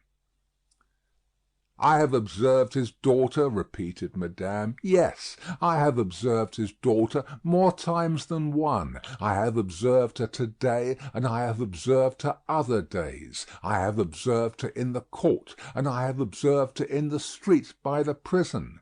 Let me but lift my finger." She seemed to raise it, the listener's eyes were always on his paper, and to let it fall with a rattle on the ledge before her, as if the axe had dropped. "The citizeness is superb," croaked the juryman. "She is an angel," said the Vengeance, and embraced her. "As to thee," pursued madame, implacably, addressing her husband, "if it depended on thee, which happily it does not, thou wouldst rescue this man even now." "No," protested Defarge, "not if to lift this glass would do it. But I would leave the matter there. I say, stop there." "See you then, Jacques," said Madame Defarge, wrathfully, "and see you too, my little Vengeance. See you both. Listen. For other crimes as tyrants and oppressors, I have this race a long time on my register, doomed to destruction and extermination. Ask my husband, is that so?" "It is so," assented Defarge, without being asked. "In the beginning of the great days, when the Bastille falls, he finds this paper of to-day, and he brings it home, and in the middle of the night, when this place is clear and shut, we read it, here on this spot, by the light of this lamp. Ask him, is that so?" "It is so," assented Defarge. "That night, I tell him, when the paper is read through and the lamp is burnt out, and the day is gleaming in above those shutters and between those iron bars, that I have now a secret to communicate. Ask him, is that so?" "It is so," assented Defarge again. "I communicate to him that secret. I smite this bosom with these two hands, as I smite it now, and I tell him, 'Defarge, I was brought up among the fishermen of the seashore, and that peasant family, so injured by the two Evremond brothers as that Bastilled paper describes, is my family. Defarge, that sister of the mortally wounded boy upon the ground was my sister. That husband was my sister's husband. That unborn child was their child. That brother was my brother. That father was my father. Those dead are my dead. And that summons to answer for those things descends to me. Ask him, is that so?" "It is so," assented Defarge once more. "Then tell wind and fire where to stop," returned Madame, "but don't tell me." Both her hearers derived a horrible enjoyment from the deadly nature of her wrath. The listener could feel how white she was without seeing her, and both highly commended it. Defarge, a weak minority, interposed a few words for the memory of the compassionate wife of the Marquis, but only elicited from his own wife a repetition of her last reply. "Tell the wind and the fire where to stop. Not me." Customers entered, and the group was broken up. The English customer paid for what he had had, perplexedly counted his change, and asked, as a stranger, to be directed towards the National Palace. Madame Defarge took him to the door, and put her arm on his in pointing out the road. The English customer was not without his reflections then that it might be a good deed to seize that arm, lift it, and strike under it sharp and deep. But he went his way, and was soon swallowed up in the shadow of the prison wall. At the appointed hour he emerged from it to present himself in Mr. Lorry's room again, where he found the old gentleman walking to and fro in restless anxiety. He said he had been with Lucy until just now, and had only left her for a few minutes to come and keep his appointment. Her father had not been seen since he quitted the banking-house towards 4 o'clock. She had some faint hopes that his meditation might save Charles, but they were very slight. He had been more than 5 hours gone. Where could he be? Mr. Lorry waited until 10, but Dr. Manette not returning, and he being unwilling to leave Lucy any longer, it was arranged that he should go back to her, and come to the banking-house again at midnight. In the meanwhile, Carton would wait alone by the fire for the doctor. He waited, and the clock struck 12, but Dr. Manette did not come back. Mr. Lorry returned, and found no tidings of him, and brought none. Where could he be? They were discussing this question, and were almost building up some weak structure of hope on his prolonged absence, when they heard him on the stairs. The instant he entered the room, it was plain that all was lost. Whether he had really been to any one, or whether he had been all that time traversing the streets, was never known. As he stood staring at them, they asked him no question, for his face told them everything. "I cannot find it," said he, "and I must have it. Where is it?" His head and throat were bare, and as he spoke with a helpless look straying all around, he took his coat off and let it drop on the floor. "Where is my bench? I have been looking everywhere for my bench, and I can't find it. What have they done with my work? Time presses. I must finish those shoes." They looked at one another, and their hearts died within them. "Come, come," said he, in a whimpering, miserable way. "Let me get to work. Give me my work."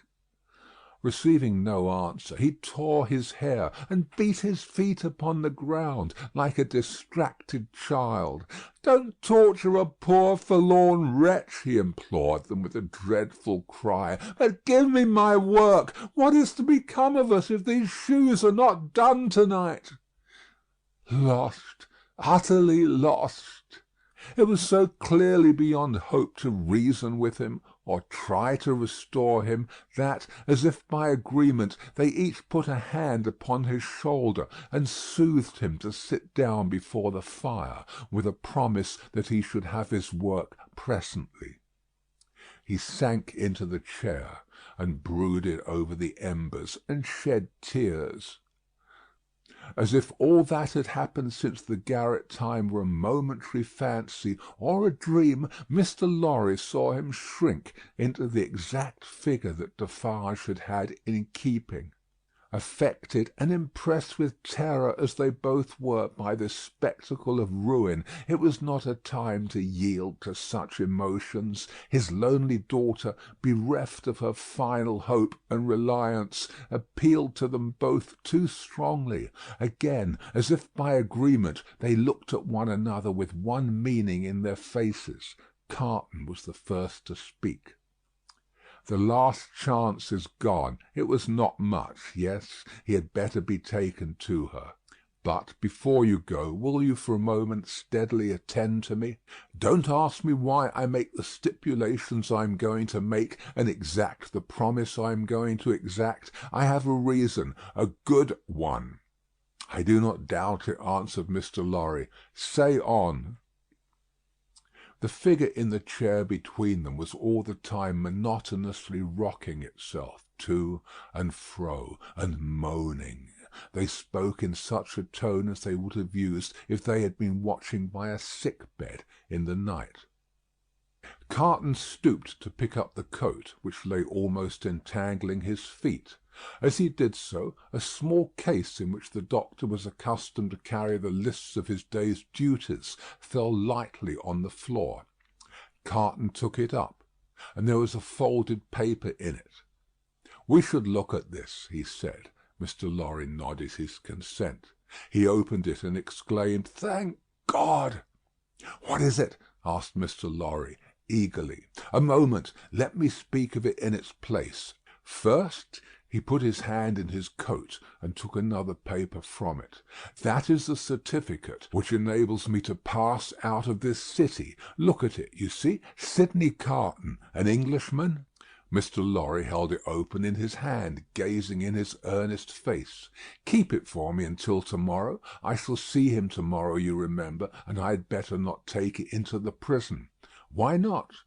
"I don't know. I prefer not to do so. Now, take this paper that Dr. Manette has carried about him. It is a similar certificate, enabling him and his daughter and her child at any time to pass the barrier and the frontier. You see?" "Yes." "Perhaps he obtained it as his last and utmost precaution against evil yesterday. When is it dated? But no matter. Don't stay to look. Put it up carefully with mine and your own. Now, observe. I never doubted until within this hour or two that he had or could have such a paper. It is good until recalled. But it may be soon recalled, and I have reason to think will be. They are not in danger. They are in great danger.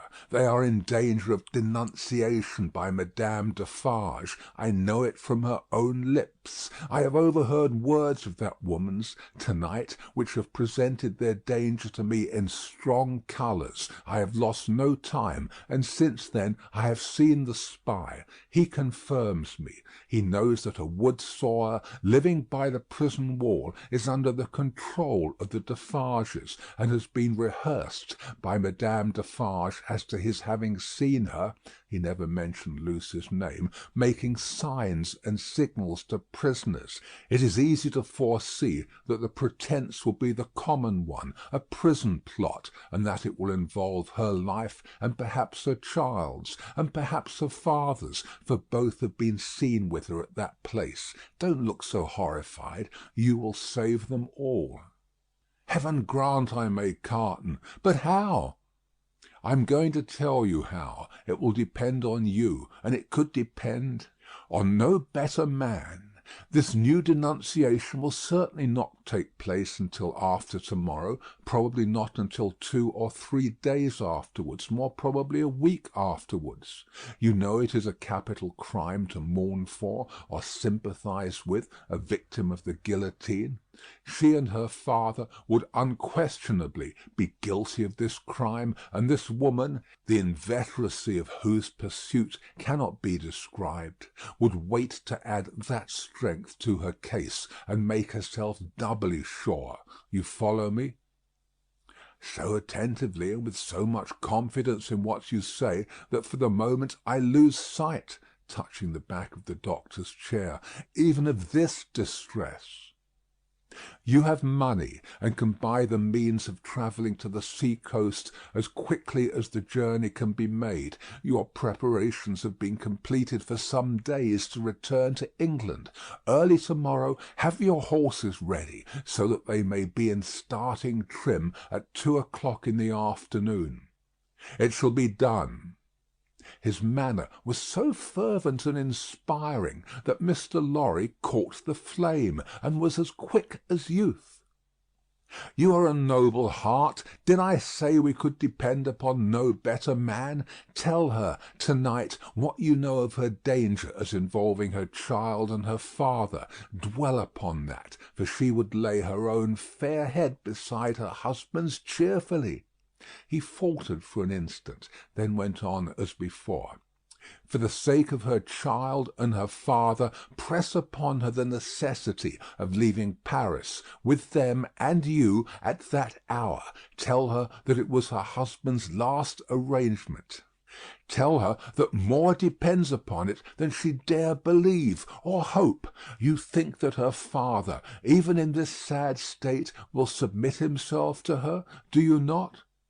"I am sure of it. I thought so. Quietly and steadily have all these arrangements made in the courtyard here, even to the taking of your own seat in the carriage. The moment I come to you, take me in and drive away. I understand that I wait for you under all circumstances? You have my certificate in your hand with the rest, you know, and will reserve my place. Wait for nothing but to have my place occupied, and then for England." "Why then," said Mr. Lorry, grasping his eager but so firm and steady hand, "it does not all depend on one old man, but I shall have a young and ardent man at my side." "By the help of Heaven you shall. Promise me solemnly that nothing will influence you to alter the course on which we now stand pledged to one another." "Nothing, Carton.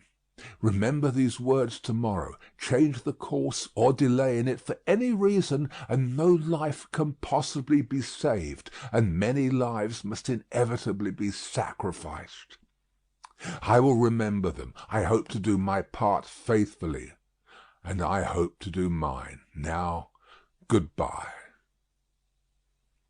Though he said it with a grave smile of earnestness, and though he even put the old man's hand to his lips, he did not part from him then. He helped him so far to arouse the rocking figure before the dying embers as to get a cloak and hat put upon it, and to tempt it forth to find where the bench and work were hidden that it still moaningly besought to have. He walked on the other side of it, and protected it to the courtyard of the house where the afflicted heart, so happy in the memorable time when he had revealed his own desolate heart to it, outwatched the awful night. He entered the courtyard, and remained there for a few moments alone, looking up at the light in the window of her room. Before he went away, he breathed a blessing towards it, and a farewell. Chapter 13. 52. In the black prison of the conciergerie, the doomed of the day awaited their fate. They were in number as the weeks of the year. 52 were to roll that afternoon on the life tide of the city to the boundless, everlasting sea. Before their cells were quit of them, new occupants were appointed. Before their blood ran into the blood spilled yesterday, the blood that was to mingle with theirs tomorrow was already set apart. 212 were told off. From the farmer general of 70, whose riches could not buy his life, to the seamstress of 20, whose poverty and obscurity could not save her. Physical diseases engendered in the vices and neglects of men will seize on victims of all degrees, and the frightful moral disorder, born of unspeakable suffering, intolerable oppression, and heartless indifference, smote equally without distinction. Charles Darnay, alone in a cell, had sustained himself with no flattering delusion since he came to it from the tribunal. In every line of the narrative he had heard his condemnation. He had fully comprehended that no personal influence could possibly save him, that he was virtually sentenced by the millions, and that units could avail him nothing. Nevertheless, it was not easy, with the face of his beloved wife fresh before him, to compose his mind to what it must bear. His hold on life was strong, and it was very, very hard to loosen. By gradual efforts and degrees, unclosed a little here, it clenched the tighter there. And when he brought his strength to bear on that hand and it yielded, this was closed again. There was a hurry, too, in all his thoughts, a turbulent and heated working of his heart that contended against resignation. If for a moment he did feel resigned, then his wife and child who had to live after him seemed to protest and to make it a selfish thing. But all this was at first.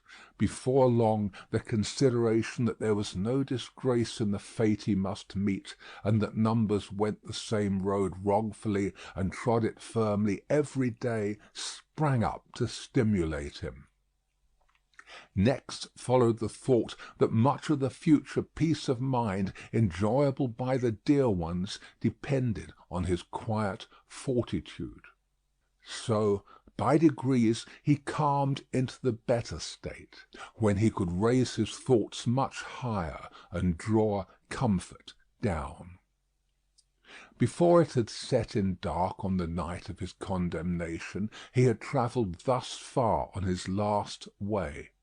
Being allowed to purchase the means of writing and a light, he sat down to write until such time as the prison lamps should be extinguished. He wrote a long letter to Lucy, showing her that he had known nothing of her father's imprisonment until he had heard of it from herself, and that he had been as ignorant as she of his father's and uncle's responsibility for that misery until the paper had been read. He had already explained to her that his concealment from herself of the name he had relinquished was the one condition, fully intelligible now, that her father had attached to their betrothal, and was the one promise he had still exacted on the morning of their marriage. He entreated her, for her father's sake, never to seek to know whether her father had become oblivious of the existence of the paper, or had had it recalled to him for the moment, or for good, by the story of the tower on that old Sunday under the dear old plane tree in the garden. If he had preserved any definite remembrance of it, there could be no doubt that he had supposed it destroyed with the Bastille, when he had found no mention of it among the relics of prisoners which the populace had discovered there, and which had been described to all the world. He besought her, though he added that he knew it was needless, to console her father, by impressing him through every tender means she could think of with the truth that he had done nothing for which he could justly reproach himself, but had uniformly forgotten himself for their joint sakes. Next to her preservation of his own last grateful love and blessing, and her overcoming of her sorrow, to devote herself to their dear child, he adjured her, as they would meet in heaven, to comfort her father. To her father himself he wrote in the same strain, but he told her father that he expressly confided his wife and child to his care, and he told him this very strongly, with the hope of rousing him from any despondency or dangerous retrospect towards which he foresaw he might be tending. To Mr. Lorry he commended them all, and explained his worldly affairs. That done, with many added sentences of grateful friendship and warm attachment, all was done. He never thought of Carton. His mind was so full of the others that he never once thought of him.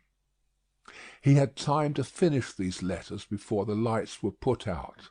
When he lay down on his straw bed, he thought he had done with this world. But it beckoned him back in his sleep, and showed itself in shining forms, free and happy, back in the old house in Soho, though it had nothing in it like the real house. Unaccountably released and light of heart, he was with Lucy again, and she told him it was all a dream, and he had never gone away. A pause of forgetfulness, and then he had even suffered, and had come back to her, dead and at peace, and yet there was no difference in him. Another pause of oblivion, and he awoke in the sombre morning, unconscious where he was or what had happened, until it flashed upon his mind, "This is the day of my death." Thus had he come through the hours to the day when the 52 heads were to fall, and now, while he was composed, and hoped that he could meet the end with quiet heroism, a new action began in his waking thoughts, which was very difficult to master. He had never seen the instrument that was to terminate his life.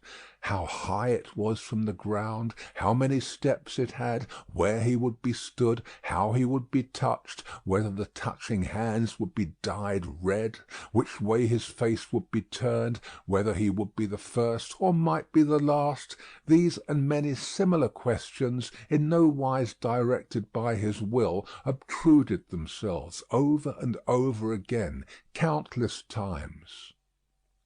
Neither were they connected with fear. He was conscious of no fear. Rather, they originated in a strange, besetting desire to know what to do when the time came, a desire gigantically disproportionate to the few swift moments to which it referred, a wondering that was more like the wondering of some other spirit within his than his own. The hours went on as he walked to and fro, and the clocks struck the numbers he would never hear again. 9, gone for ever. 10, gone for ever. 11, gone for ever. 12, coming on to pass away. After a hard contest with that eccentric action of thought, which at last perplexed him, he had got the better of it. He walked up and down, softly repeating their names to himself. The worst of the strife was over. He could walk up and down free from distracting fancies, praying for himself and for them. 12, gone for ever. He had been apprised that the final hour was 3, and he knew he would be summoned some time earlier, inasmuch as the tumbrils jolted heavily and slowly through the streets. Therefore he resolved to keep 2 before his mind as the hour, and so to strengthen himself in the interval that he might be able after that time to strengthen others. walking regularly to and fro with his arms folded on his breast, a very different man from the prisoner who had walked to and fro at La Force, he heard one struck away from him without surprise. The hour had measured like most other hours. Devoutly thankful to heaven for his recovered self-possession, he thought, "There is but another now," and turned to walk again. Footsteps in the stone passage outside the door. He stopped. The key was put in the lock, and turned. Before the door was opened, or as it opened, a man said in a low voice in English, "He has never seen me here. I have kept out of his way. Go you in alone. I wait near. Lose no time." The door was quickly opened and closed, and there stood before him, face to face, quiet, intent upon him, with the light of a smile on his features and a cautionary finger on his lip, Sidney Carton.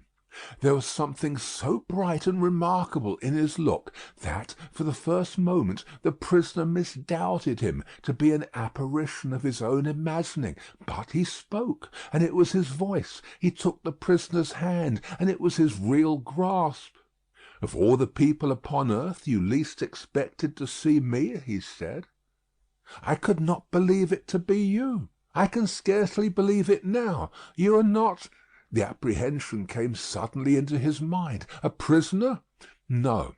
I am accidentally possessed of a power over one of the keepers here, and in virtue of it I stand before you. I come from her, your wife, dear Darnay." The prisoner wrung his hand. "I bring you a request from her. What is it?"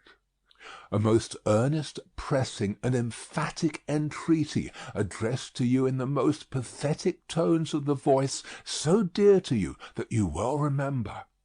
The prisoner turned his face partly aside. "You have no time to ask me why I bring it, or what it means. I have no time to tell you. You must comply with it. Take off those boots you wear, and draw on these of mine." There was a chair against the wall of the cell behind the prisoner. Carton, pressing forward, had already, with the speed of lightning, got him down into it, and stood over him, barefoot. "Draw on these boots of mine. Put your hands to them. Put your will to them. Quick!" "Carton, there is no escaping from this place. It never can be done. You will only die with me. It is madness." "It would be madness if I asked you to escape. But do I? When I ask you to pass out at that door, tell me it is madness and remain here. Change that cravat for this of mine, that coat for this of mine. While you do it, let me take this ribbon from your hair and shake out your hair like this of mine."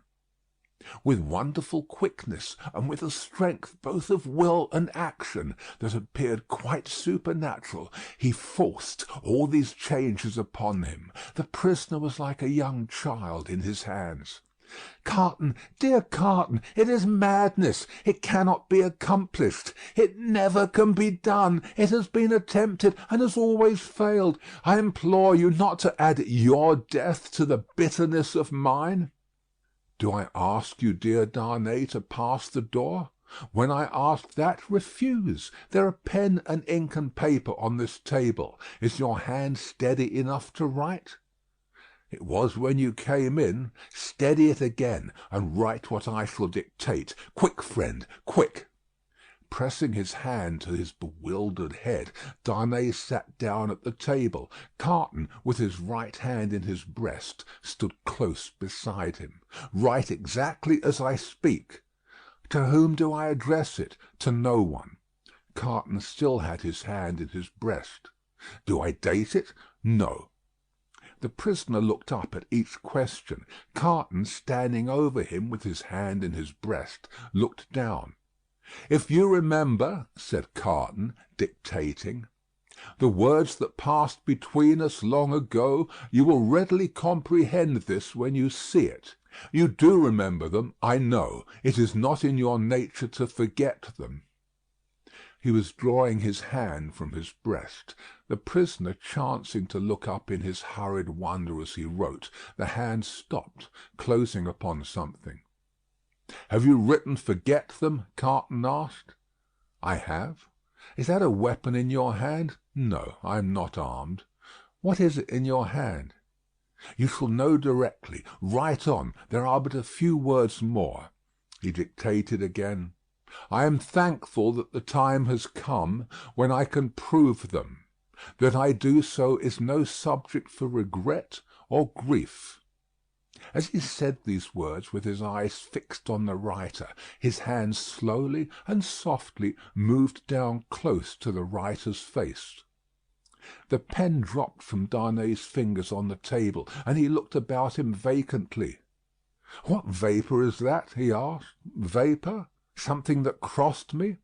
I am conscious of nothing. There can be nothing here. Take up the pen and finish. Hurry, hurry."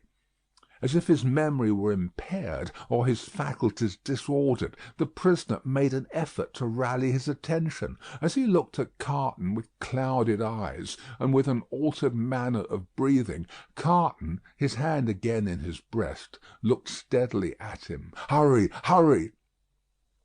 The prisoner bent over the paper once more. If it had been otherwise, Carton's hand was again watchfully and softly stealing down. "I never should have used the longer opportunity. If it had been otherwise," the hand was at the prisoner's face. "I should but have had so much the more to answer for. If it had been otherwise."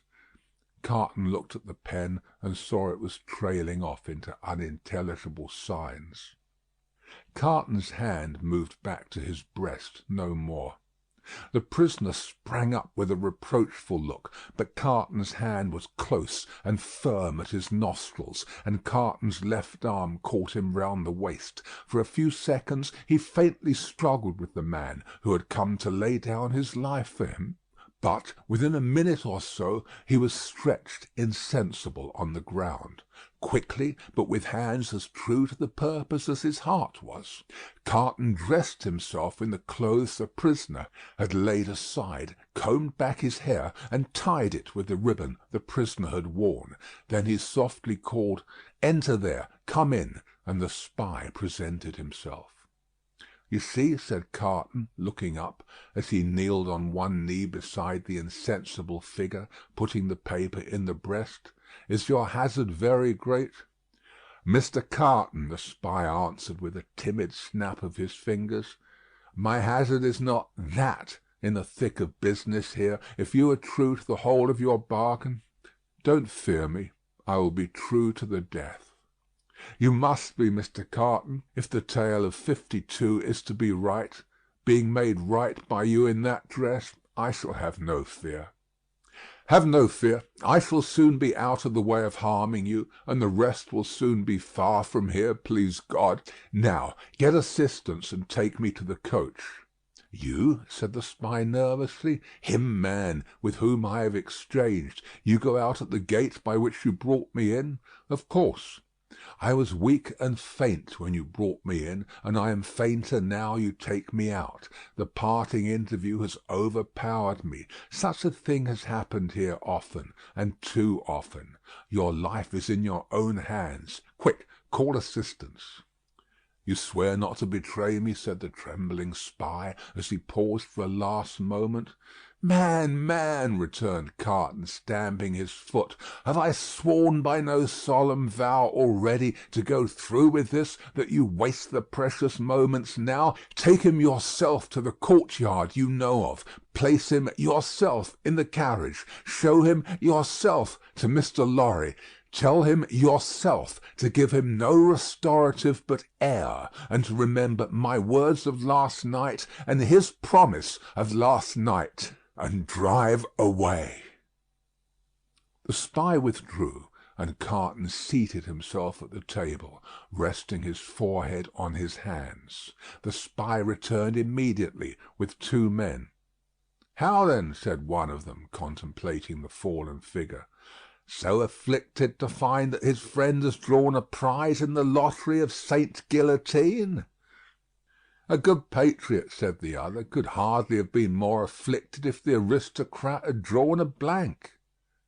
They raised the unconscious figure, placed it on a litter they had brought to the door, and bent to carry it away. "The time is short, Evrémonde," said the spy in a warning voice. "I know it well," answered Carton. "Be careful of my friend, I entreat you, and leave me." "Come then, my children," said Barsad. "Lift him. Come away." The door closed, and Carton was left alone. Straining his powers of listening to the utmost, he listened for any sound that might denote suspicion or alarm. There was none. Keys turned, doors clashed, footsteps passed along distant passages. No cry was raised or hurry made that seemed unusual. Breathing more freely in a little while, he sat down at the table and listened again until the clock struck 2. Sounds that he was not afraid of, for he divined their meaning, then began to be audible. Several doors were opened in succession, and finally his own. A gaoler with a list in his hand looked in, merely saying, "Follow me, Evrémonde," and he followed into a large dark room at a distance.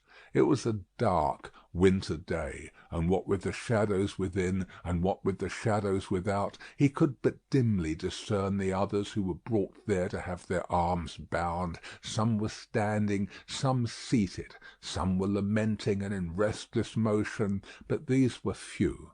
The great majority were silent and still, looking fixedly at the ground. As he stood by the wall in a dim corner, while some of the 52 were brought in after him, one man stopped in passing to embrace him as having a knowledge of him. It thrilled him with a great dread of discovery, but the man went on. A very few moments after that, a young woman, with a slight girlish form, a sweet spare face, in which there was no vestige of colour, and large, widely opened, patient eyes, rose from the seat where he had observed her sitting, and came to speak to him.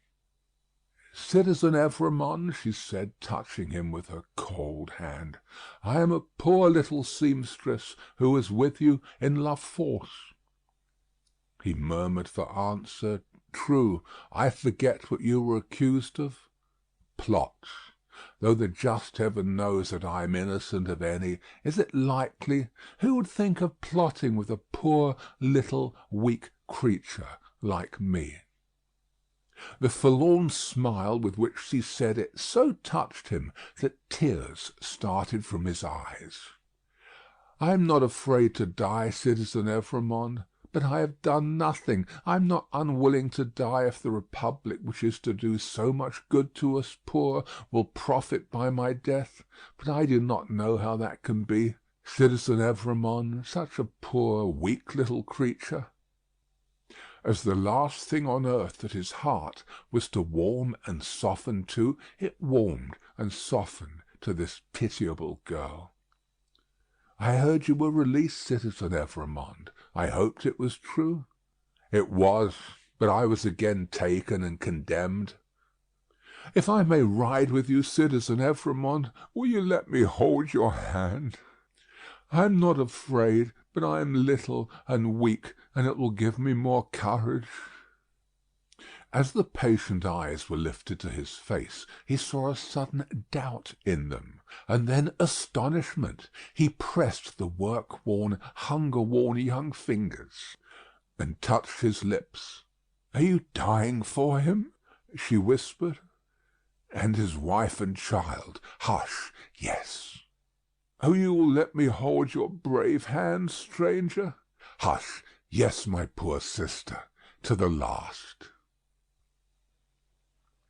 The same shadows that are falling on the prison are falling in that same hour of the early afternoon on the barrier with the crowd about it, when a coach going out of Paris drives up to be examined. "Who goes here? Whom have we within? Papers!" The papers are handed out and read. "Alexandre Manette, physician, French. Which is he?" This is he, this helpless, inarticulately murmuring, wandering old man pointed out. Apparently the citizen doctor is not in his right mind. The revolution fever will have been too much for him. Greatly too much for him. Ha! Many suffer with it. Lucy, his daughter, French. Which is she? This is she. Apparently it must be Lucy, the wife of Evremond, is it not? It is. Ha! Evremond has an assignation elsewhere. Lucy, her child, English. This is she? She and no other. Kiss me, child of Evremond. Now thou hast kissed a good republican, something new in thy family. Remember it. Sidney Carton, advocate, English. Which is he? He lies here in this corner of the carriage. He too is pointed out. Apparently the English advocate is in a swoon. It is hoped he will recover in the fresher air. It is represented that he is not in strong health, and has separated sadly from a friend who is under the displeasure of the Republic. Is that all? It's not a great deal, that. Many are under the displeasure of the Republic and must look out at the little window. Jarvis Lorry, banker, English. Which is he? I am he, necessarily, being the last.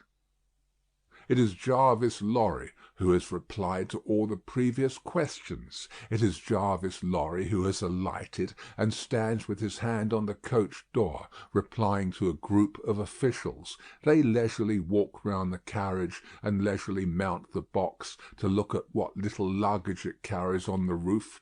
The country people hanging about press nearer to the coach doors and greedily stare in. A little child, carried by its mother, has its short arm held out for it, that it may touch the wife of an aristocrat who has gone to the guillotine. Behold your papers, Jarvis Lorry, countersigned. One can depart, citizen. One can depart. Forward, my postilions. A good journey. I salute you, citizens, and the first danger past. These are again the words of Jarvis Lorry, as he clasps his hands and looks upward.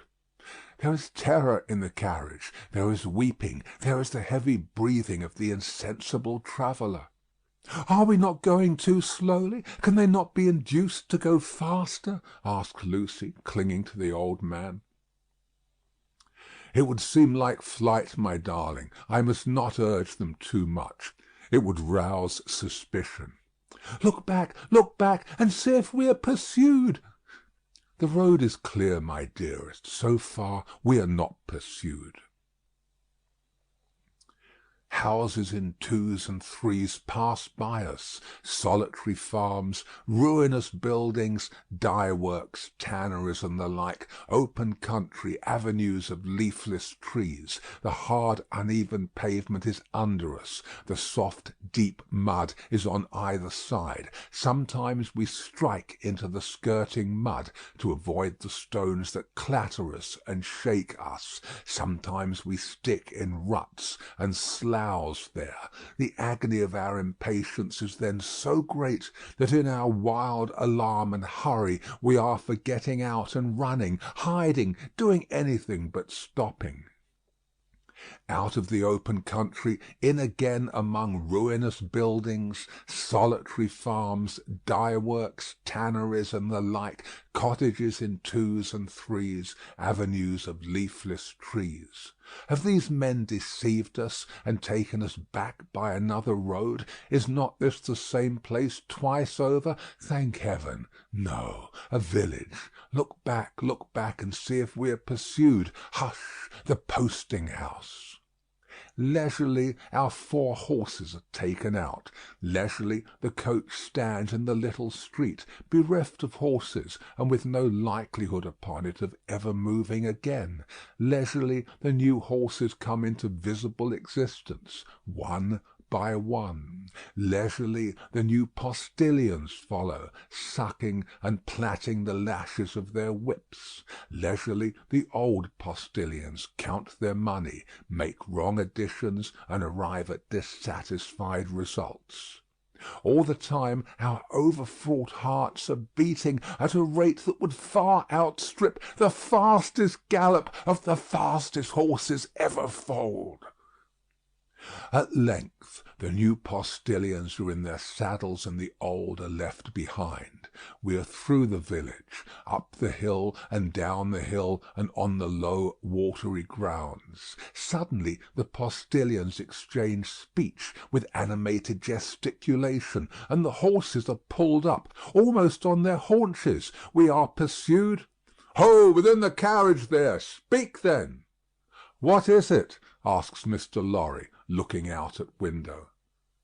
"How many did they say?" "I do not understand you." "At the last post, how many to the guillotine to-day?" 52. "I said so. A brave number. My fellow citizen here would have it 42. 10 more heads are worth having. The guillotine goes handsomely. I love it. Hi, forward! Whoop!"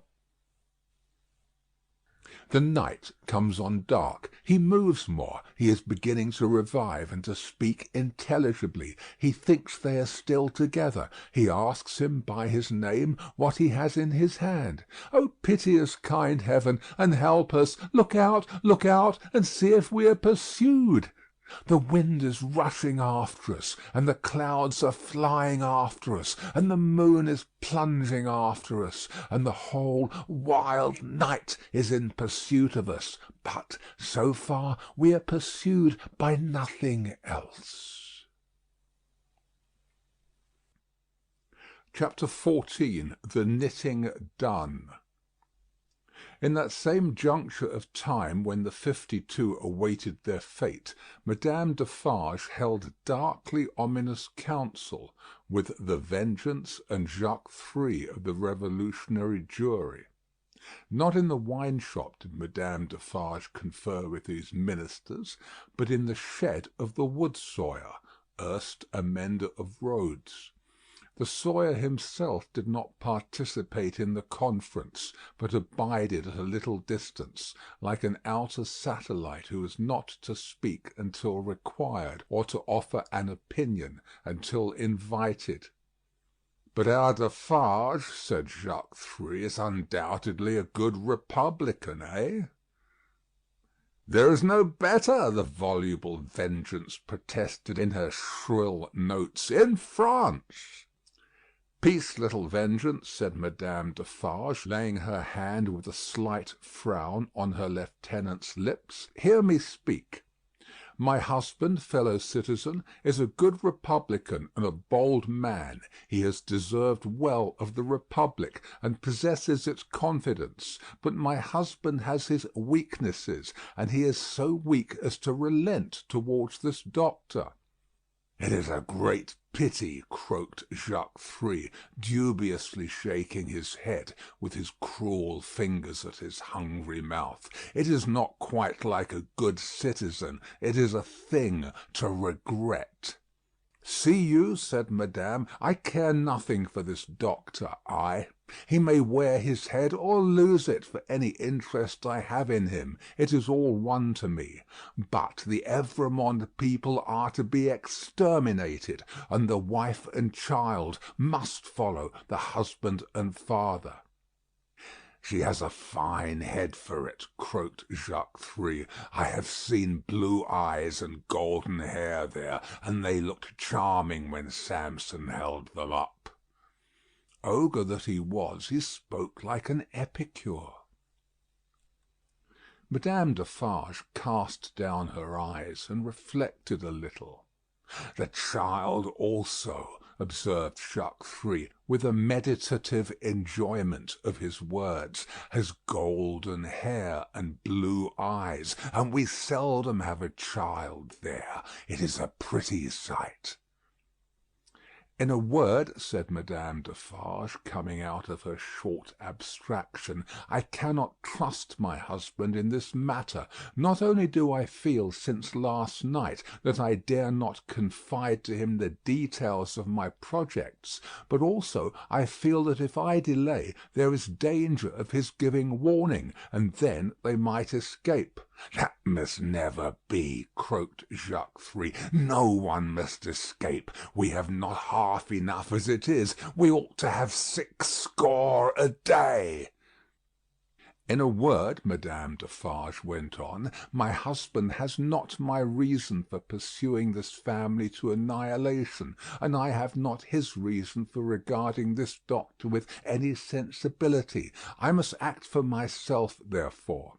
Come hither, little citizen."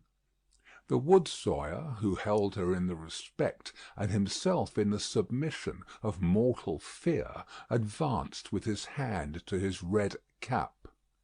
"Touching those signals, little citizen," said Madame Defarge, sternly, "that she made to the prisoners, you are ready to bear witness to them this very day?"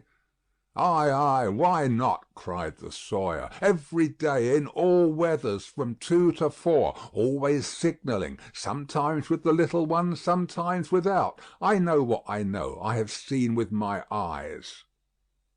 He made all manner of gestures while he spoke, as if in incidental imitation of some few of the great diversity of signals that he had never seen. "Clearly plots," said Jacques Three, "transparently."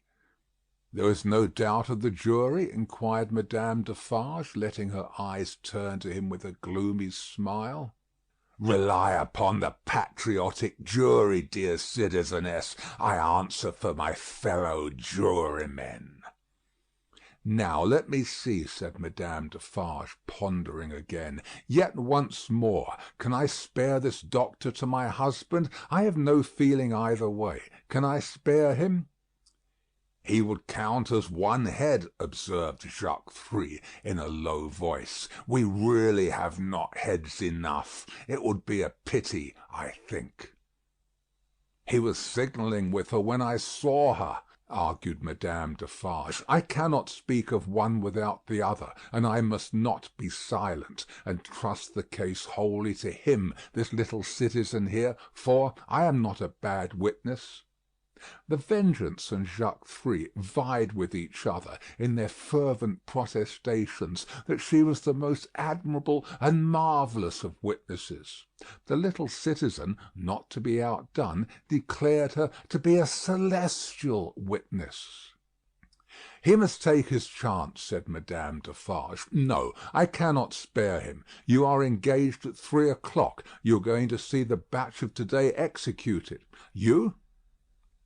The question was addressed to the wood sawyer, who hurriedly replied in the affirmative, seizing the occasion to add that he was the most ardent of republicans, and that he would be in effect the most desolate of republicans if anything prevented him from enjoying the pleasure of smoking his afternoon pipe in the contemplation of the droll national barber. He was so very demonstrative herein that he might have been suspected, perhaps was, by the dark eyes that looked contemptuously at him out of Madame Defarge's head, of having his small individual fears for his own personal safety every hour in the day. "I," said Madame, "am equally engaged at the same place. After it is over, say at 8 to-night, come you to me in Saint Antoine, and we will give information against these people at my section."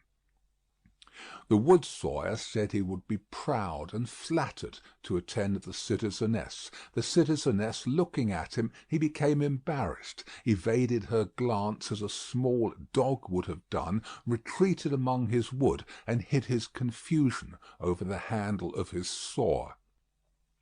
Madame Defarge beckoned the juryman and the Vengeance a little nearer to the door, and there expounded her further views to them thus: "She will now be at home, awaiting the moment of his death. She will be mourning and grieving. She will be in a state of mind to impeach the justice of the Republic. She will be full of sympathy with its enemies. I will go to her."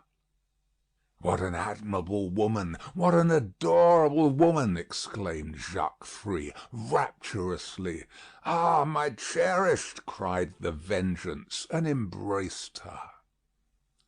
"Take you my knitting," said Madame Defarge, placing it in her lieutenant's hands, "and have it ready for me in my usual seat. Keep me my usual chair. Go you there straight, for there will probably be a greater concourse than usual to-day." "I willingly obey the orders of my chief," said the Vengeance, with alacrity, and kissing her cheek. "You will not be late?" "I shall be there before the commencement." "And before the tumbrils arrive. Be sure you are there, my soul," said the Vengeance, calling after her, for she had already turned into the street. "Before the tumbrils arrive." Madame Defarge slightly waved her hand to imply that she heard, and might be relied upon to arrive in good time, and so went through the mud and round the corner of the prison wall.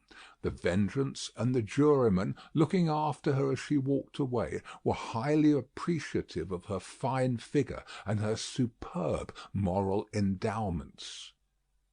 There were many women at that time upon whom the time laid a dreadfully disfiguring hand, but there was not one among them more to be dreaded than this ruthless woman, now taking her way along the streets, of a strong and fearless character, of shrewd sense and readiness, of great determination, of that kind of beauty which not only seems to impart to its possessor firmness and animosity, but to strike into others an instinctive recognition of those qualities. The troubled time would have heaved her up under any circumstances. But, imbued from her childhood with a brooding sense of wrong and an inveterate hatred of a class, opportunity had developed her into a tigress. She was absolutely without pity. If she ever had the virtue in her, it had quite gone out of her. It was nothing to her that an innocent man was to die for the sins of his forefathers. She saw not him, but them. It was nothing to her that his wife was to be made a widow and his daughter an orphan. That was insufficient punishment, because they were her natural enemies and her prey, and as such had no right to live. To appeal to her was made hopeless by her having no sense of pity, even for herself. If she had been laid low in the streets, in any of the many encounters in which she had been engaged, she would not have pitied herself; nor, if she had been ordered to the axe to-morrow, would she have gone to it with any softer feeling than a fierce desire to change places with the man who sent her there. Such a heart Madame Defarge carried under her rough robe. Carelessly worn, it was a becoming robe enough in a certain weird way, and her dark hair looked rich under her coarse red cap. Lying hidden in her bosom was a loaded pistol. Lying hidden at her waist was a sharpened dagger. Thus accoutred, and walking with the confident tread of such a character, and with the supple freedom of a woman who had habitually walked in her girlhood barefooted and bare-legged on the brown sea sand, Madame Defarge took her way along the streets. Now, when the journey of the travelling coach, at that very moment waiting for the completion of its load, had been planned out last night, the difficulty of taking Miss Pross in it had much engaged Mr. Lorry's attention. It was not merely desirable to avoid overloading the coach, but it was of the highest importance that the time occupied in examining it and its passengers should be reduced to the utmost, since their escape might depend on the saving of only a few seconds here and there. Finally, he had proposed, after anxious consideration, that Miss Pross and Jerry, who were at liberty to leave the city, should leave it at 3 o'clock in the lightest wheeled conveyance known to that period. Unencumbered with luggage, they would soon overtake the coach, and, passing it and preceding it on the road, would order its horses in advance, and greatly facilitate its progress during the precious hours of the night, when delay was the most to be dreaded. Seeing in this arrangement the hope of rendering real service in that pressing emergency, Miss Pross hailed it with joy. She and Jerry had beheld the coach start, had known who it was that Solomon brought, had passed some 10 minutes in tortures of suspense, and were now concluding their arrangements to follow the coach, even as Madame Defarge, taking her way through the streets, now drew nearer and nearer to the else deserted lodging in which they held their consultation. "Now what do you think, Mr. Cruncher?" said Miss Pross, whose agitation was so great that she could hardly speak, or stand, or move, or live. "What do you think of our not starting from this courtyard? Another carriage having already gone from here to-day, it might awaken suspicion." "My opinion, miss," returned Mr. Cruncher, "is as you are right. Likewise what I'll stand by you, right or wrong."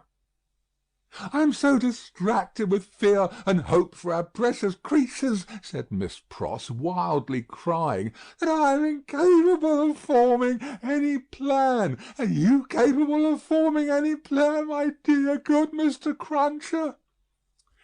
"Respecting the future sphere of life, miss," returned Mr. Cruncher, "I hope so. Respecting any present use of this here blessed old head of mine, I think not. Would you do me the favour, miss, to take notice of 2 promises and wows, what it is my wishes fur to record in this here crisis?" "Oh, for gracious sake," cried Miss Pross, still wildly crying, "record them at once, and get them out of the way like an excellent man." "First," said Mr. Cruncher, who was all in a tremble, and who spoke with an ashy and solemn visage, "them poor things well out of this. Never no more will I do it. Never no more." "I'm quite sure, Mr. Cruncher," returned Miss Pross, "that you will never do it again, whatever it is, and I beg you not to think it necessary to mention more particularly what it is." "No, miss," returned Jerry, "it shall not be named to you. Second, them poor things well out of this, and never no more will I interfere with Mrs. Cruncher's flopping. Never no more." "Whatever housekeeping arrangement that may be," said Miss Pross, striving to dry her eyes and compose herself, "I have no doubt it is best that Mrs. Cruncher should have it entirely under her own superintendence. Oh, my poor darlings!" "I go so far as to say, miss, moreover," proceeded Mr. Cruncher, with a most alarming tendency to hold forth as from a pulpit, "and let my words be took down and took to Mrs. Cruncher through yourself, that what my opinions respectin' flopping has undergone a change, and that what I only hope with all my heart as Mrs. Cruncher may be a flopping at the present time." There, I hope she is, my dear man," cried the distracted Miss Pross, "and I hope she finds it answering her expectations." "Forbid it," proceeded Mr. Cruncher, with additional solemnity, additional slowness, and additional tendency to hold forth and hold out, "as anything what I have ever said or done should be wisited on my earnest wishes for them poor creeturs now. Forbid it as we shouldn't all flop, if it was anyways conwenient, to get 'em out of this here dismal risk. Forbid it, miss. What I say, forbid it." This was Mr. Cruncher's conclusion after a protracted but vain endeavour to find a better one. And still Madame Defarge, pursuing her way along the streets, came nearer and nearer. "If we ever get back to our native land," said Miss Pross, "you may rely upon my telling Mrs. Cruncher as much as I may be able to remember and understand of what you have so impressively said, and at all events you may be sure that I shall bear witness to your being thoroughly in earnest at this dreadful time. Now, pray, let us think, my esteemed Mr. Cruncher, let us think."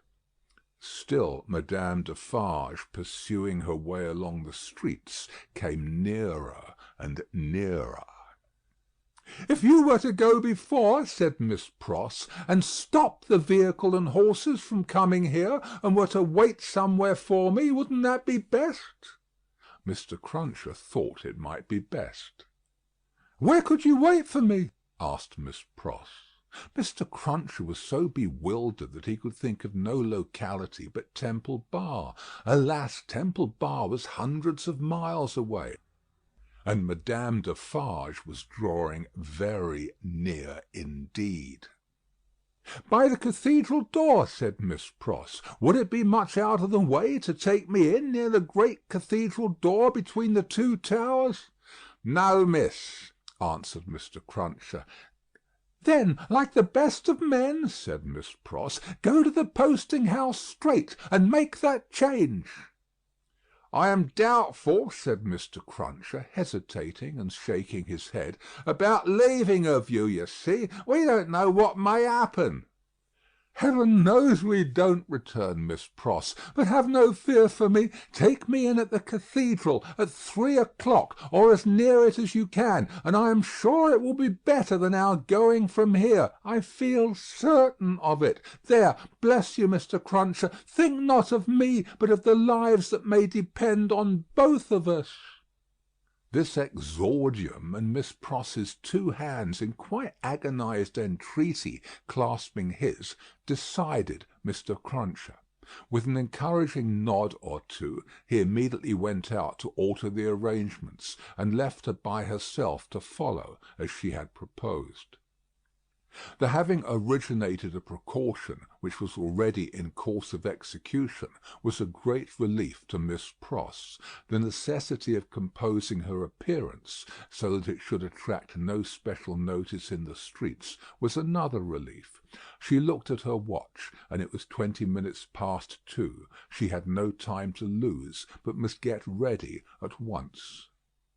Afraid, in her extreme perturbation, of the loneliness of the deserted rooms, and of half-imagined faces peeping from behind every open door in them, Miss Pross got a basin of cold water, and began laving her eyes, which were swollen and red. Haunted by her feverish apprehensions, she could not bear to have her sight obscured for a minute at a time by the dripping water, but constantly paused and looked round to see that there was no one watching her. In one of those pauses she recoiled and cried out, for she saw a figure standing in the room. The basin fell to the ground broken, and the water flowed to the feet of Madame Defarge. By strange, stern ways, and through much staining blood, those feet had come to meet that water. Madame Defarge looked coldly at her, and said, "The wife of Evrémonde, where is she?" It flashed upon Miss Pross's mind that the doors were all standing open, and would suggest the flight. Her first act was to shut them. There were 4 in the room, and she shut them all. She then placed herself before the door of the chamber which Lucy had occupied. Madame Defarge's dark eyes followed her through this rapid movement, and rested on her when it was finished. Miss Pross had nothing beautiful about her. Years had not tamed the wildness or softened the grimness of her appearance, but she too was a determined woman in her different way, and she measured Madame Defarge with her eyes, every inch. "You might from your appearance be the wife of Lucifer," said Miss Pross in her breathing. "Nevertheless, you shall not get the better of me. I am an Englishwoman." Madame Defarge looked at her scornfully, but still with something of Miss Pross's own perception that they two were at bay.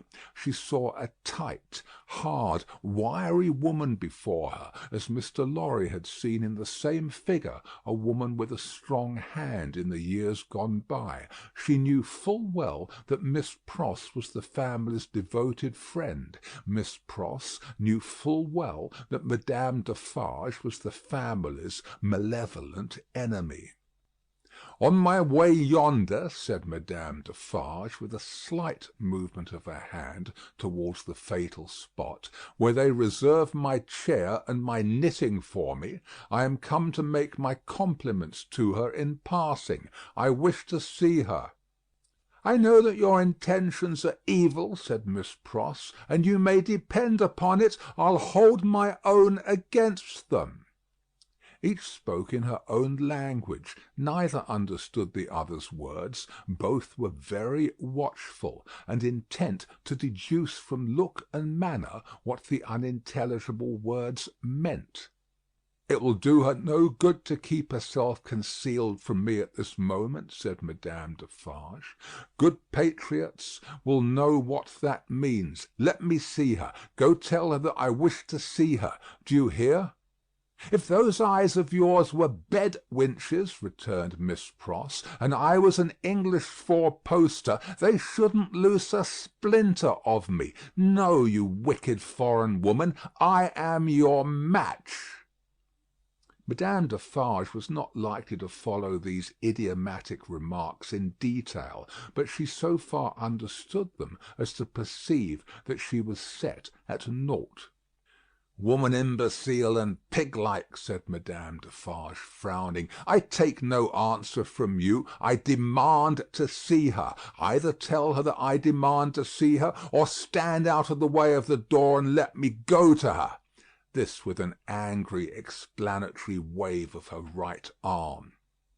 "I little thought," said Miss Pross, "that I should ever want to understand your nonsensical language, but I would give all I have, except the clothes I wear, to know whether you suspect the truth or any part of it." Neither of them for a single moment released the other's eyes. Madame Defarge had not moved from the spot where she stood when Miss Pross first became aware of her. But she now advanced one step. "I am a Briton," said Miss Pross. "I am desperate. I don't care an English twopence for myself. I know that the longer I keep you here, the greater hope there is for my ladybird. I'll not leave a handful of that dark hair upon your head if you lay a finger on me." Thus Miss Pross, with a shake of her head and a flash of her eyes between every rapid sentence, and every rapid sentence a whole breath. Thus Miss Pross, who had never struck a blow in her life. But her courage was of that emotional nature that it brought the irrepressible tears into her eyes. This was a courage that Madame Defarge so little comprehended as to mistake for weakness. "Ha, ha!" she laughed. "You poor wretch! What are you worth? I address myself to that doctor." Then she raised her voice and called out, "Citizen Doctor, wife of Evrémonde, child of Evrémonde, any person but this miserable fool, answer the Citizeness Defarge." Perhaps the following silence, perhaps some latent disclosure in the expression of Miss Pross's face, perhaps a sudden misgiving, apart from either suggestion, whispered to Madame Defarge that they were gone. 3 of the doors she opened swiftly, and looked in. "Those rooms are all in disorder. There has been hurried packing. There are odds and ends upon the ground. There is no one in that room behind you. Let me look." "Never," said Miss Pross, who understood the request as perfectly as Madame Defarge understood the answer. "If they are not in that room, they are gone, and can be pursued and brought back," said Madame Defarge to herself. "As long as you don't know whether they are in that room or not, you are uncertain what to do," said Miss Pross to herself. "And you shall not know that if I can prevent your knowing it; and know that or not know that, you shall not leave here while I can hold you. I have been in the streets from the first. Nothing has stopped me. I will tear you to pieces, but I will have you from that door," said Madame Defarge. "We are alone at the top of a high house in a solitary courtyard. We are not likely to be heard, and I pray for bodily strength to keep you here, while every minute you are here is worth 100,000 guineas to my darling." said Miss Pross. Madame Defarge made at the door. Miss Pross, on the instinct of the moment, seized her round the waist in both her arms, and held her tight.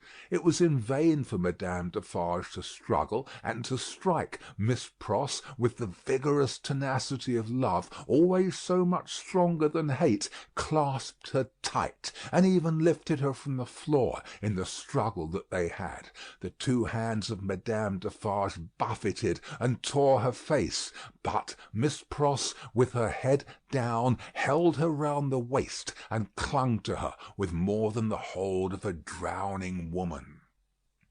Soon Madame Defarge's hands ceased to strike, and felt at her encircled waist.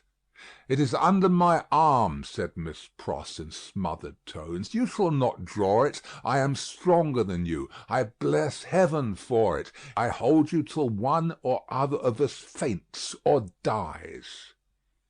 Madame Defarge's hands were at her bosom. Miss Pross looked up, saw what it was, struck at it, struck out a flash and a crash, and stood alone, blinded with smoke.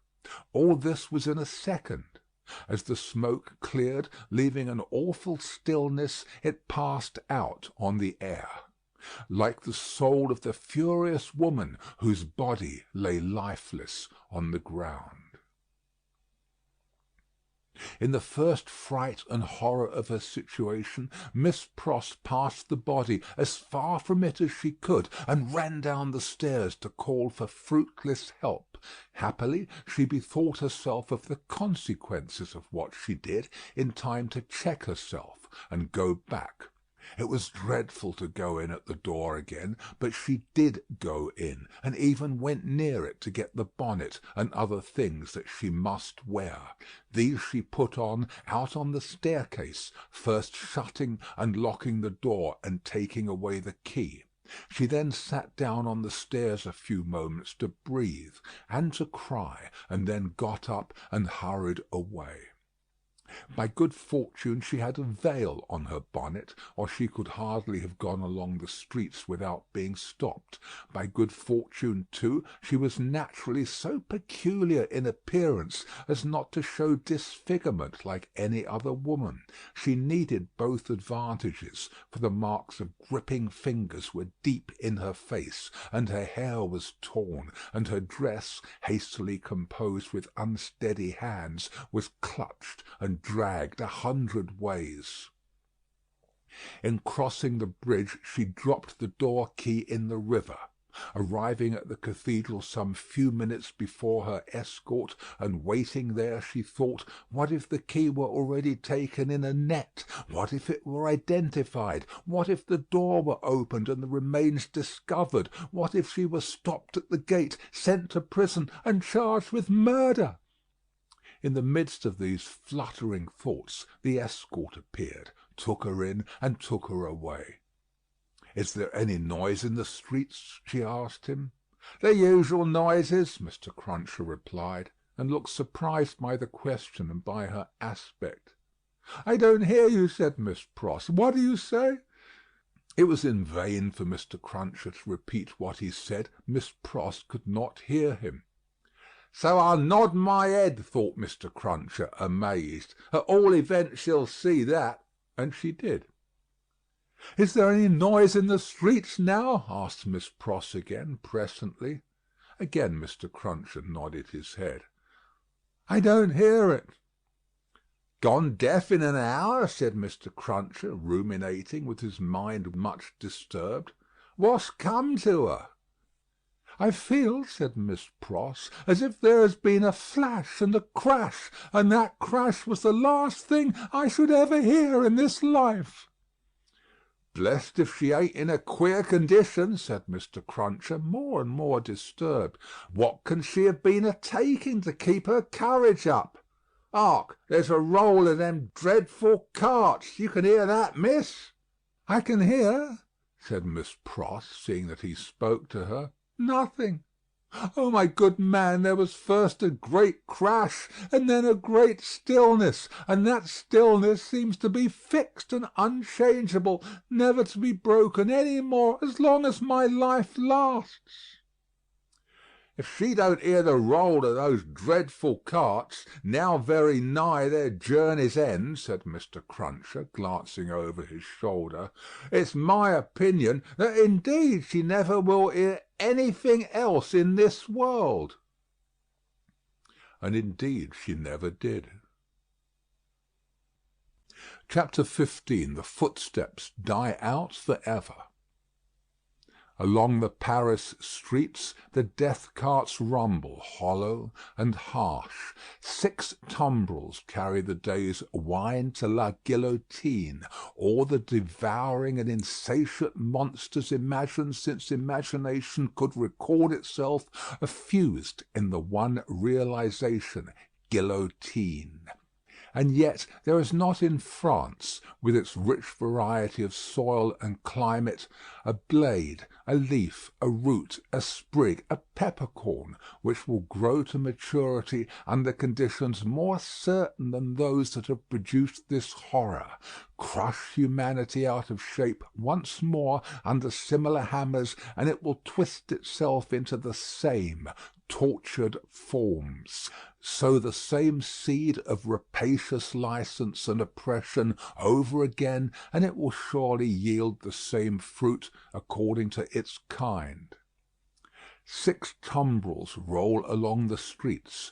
Change these back again to what they were, thou powerful enchanter Time, and they shall be seen to be the carriages of absolute monarchs, the equipages of feudal nobles, the toilettes of flaring Jezebels, the churches that are not my father's house, but dens of thieves, the huts of millions of starving peasants. No, the great magician who majestically works out the appointed order of the Creator never reverses his transformations. "If thou be changed into this shape by the will of God," say the seers to the enchanted in the wise Arabian stories, "then remain so. But if thou wear this form through mere passing conjuration, then resume thy former aspect." Changeless and hopeless the tumbrils roll along. As the sombre wheels of the 6 carts go round, they seem to plough up a long crooked furrow among the populace in the streets. Ridges of faces are thrown to this side and to that, and the ploughs go steadily onward. So used are the regular inhabitants of the houses to the spectacle that in many windows there are no people, and in some the occupation of the hands is not so much as suspended, while the eyes survey the faces in the tumbrils.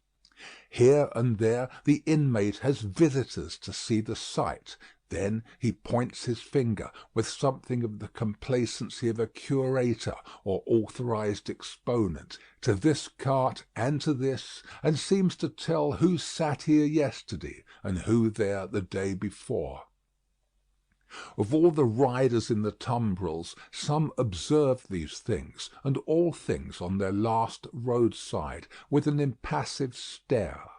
Others with a lingering interest in the ways of life and men. Some, seated with drooping heads, are sunk in silent despair. Again, there are some so heedful of their looks that they cast upon the multitude such glances as they have seen in theatres and in pictures. Several close their eyes and think, or try to get their straying thoughts together. Only one, and he a miserable creature of a crazed aspect, is so shattered and made drunk by horror that he sings and tries to dance. Not one of the whole number appeals by look or gesture to the pity of the people. There is a guard of sundry horsemen riding abreast of the tumbrils, and faces are often turned up to some of them, and they are asked some question.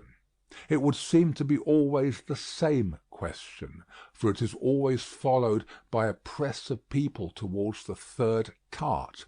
The horsemen abreast of that cart frequently point out one man in it with their swords. The leading curiosity is to know which he is. He stands at the back of the tumbril, with his head bent down, to converse with a mere girl who sits on the side of the cart and holds his hand. He has no curiosity or care for the scene about him, and always speaks to the girl. Here and there in the long street of Saint Honoré cries are raised against him. If they move him at all, it is only to a quiet smile as he shakes his hair a little more loosely about his face. He cannot easily touch his face, his arms being bound. On the steps of a church, awaiting the coming up of the tumbrils, stand the spy and prison sheep. He looks into the first of them, not there. He looks into the second, not there. He already asks himself, has he sacrificed me? When his face clears as he looks into the third. Which is Evrémonde? Says a man behind him. That, at the back there. With his hand in the girl's? Yes. The man cried, Down, Evrémonde, to the guillotine, all aristocrats! Down, Evrémonde! Hush, hush, the spy entreats him timidly. And why not, citizen? He is going to pay the forfeit. It will be paid in 5 minutes more. Let him be at peace. But the man continued to exclaim, Down, Evrémonde! The face of Evrémonde is for a moment turned towards him. Evrémonde then sees the spy, and looks attentively at him, and goes his way. The clocks are on the stroke of 3, and the furrow ploughed among the populace is turning round to come on into the place of execution and end. The ridges thrown to this side and to that now crumble in and close behind the last plough as it passes on, for all are following to the guillotine. In front of it, seated in chairs, as in a garden of public diversion, are a number of women busily knitting. On one of the foremost chairs stands the Vengeance, looking about for her friend. Thérèse, she cries in her shrill tones. Who has seen her? Thérèse Defarge. She never missed before, says a knitting woman of the sisterhood. No, nor will she miss now, cries the Vengeance petulantly. Thérèse! Louder, the woman recommends. Ay, louder, Vengeance, much louder, and still she will scarcely hear thee. Louder yet, Vengeance, with a little oath or so added, and yet it will hardly bring her. Send other women up and down to seek her, lingering somewhere, and yet, although the messengers have done dread deeds, it is questionable whether of their own wills they will go far enough to find her. Bad fortune, cries the Vengeance, stamping her foot in the chair. And here are the tumbrils, and Evrémonde will be dispatched in a wink, and she not here. See her knitting in my hand, and her empty chair ready for her. I cry with vexation and disappointment. As the Vengeance descends from her elevation to do it, the tumbrils begin to discharge their loads. The ministers of Sainte Guillotine are robed and ready. Crash! A head is held up, and the knitting women, who scarcely lifted their eyes to look at it a moment ago when it could think and speak, count 1. The second tumbril empties and moves on. The third comes up. Crash! And the knitting women, never faltering or pausing in their work, count 2. The supposed Evrémonde descends, and the seamstress is lifted out next after him. He has not relinquished her patient hand in getting out, but still holds it as he promised. He gently places her with her back to the crashing engine that constantly whirs up and falls, and she looks into his face and thanks him. But for you, dear stranger, I should not be so composed, for I am naturally a poor little thing, faint of heart. Nor should I have been able to raise my thoughts to him who was put to death, that we might have hope and comfort here to-day. I think you were sent to me by heaven. Or you to me, says Sidney Carton. Keep your eyes upon me, dear child, and mind no other object.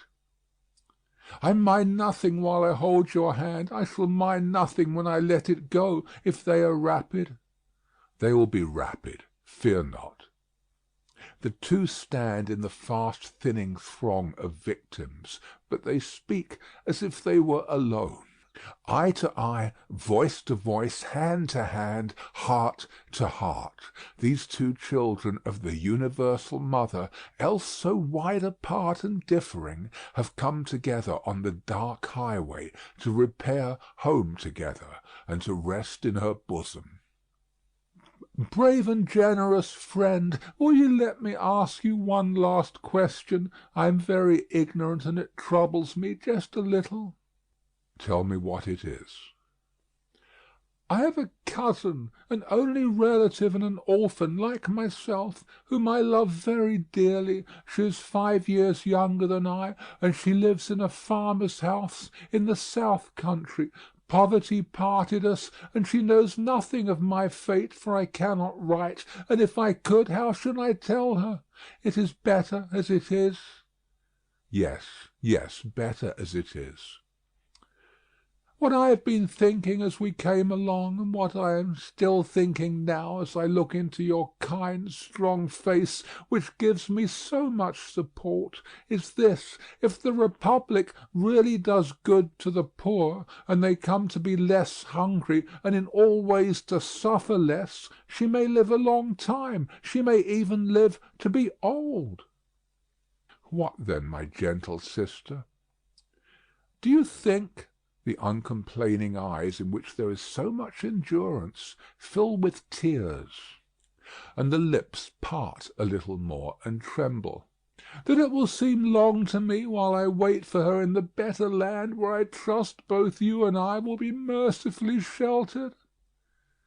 It cannot be, my child. There is no time there, and no trouble there. You comfort me so much. I am so ignorant. Am I to kiss you now? Is the moment come? Yes. She kisses his lips. He kisses hers. They solemnly bless each other. The spare hand does not tremble as he releases it. Nothing worse than a sweet, bright constancy is in the patient face. She goes next before him, is gone. The knitting women count 22.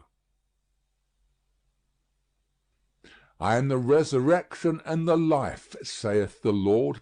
He that believeth in me, though he were dead, yet shall he live, and whosoever liveth and believeth in me shall never die. The murmuring of many voices, the upturning of many faces, the pressing on of many footsteps in the outskirts of the crowd, so that it swells forward in a mass like one great heave of water, all flashes away. 23. They said of him about the city that night that it was the peacefulest man's face ever beheld there. Many added that he looked sublime and prophetic. One of the most remarkable sufferers by the same axe, a woman, had asked at the foot of the same scaffold, not long before, to be allowed to write down the thoughts that were inspiring her. If he had given any utterance to his, and they were prophetic, they would have been these: I see Barsad and Cly, Defarge, the vengeance, the juryman, the judge, long ranks of the new oppressors who have risen on the destruction of the old, perishing by this retributive instrument before it shall cease out of its present use. I see a beautiful city and a brilliant people rising from this abyss, and in their struggles to be truly free, in their triumphs and defeats, through long years to come, I see the evil of this time and of the previous time of which this is the natural birth, gradually making expiation for itself and wearing out. I see the lives for which I lay down my life peaceful, useful, prosperous, and happy in that England which I shall see no more. I see her with a child upon her bosom who bears my name. I see her father, aged and bent, but otherwise restored and faithful to all men in his healing office, and at peace. I see the good old man, so long their friend, in 10 years' time enriching them with all he has, and passing tranquilly to his reward. I see that I hold a sanctuary in their hearts, and in the hearts of their descendants, generations hence. I see her, an old woman, weeping for me on the anniversary of this day.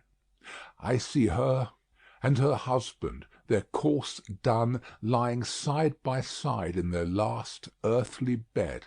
And I know that each was not more honoured and held sacred in the other's soul than I was in the souls of both. I see that child who lay upon her bosom and who bore my name, a man winning his way up in that path of life which once was mine. I see him winning it so well that my name is made illustrious there by the light of his. I see the blots I threw upon it faded away. I see him foremost of just judges and honoured men, bringing a boy of my name, with a forehead that I know and golden hair, to this place, then fair to look upon, with not a trace of this day's disfigurement. And I hear him tell the child my story with a tender and a faltering voice. It is a far, far better thing that I do than I have ever done. It is a far, far better rest that I go to than I have ever known. End of Book 3, Chapter 15. End of A Tale of Two Cities by Charles Dickens. Hi, I hope you enjoyed tonight's audiobook. This channel's mission is to become the best resource for bedtime audiobooks, and while we're just getting started, we're continually growing our library of audiobooks so that you can get a great night's sleep and live your life fully during the day. If you'd like to see more content, please feel free to check out the channel. And if you'd like to see our entire collection of audiobooks, you can find them at sleepaudiobooks.com. All likes, comments, and subscriptions are greatly appreciated and help this channel more than you know. We appreciate you watching. Thank you so much. This is Sleep Audiobooks.